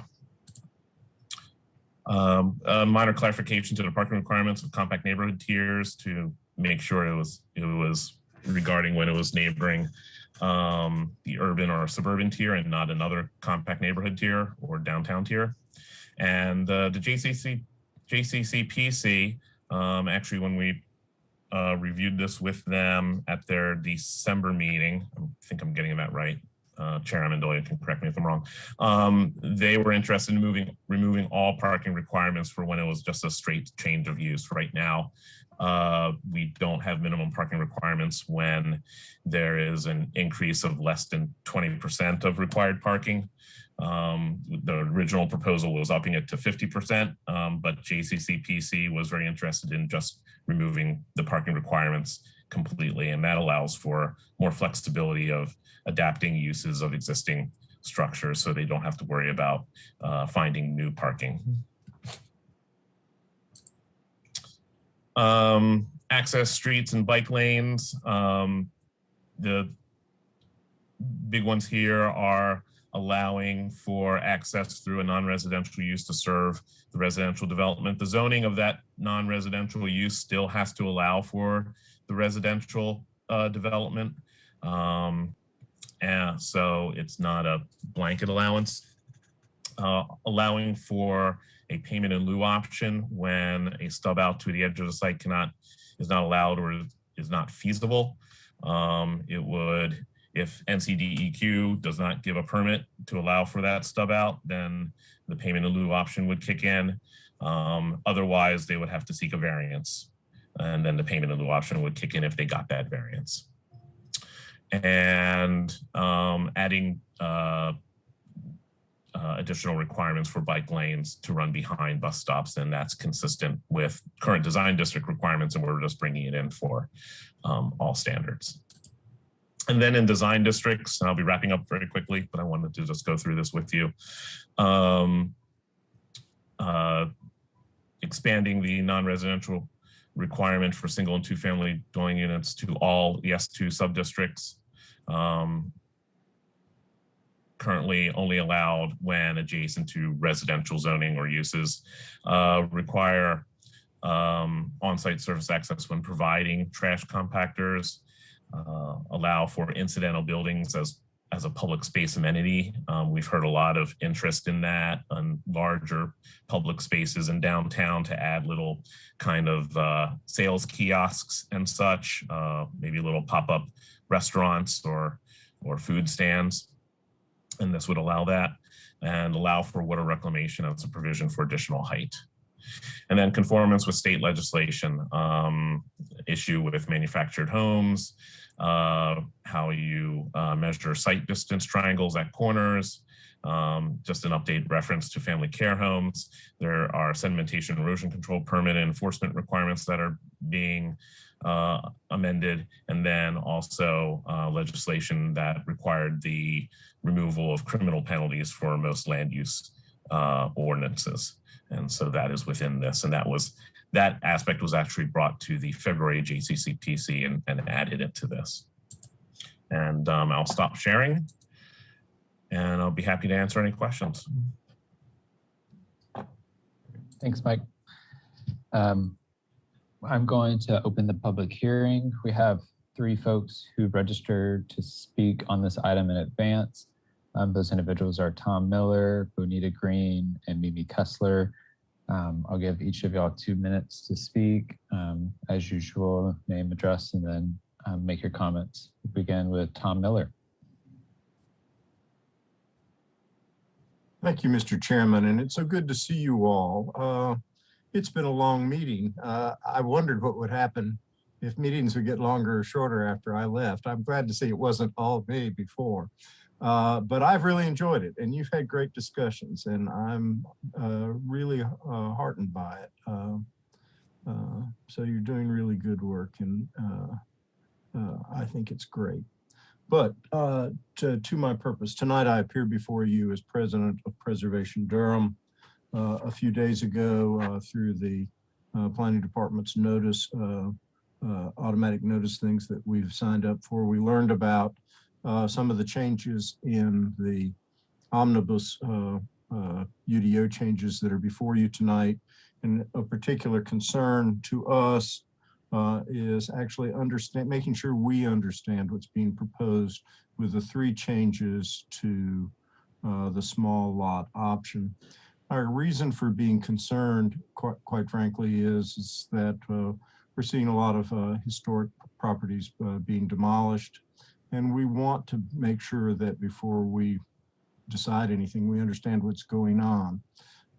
This would relax the standards for small lots a little bit. I sent you a letter. Those of you who are on the commission will remember well the amount of public input that we had. We see some of these changes as being potentially significant, and we don't think an omnibus UDO change is the way to consider them. I will say the staff has been great. Mike and I are scheduling a meeting for next week so that we can go over this. But in the meantime, Preservation Durham respectfully requests that you pull the 3 items relating to small lots and hold them for another commission meeting before you send them along. Maybe they can catch up to the rest before it all lands at council. Thanks, Tom. Bonita Green, you have 2 minutes.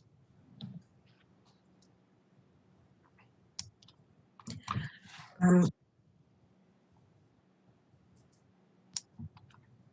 I unmuted now? Yes. Okay. Good evening, council members. My name is Bonita Green. I live at 831 Center Street in Durham, North Carolina. And I agree with Tom Miller that this needs a little bit more clarification and study, particularly for me living in a residential rural sector of Durham and how this would apply across the city and county of Durham. A lot of problems that we've had is the way that developers have been developing without consideration to specific neighborhoods and communities. And for me, this is seen as giving them a lot more power to just create havoc on specific communities. So I'll reserve my time there. Thank you. Bonita. And Mimi Kessler is up next. And while Mimi speaks, if there are other folks who would like to comment, please raise your hand to queue yourself up. If you're on the phone, press *9 to do so. Mimi, you have 2 minutes. Hi, my name is Mimi Kessler. I live at 1418 Woodland Drive. You know that I refer to these as the ominous text amendments. And I continue to feel that they are so. Always happen when chickens are addressed. I do feel as though I support what Tom Miller said about the flag lots and the small lots. I'm quite confused by that. I'm also confused by the steep slopes thing and the parking minimum requirements. I don't want to see those go away because we still are a parking oriented community. And I think there has to be some kind of transition time. I would like when these things are presented for public hearing that Mr. Stock understand that the public has trouble keeping up. So when you are presenting what is going on in this effort, it would be really helpful if you went slower rather than faster, even though it is late at night and we're all quite tired. The frequency of these omnibus changes is alarming. And I don't think that the citizens of Durham understand what it means. And I don't think they understand the content. And I don't know what to do about that other than to express it here. Thank you very much. Thank you, Mimi. Are there other folks who would like to speak on this item?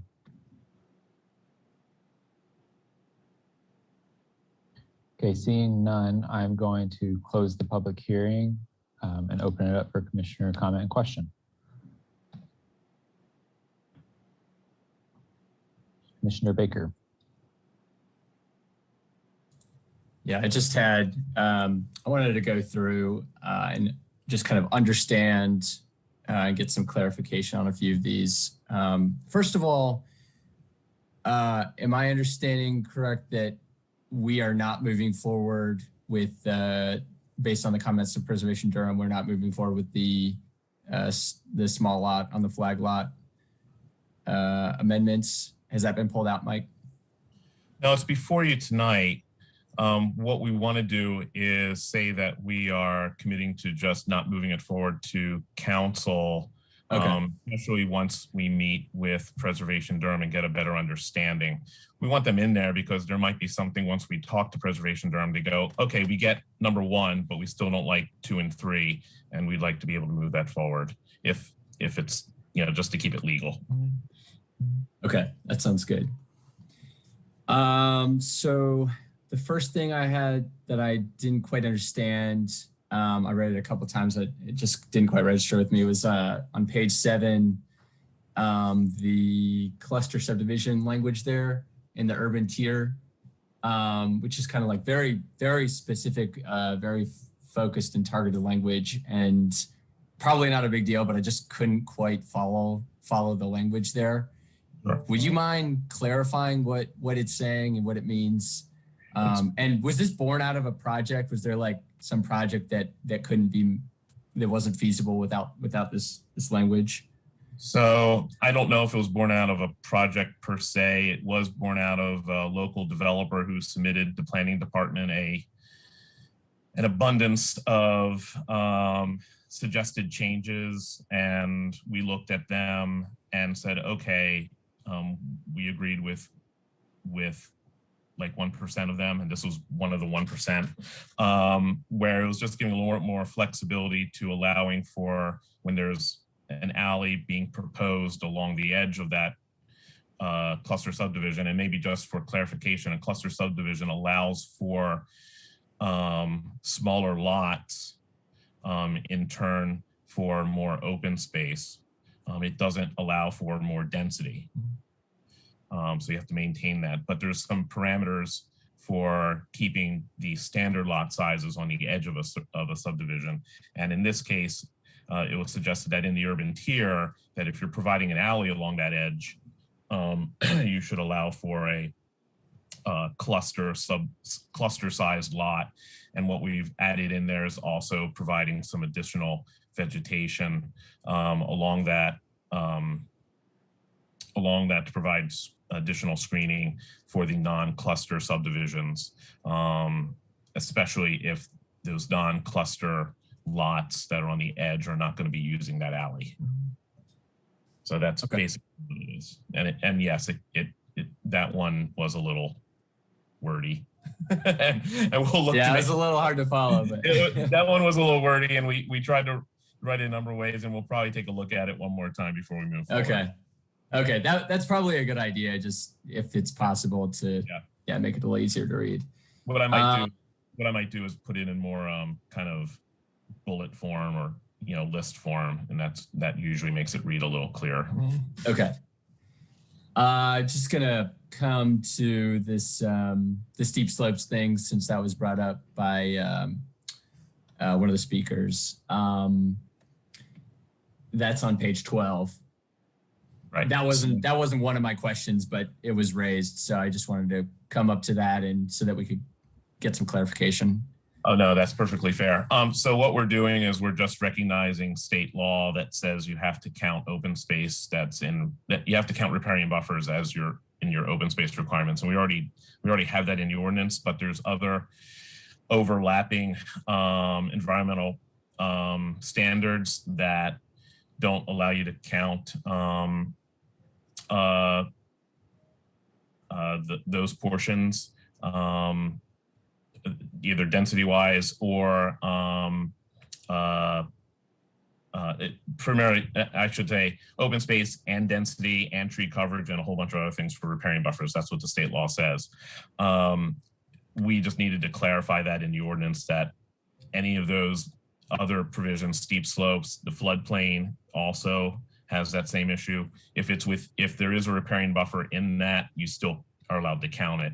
You just have to, you don't get to count the density credit. You don't get the density credits if they're outside of those riparian buffers, outside of those stream buffers. And we're just clarifying that in the ordinance. That's how we practice it because of state law. We just wanted to put it in the ordinance. Okay.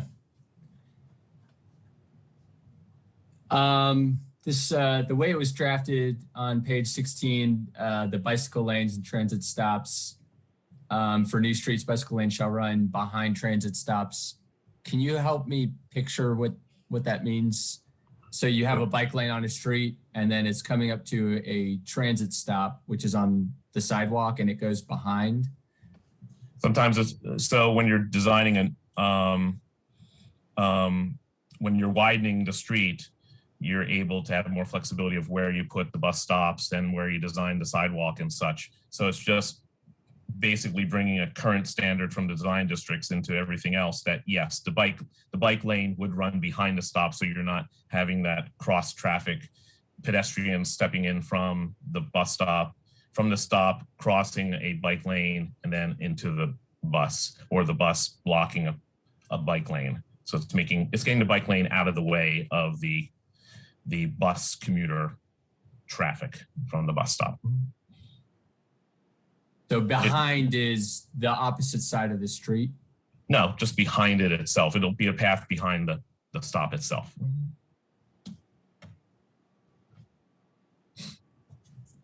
All right. My last question is just on page 19, or sorry, 29.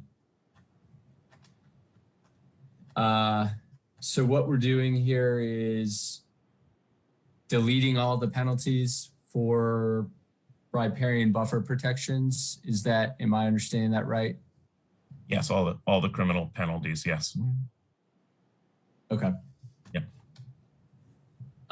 What was the, can you just, what was the, how did that come up? It's the state law now.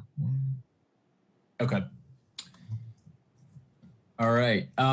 And just one little thing I wanted to bring up, just because we do see these a lot, and you know, sometimes there is a little bit of content, you know, sometimes it's just clarifications, but every once in a while there is like a little like content. And I know that the intent, I think generally the intent of the omnibus stuff is to make tweaks. Things arise, it's normal, happens in every city, but things arise and we realize that, oh, we got to change that. But I do think it would probably be helpful for the public to maybe provide some sort of, maybe a little info at the beginning of the omnibus when it's being presented, kind of talking about what the threshold is between what required, you know, like a developer submitted a whole bunch of text amendments that they wanted. And I presume they didn't, you know, go through the formal text amendment application process. So like, where do we draw the line between what ends up here versus, you know, something a little bit more substantive, just to help the community understand. So that's everything that I have. Thank you. Thanks, Commissioner Baker.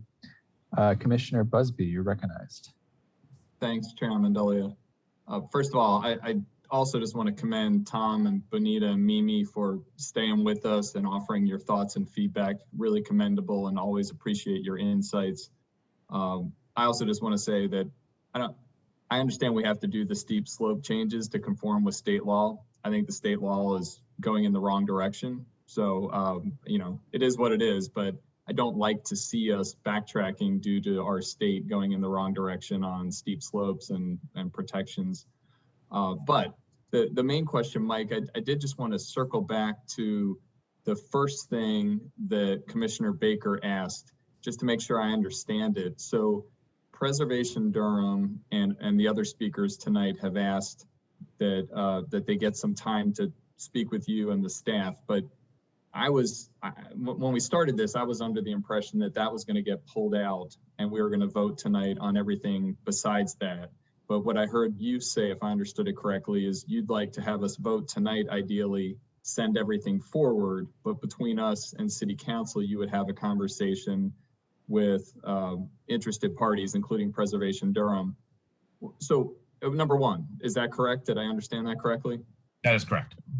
So what, I'm a little uncomfortable with that. What happens if the conversation is not fruitful or beneficial? And I'm on the record of saying I voted for it because the conversation would happen. How do we unwind that? The only way it would really move forward to council, because I mean, I did discuss this with the director. We just really wanted it left on just in case when we did discuss it with Preservation Durham, they said, oh, we get this one. We're not as concerned. If there's still concern over anything, there's only 3 of them. They're still doing small lots. It's not like small lots are not happening in Durham. If there's still consternation over them, we're not going to move it forward. We just wanted it still on the record in case there was after we discussed it with them in more detail and they go, okay, we get it. We're not as concerned.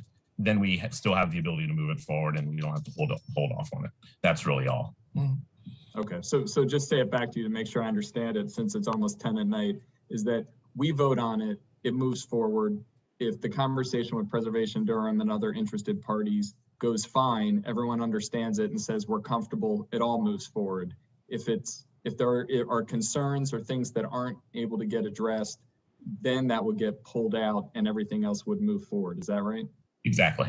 Okay, great. And Tom Miller, I'm just interested to briefly hear your thoughts. Is that what you understood coming in tonight, and is Preservation Durham comfortable with that approach? Yes, certainly we can get along with that. I mean, why wouldn't we? Mike has been and Sarah have been very generous with us. This concern is a good faith concern, and he has basically said he wouldn't move it forward if after we work together to understand it better. Sure, we're perfectly comfortable with that, and we're grateful for the opportunity to work under those conditions. Great, thank you. I agree. Thanks for Mike for walking through that in painful detail. I appreciate it. That's all my questions. Thanks, Commissioner Busby, and thanks, Mike, for the clarification. Commissioner Cease, you're recognized. Thank you. And it was maybe painful details, but that is the phase that we're in right now, the painful details of the ordinance. And Commissioner Busby, I had the same question, so thank you for clarifying it. That said, I think what it means is we're supposed to consider and discuss any of the items that do address the small lot provision as if it is going forward and reflect on those. So I have some questions at the level of painful detail, perhaps. And so I'll do like Commissioner Baker did and just go page by page with my questions. Page 6 at the top there, the height provision for the attaching accessory structures, 2 accessory structures shall be considered 1 structure for height measurement purposes. I'm curious as to whether that is the interpretation that is applied to building height for attached townhouses. Are they treated as independent buildings? Let's see here.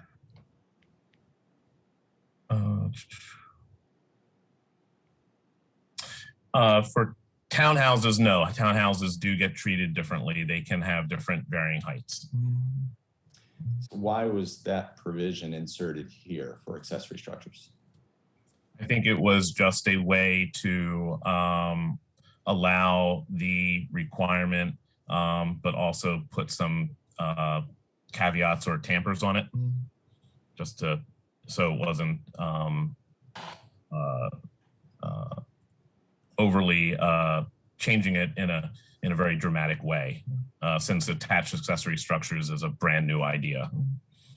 Well, it may be a new idea in Durham, but it's really not a new idea. It's the idea of applying a townhouse format to an accessory structure. So I can think of detached garages behind townhouses, which is a condition that occurs frequently. I don't know of any off the top of my head in Durham, but I do know where those have occurred elsewhere. I owned one for a period of time in a place with a lot of topography down the road to a neighboring Orange County community. And those, I'm asking the question because I think that it's an unnecessary provision. I don't think it is a provision that brackets it in any way whatsoever. I think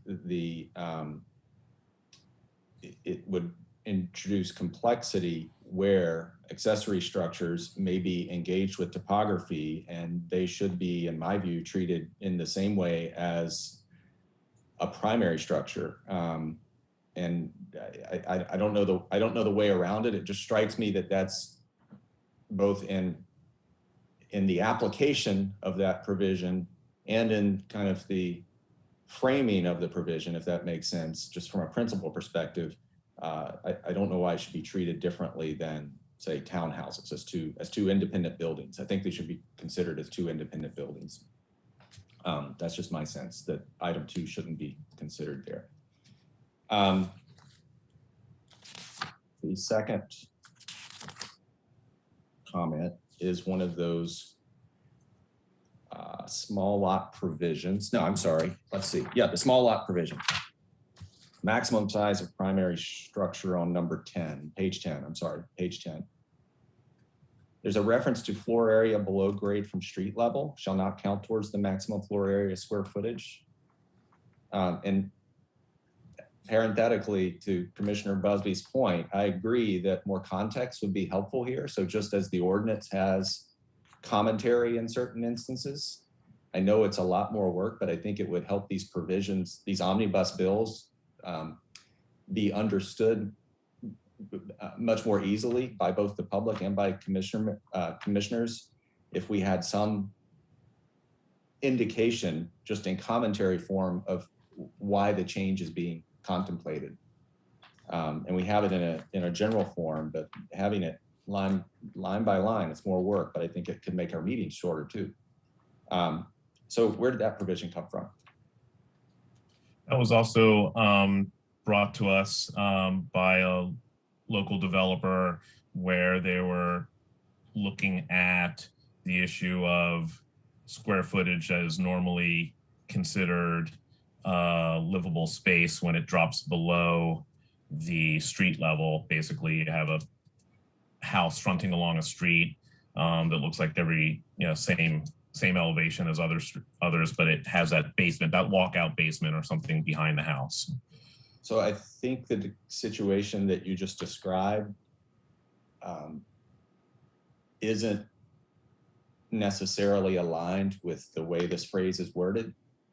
And I would encourage kind of a real careful cross-checking of the definitions as they exist in the ordinance, the definitions as they exist in the building code, because I read this and I think it could be interpreted multiple ways.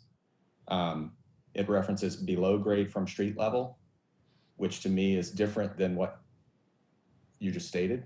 It could be referenced topographically. If you have a long slope going down from street level, the grade could be well below the street level. It may not be a daylit basement condition at all.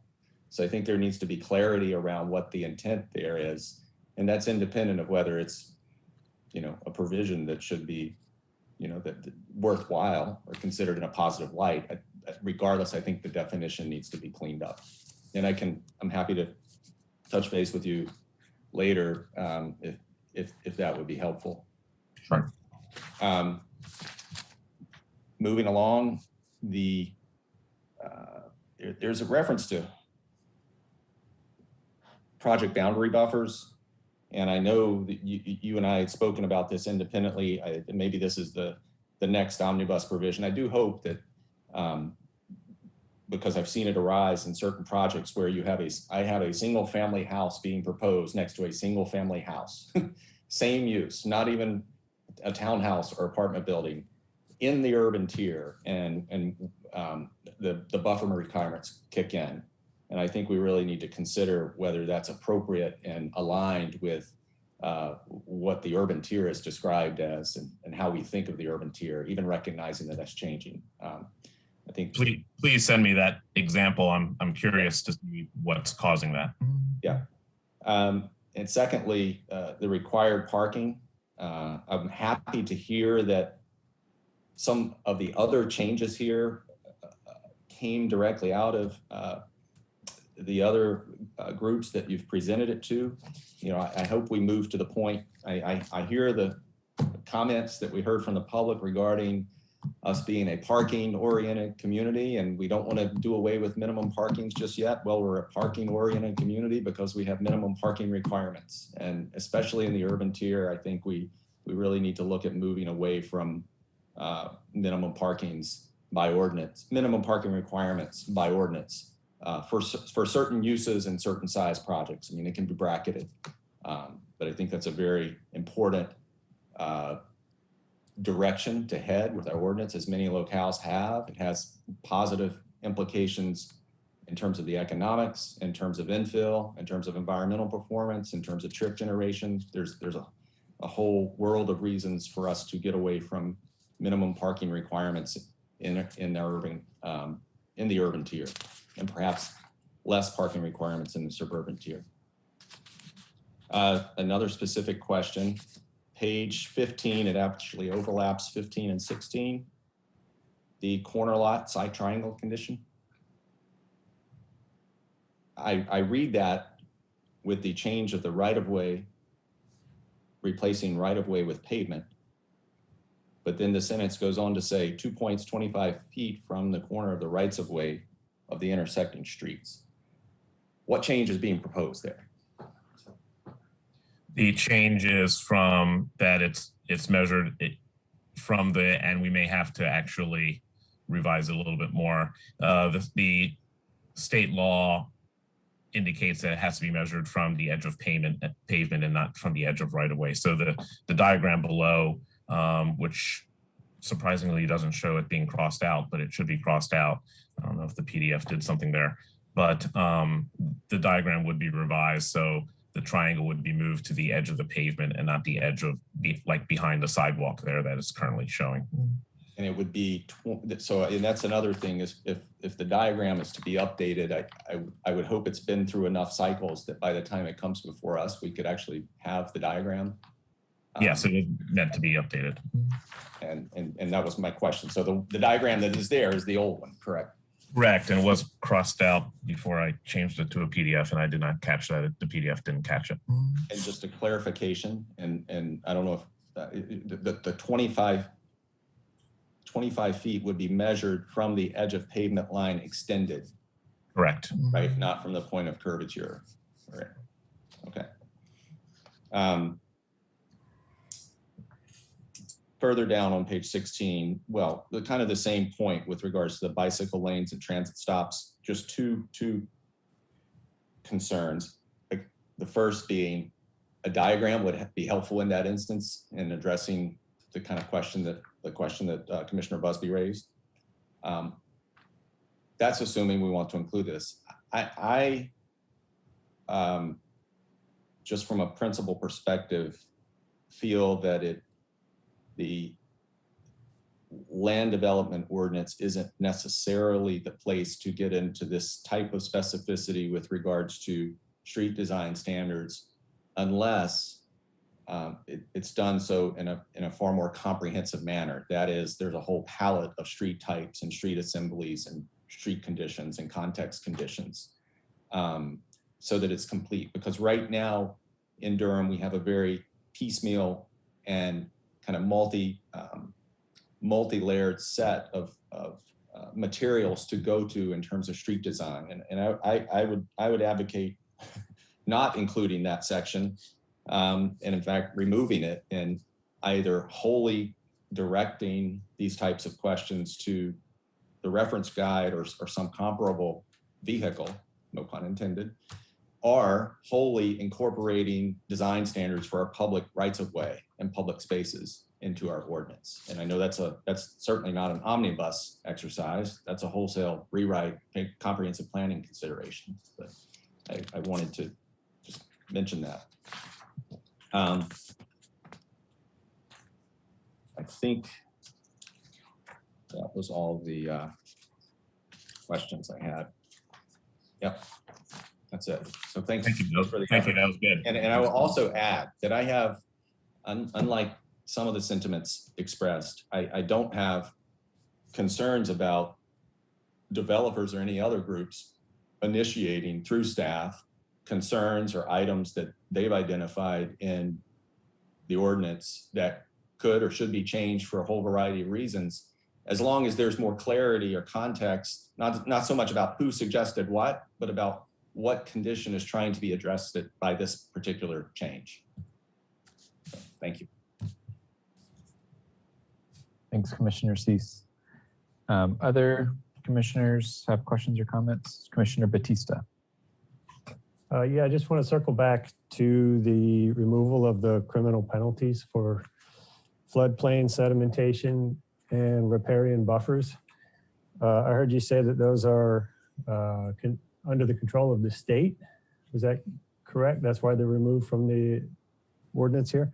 Yeah, there was a state legislation that passed this past fall. I don't have I have the session law written down.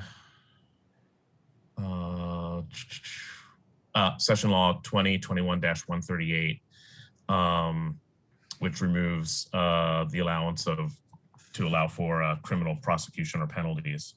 And it gives a list of ordinances that you just can't do that for. And one of them is ordinances that involve tree protection, ordinances that are allowed, and the big one is ordinances that are allowed through 160D, which is the enabling legislation for having a UDO. So in consultation with the city attorney's offices and the county with sedimentation erosion control, they felt comfortable well, they felt that it was necessary to remove these.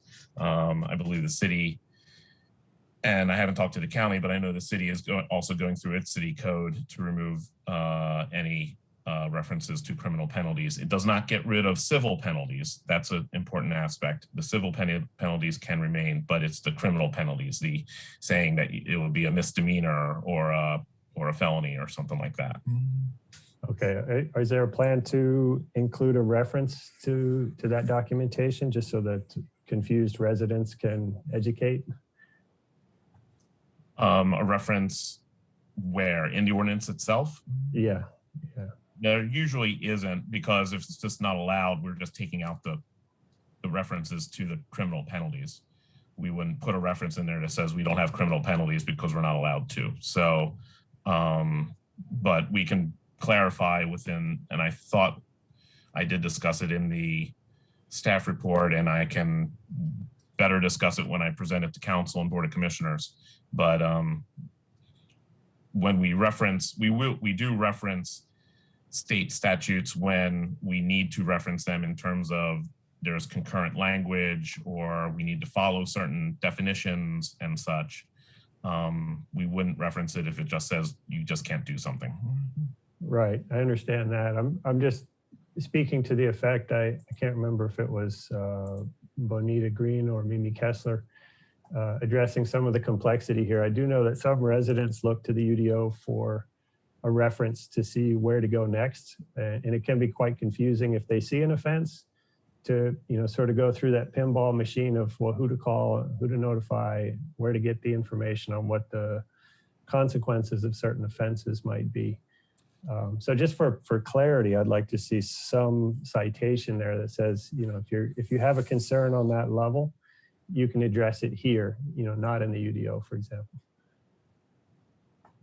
Okay, we can take a look at that. Okay, thank you. Thanks, Commissioner Batista. Other comments and questions?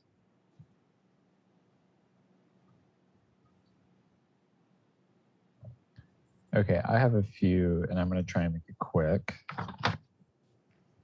Turn on the pages to get there, though.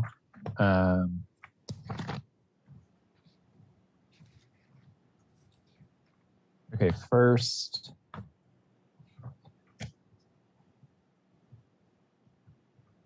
on page 8, this is section 682, and then A2B under required street yards. If there are fewer than 2 lots that qualify with the context area, then at the discretion of the applicant, these things happen. Felt a little uneasy reading at the discretion of the applicant, especially because it says at the discretion of the applicant, and then point 1 is the base zoning district requirements shall apply, which to me that the base zoning districts applying shouldn't be at the discretion of the applicant.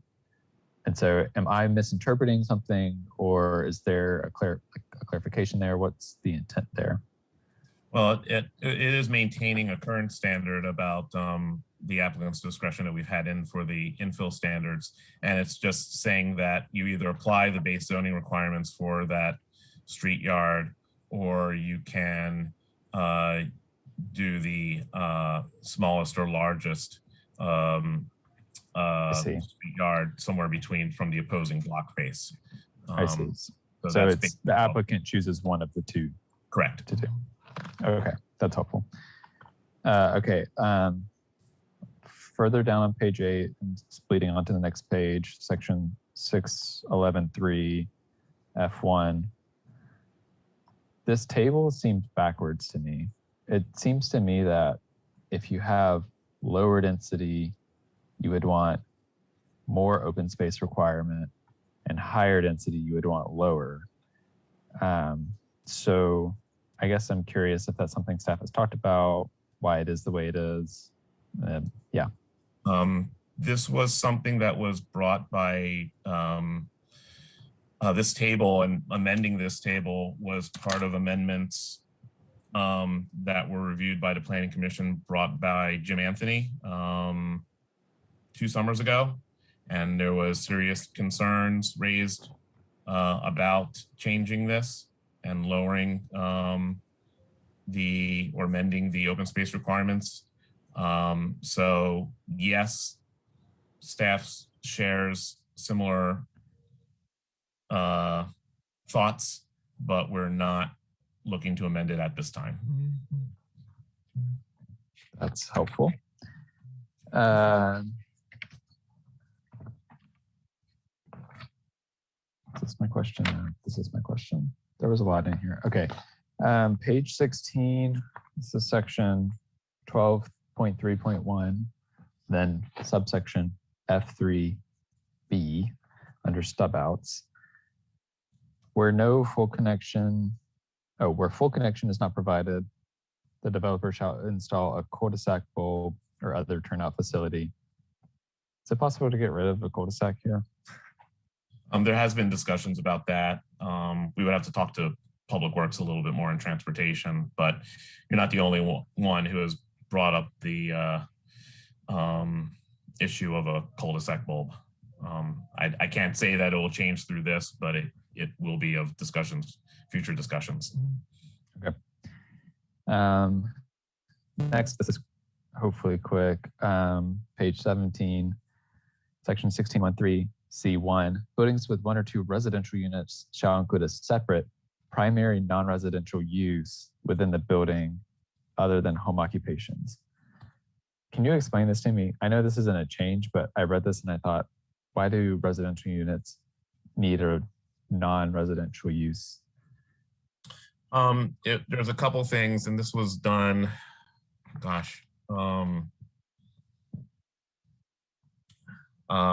through, I believe it was through the updates that were done a few years ago. It's recognizing that actually state law doesn't allow for design aspects for 1 and 2 family structures as defined by the building code, design and aesthetic controls. So, and townhomes are a part of that definition.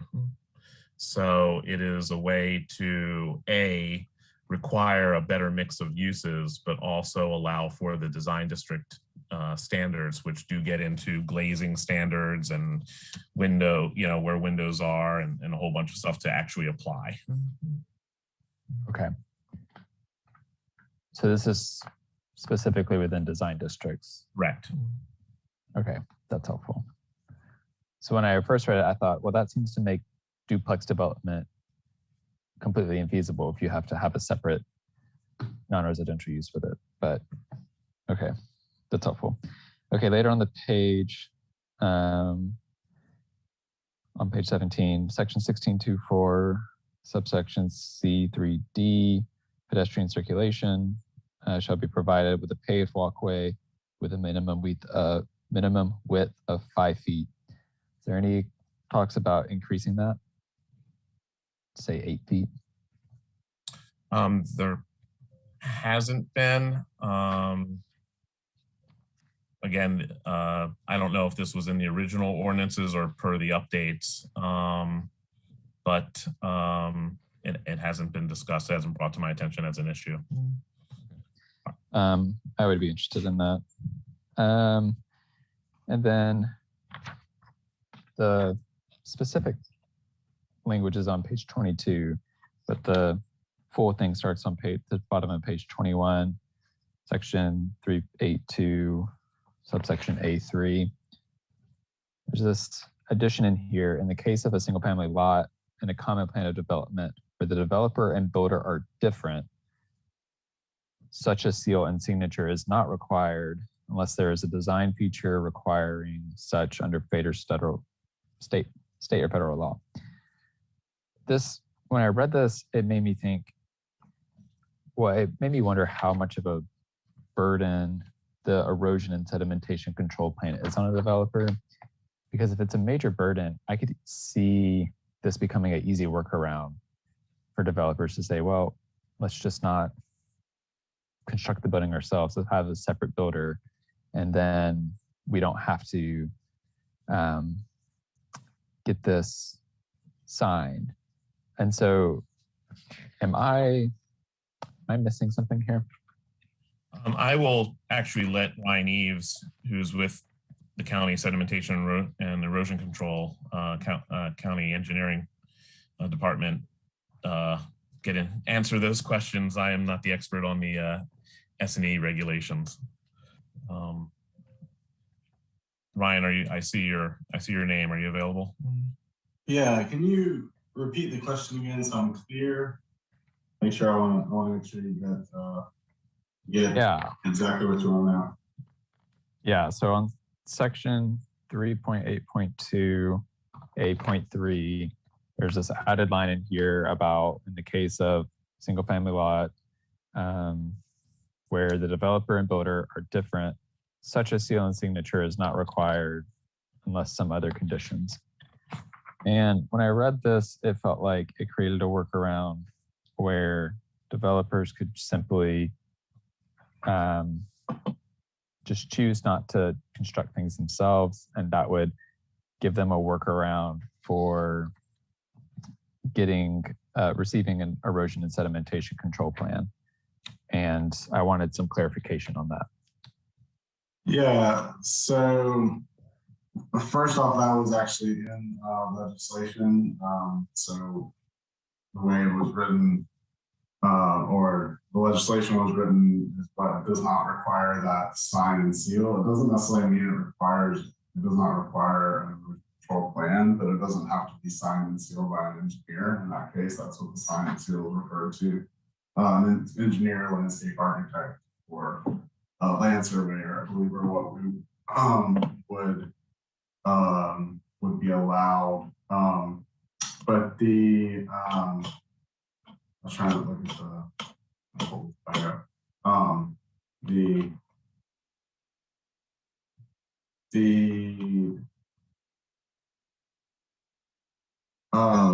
and then that design feature is really kind of a vague term, but gives us a little bit of room to catch some things that we might not otherwise catch.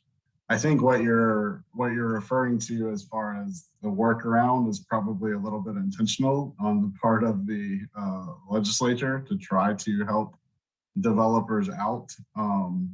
Unfortunately, a lot of this is from legislation. We don't see a lot of people really trying to get around, fortunately, knock on wood, we don't see a lot of people trying to get around having to have an erosion control plan or a land disturbance permit. And we do have other authority that would allow us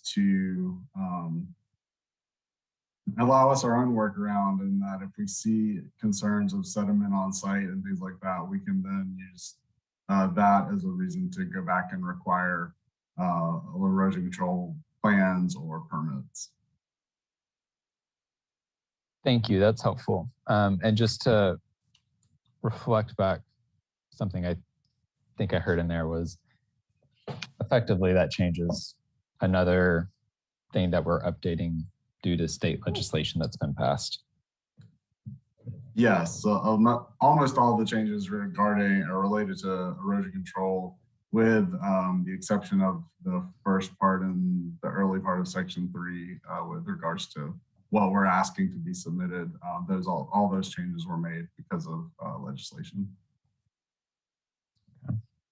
So to our 3 or 4 attendees who are still here, and to anybody who decides to watch this back later, the number of times that the state legislature has come up tonight is astounding. And I think, to Mimi's point about these omnibus changes being a little much at time, well, some of that's because of the state legislature. A lot of that, it sounds like, is because of the state legislature. And while I agree with Commissioner Baker that we need to be updating these things and keeping things moving forward, because there's a lot in our UDO that's not great. I also recognize that our state legislature has their own interest, and they use state legislation to protect those interests and limit what we can do as a locality. And I especially emphasize this right now because we're in March 2022 of a midterm election cycle that is going to determine the makeup of our state legislature. And tonight's meeting is one of those microcosms that you rarely get to see so clearly of how all of the decisions and makeup of the state legislature trickle down to localized decision making, especially in a state like North Carolina. I could go on a longer rant about how several of the changes that were referenced to be due to changes in state legislation are incredibly problematic and have connections to other policy issues that we don't ever touch on the Planning Commission, like the fact that criminal penalties are being changed by the state legislature. But there's a bigger context around policing that our community is discussing right now. And the state legislatures doing their own little chipping away here and there to protect their own interests and to protect their funders' interests. So sometimes it just becomes so clear how much harder the ecosystem we're swimming in is. And I think tonight is a good example of that. Those are all my questions. I mean, in general, like, there's not much that I find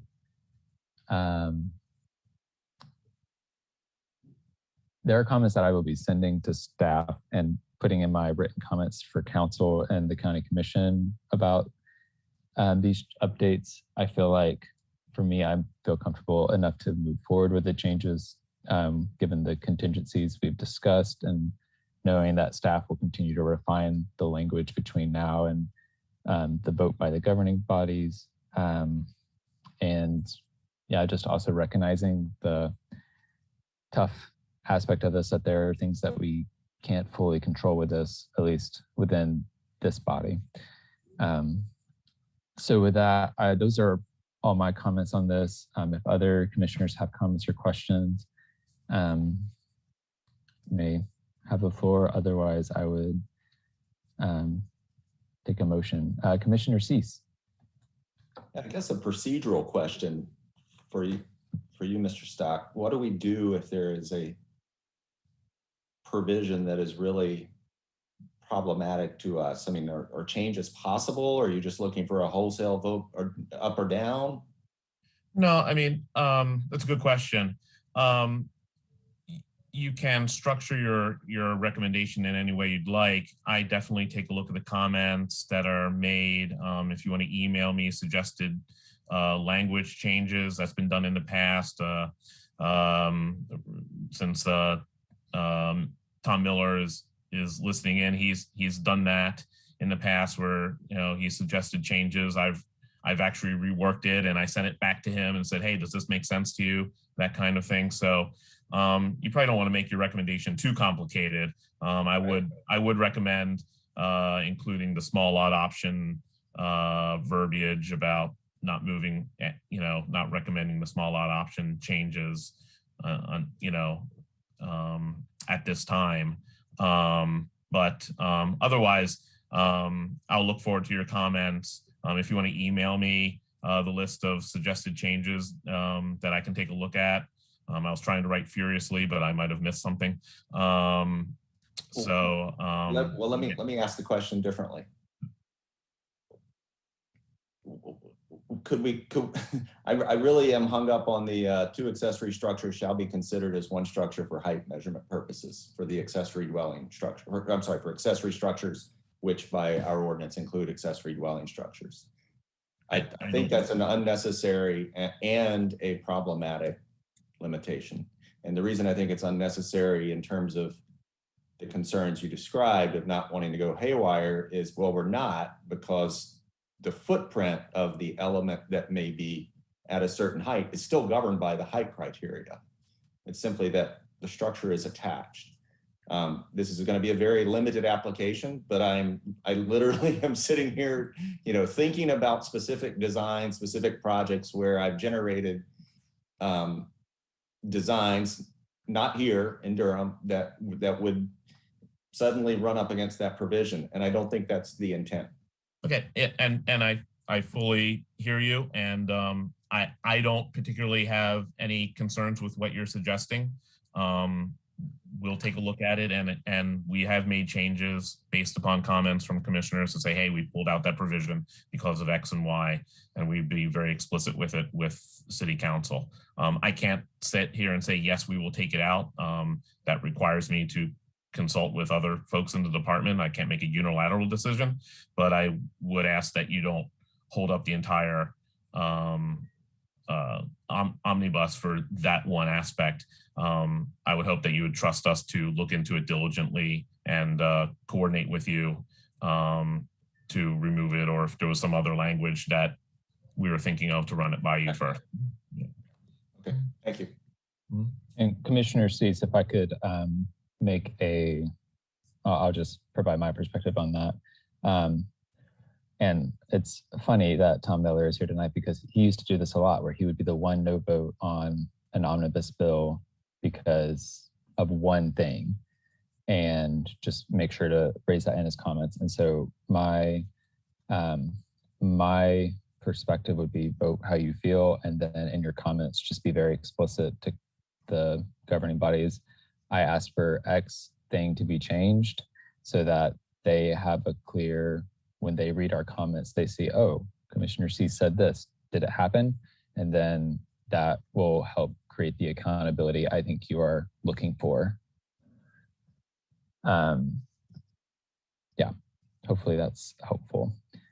Okay, if there are no other comments or questions, I would take a motion at this time. Mr. Chair, I'll go ahead and make a motion. I'm sure it's going to be a little complicated. I make a motion that we move text amendment TC2100006 Omnibus 17 forwarded to the City Council and County Commissioners, subject to review by the Conservation Committee on the small housing or small units. Is that okay there, Mike? Are we getting a... Okay, yeah, or recommend not moving forward with the small lot option changes. That's okay. We understand what you're... So moved. Okay. Second. Okay, moved by Commissioner Morgan, seconded by Commissioner Lowe. Any discussion on the motion? And may we have the roll call vote? Sure. Amendolia. Yes. Baker. Yes. Batista. Yes. Busby. Yes. Cameron. Yes. Cutright. Yes. Durkin. Yes.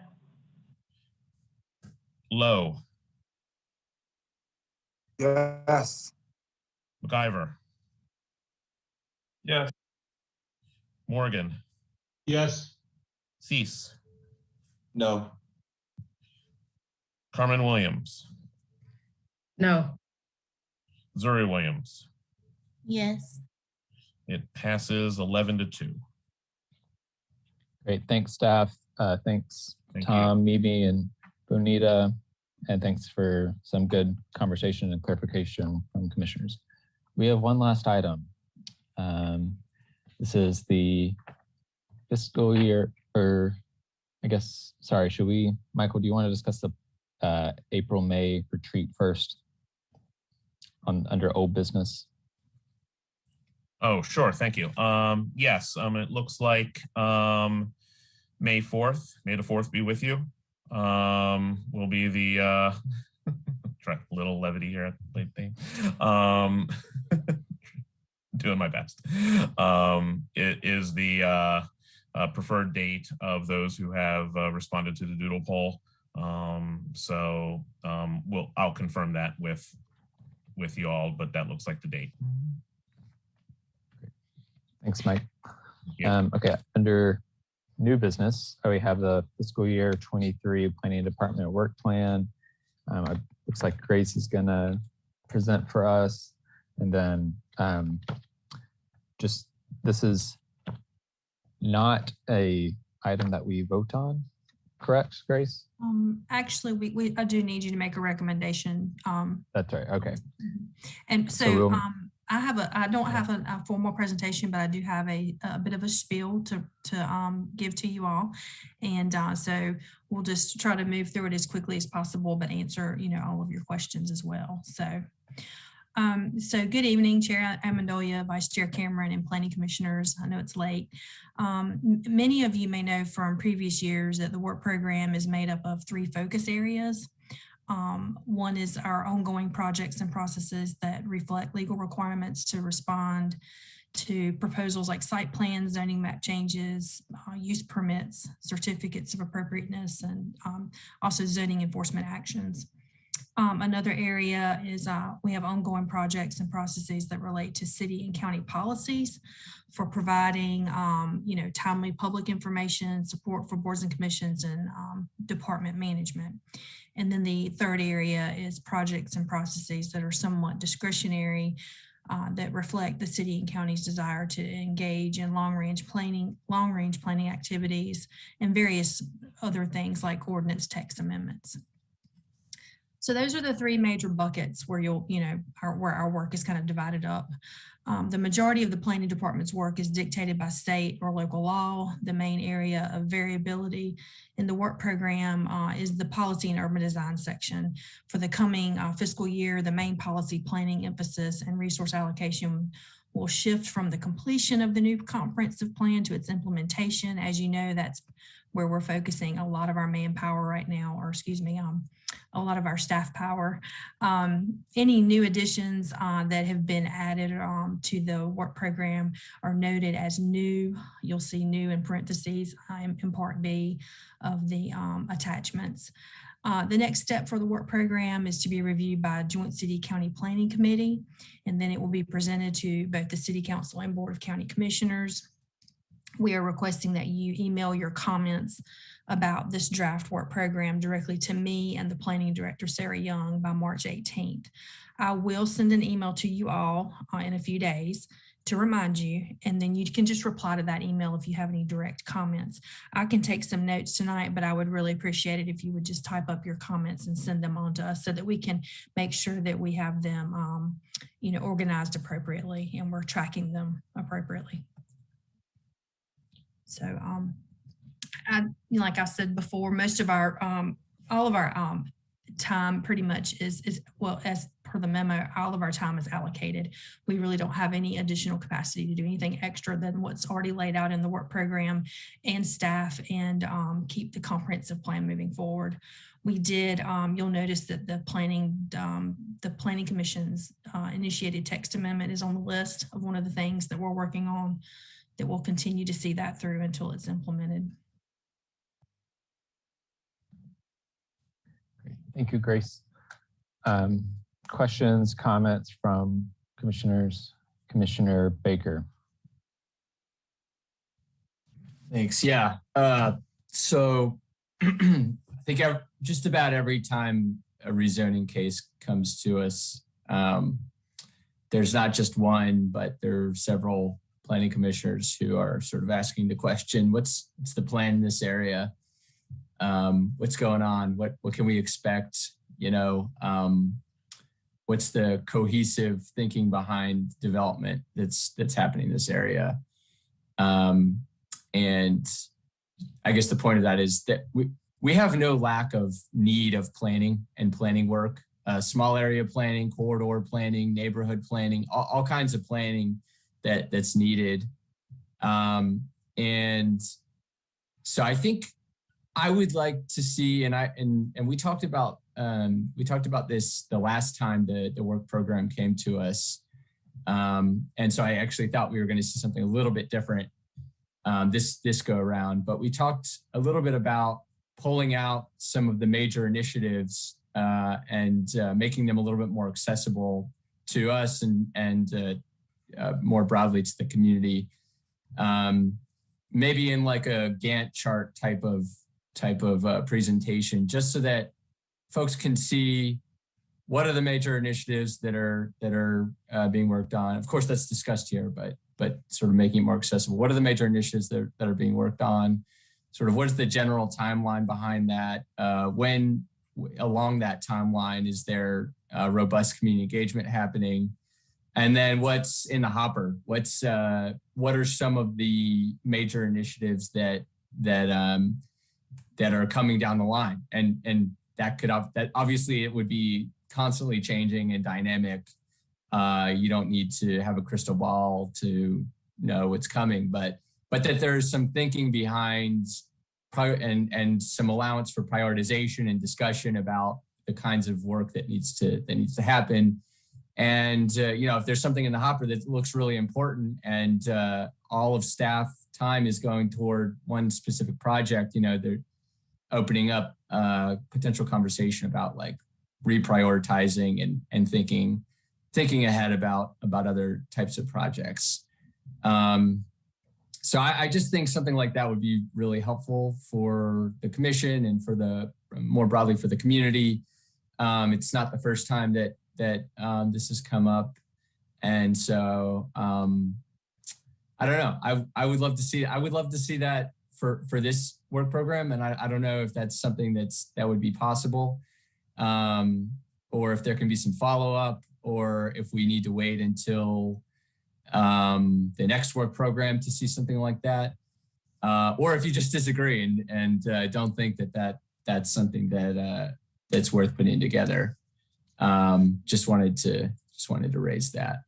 So I can respond to that, a couple of things. So for this year, you talked about major initiatives. Our major initiatives this year is getting the comp plan to draft form and then implementation. So that's in the work program and that's daylighted, and we're talking about that at every turn. I imagine all of you are probably tired of hearing about it. Everyone on this call is involved in one shape, form, fashion, way or another. There's been extensive engagement on it. So that's our major initiative right now. And that's really all that our staff can handle. We are 100% as far as that goes, and all the other state directed type programs that we support. The applications that we have to process, we're tapped out, and that's pretty evident through the memo. But the work program itself, that document that I think you did mention this last year, and I remember you bringing it up. But that document is an internal working document. That's our document and our list, so that we can track what we're doing. And that document feeds up into other documents for budget purposes, for time tracking, for metrics, how we actually keep up with what we're doing, internal to our own processes. So that document is not necessarily for public. I mean, it's a public document, but it's not something that we put on our website for the public to use and navigate what we do on a daily basis. It's really for our internal homework assignments and how we're going to do them and how we're going to get them done with the staff that we have been allocated.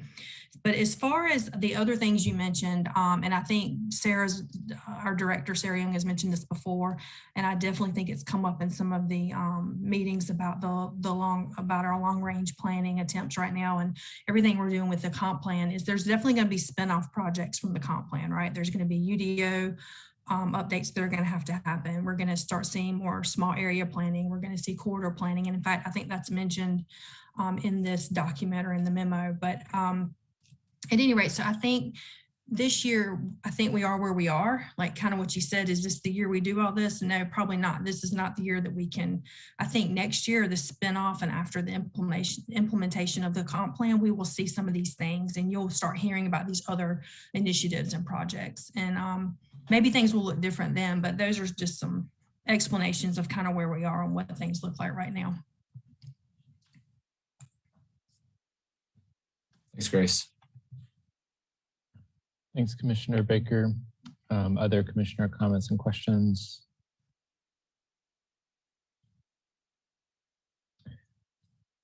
Okay, I would just say briefly, I think Commissioner Baker's point is well taken on there being a place where you can go to see the sequencing of current planning department initiatives. I think that's something that feels like our Engage Durham website could be a good spot for that.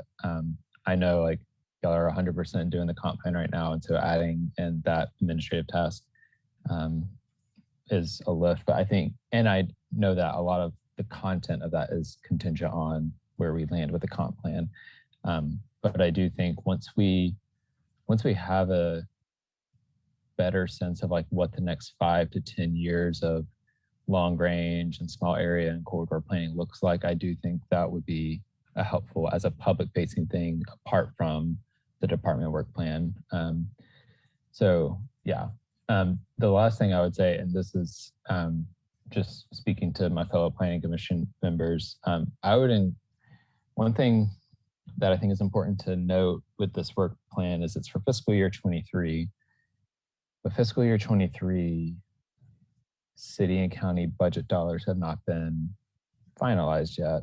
And so a lot of the capacity, a lot of the items that are in this work plan are based on the capacity of the planning department as is. And if we wanted to see more capacity for planning department, well, that has budget implications. And so I would encourage planning commissioners, if there are things you would like to see our department doing, especially if they have a budgetary impact, to use your role as a commissioner to reach out to the governing bodies and raise those points to them so that they have that feedback. Apart from that, I have no further comment and questions, at least that are pressing or will influence my vote. I have curiosities that I will ask about later, given that it's 10:45 and I am trying to get us to bed by 11. Are there other commissioners who have comments and questions at this time?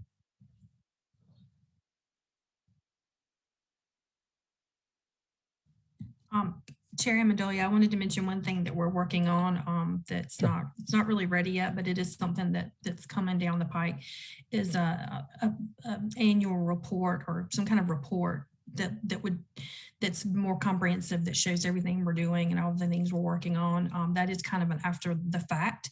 So it would kind of go hand in hand with what are we working on and then what have we accomplished. But the Engage Durham website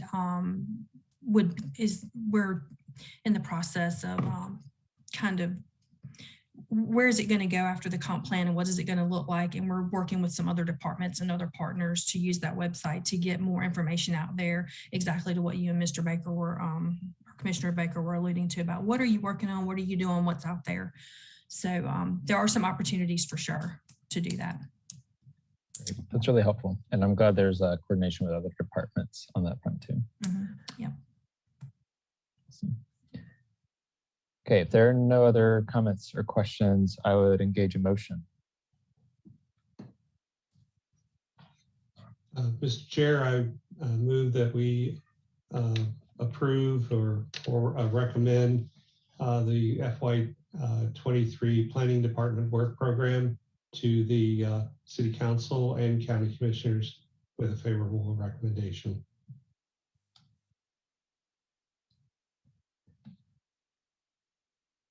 Second, do we approve this or does this go on to the elected officials, Grace?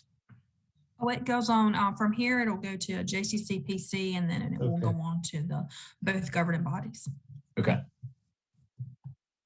So I have a motion from Commissioner Morgan, seconded by Commissioner Baker, to send forward the work program with a favorable recommendation.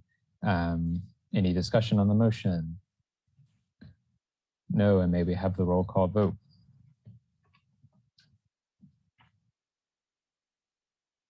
I don't know if Mike's Mike, are you going to do this one? I'll do it. Why not? Can you just add it to one of your sheets you have already?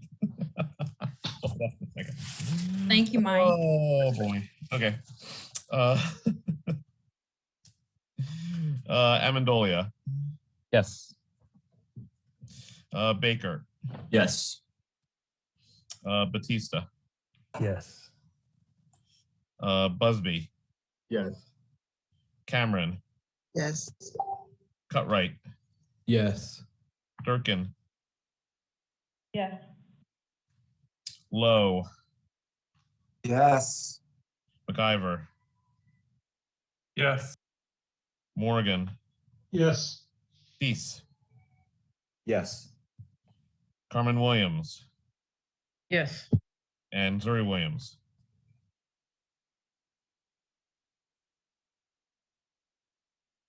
Is she still? It may have, there's Zuri. I don't know if we lost you. Is that a yes, Zuri? Yeah. Okay. I think that's it. Passes unanimously. Okay, thanks everyone for your dedication and for being on for so long. Appreciate you all and have a great night. This meeting is adjourned. Thank you.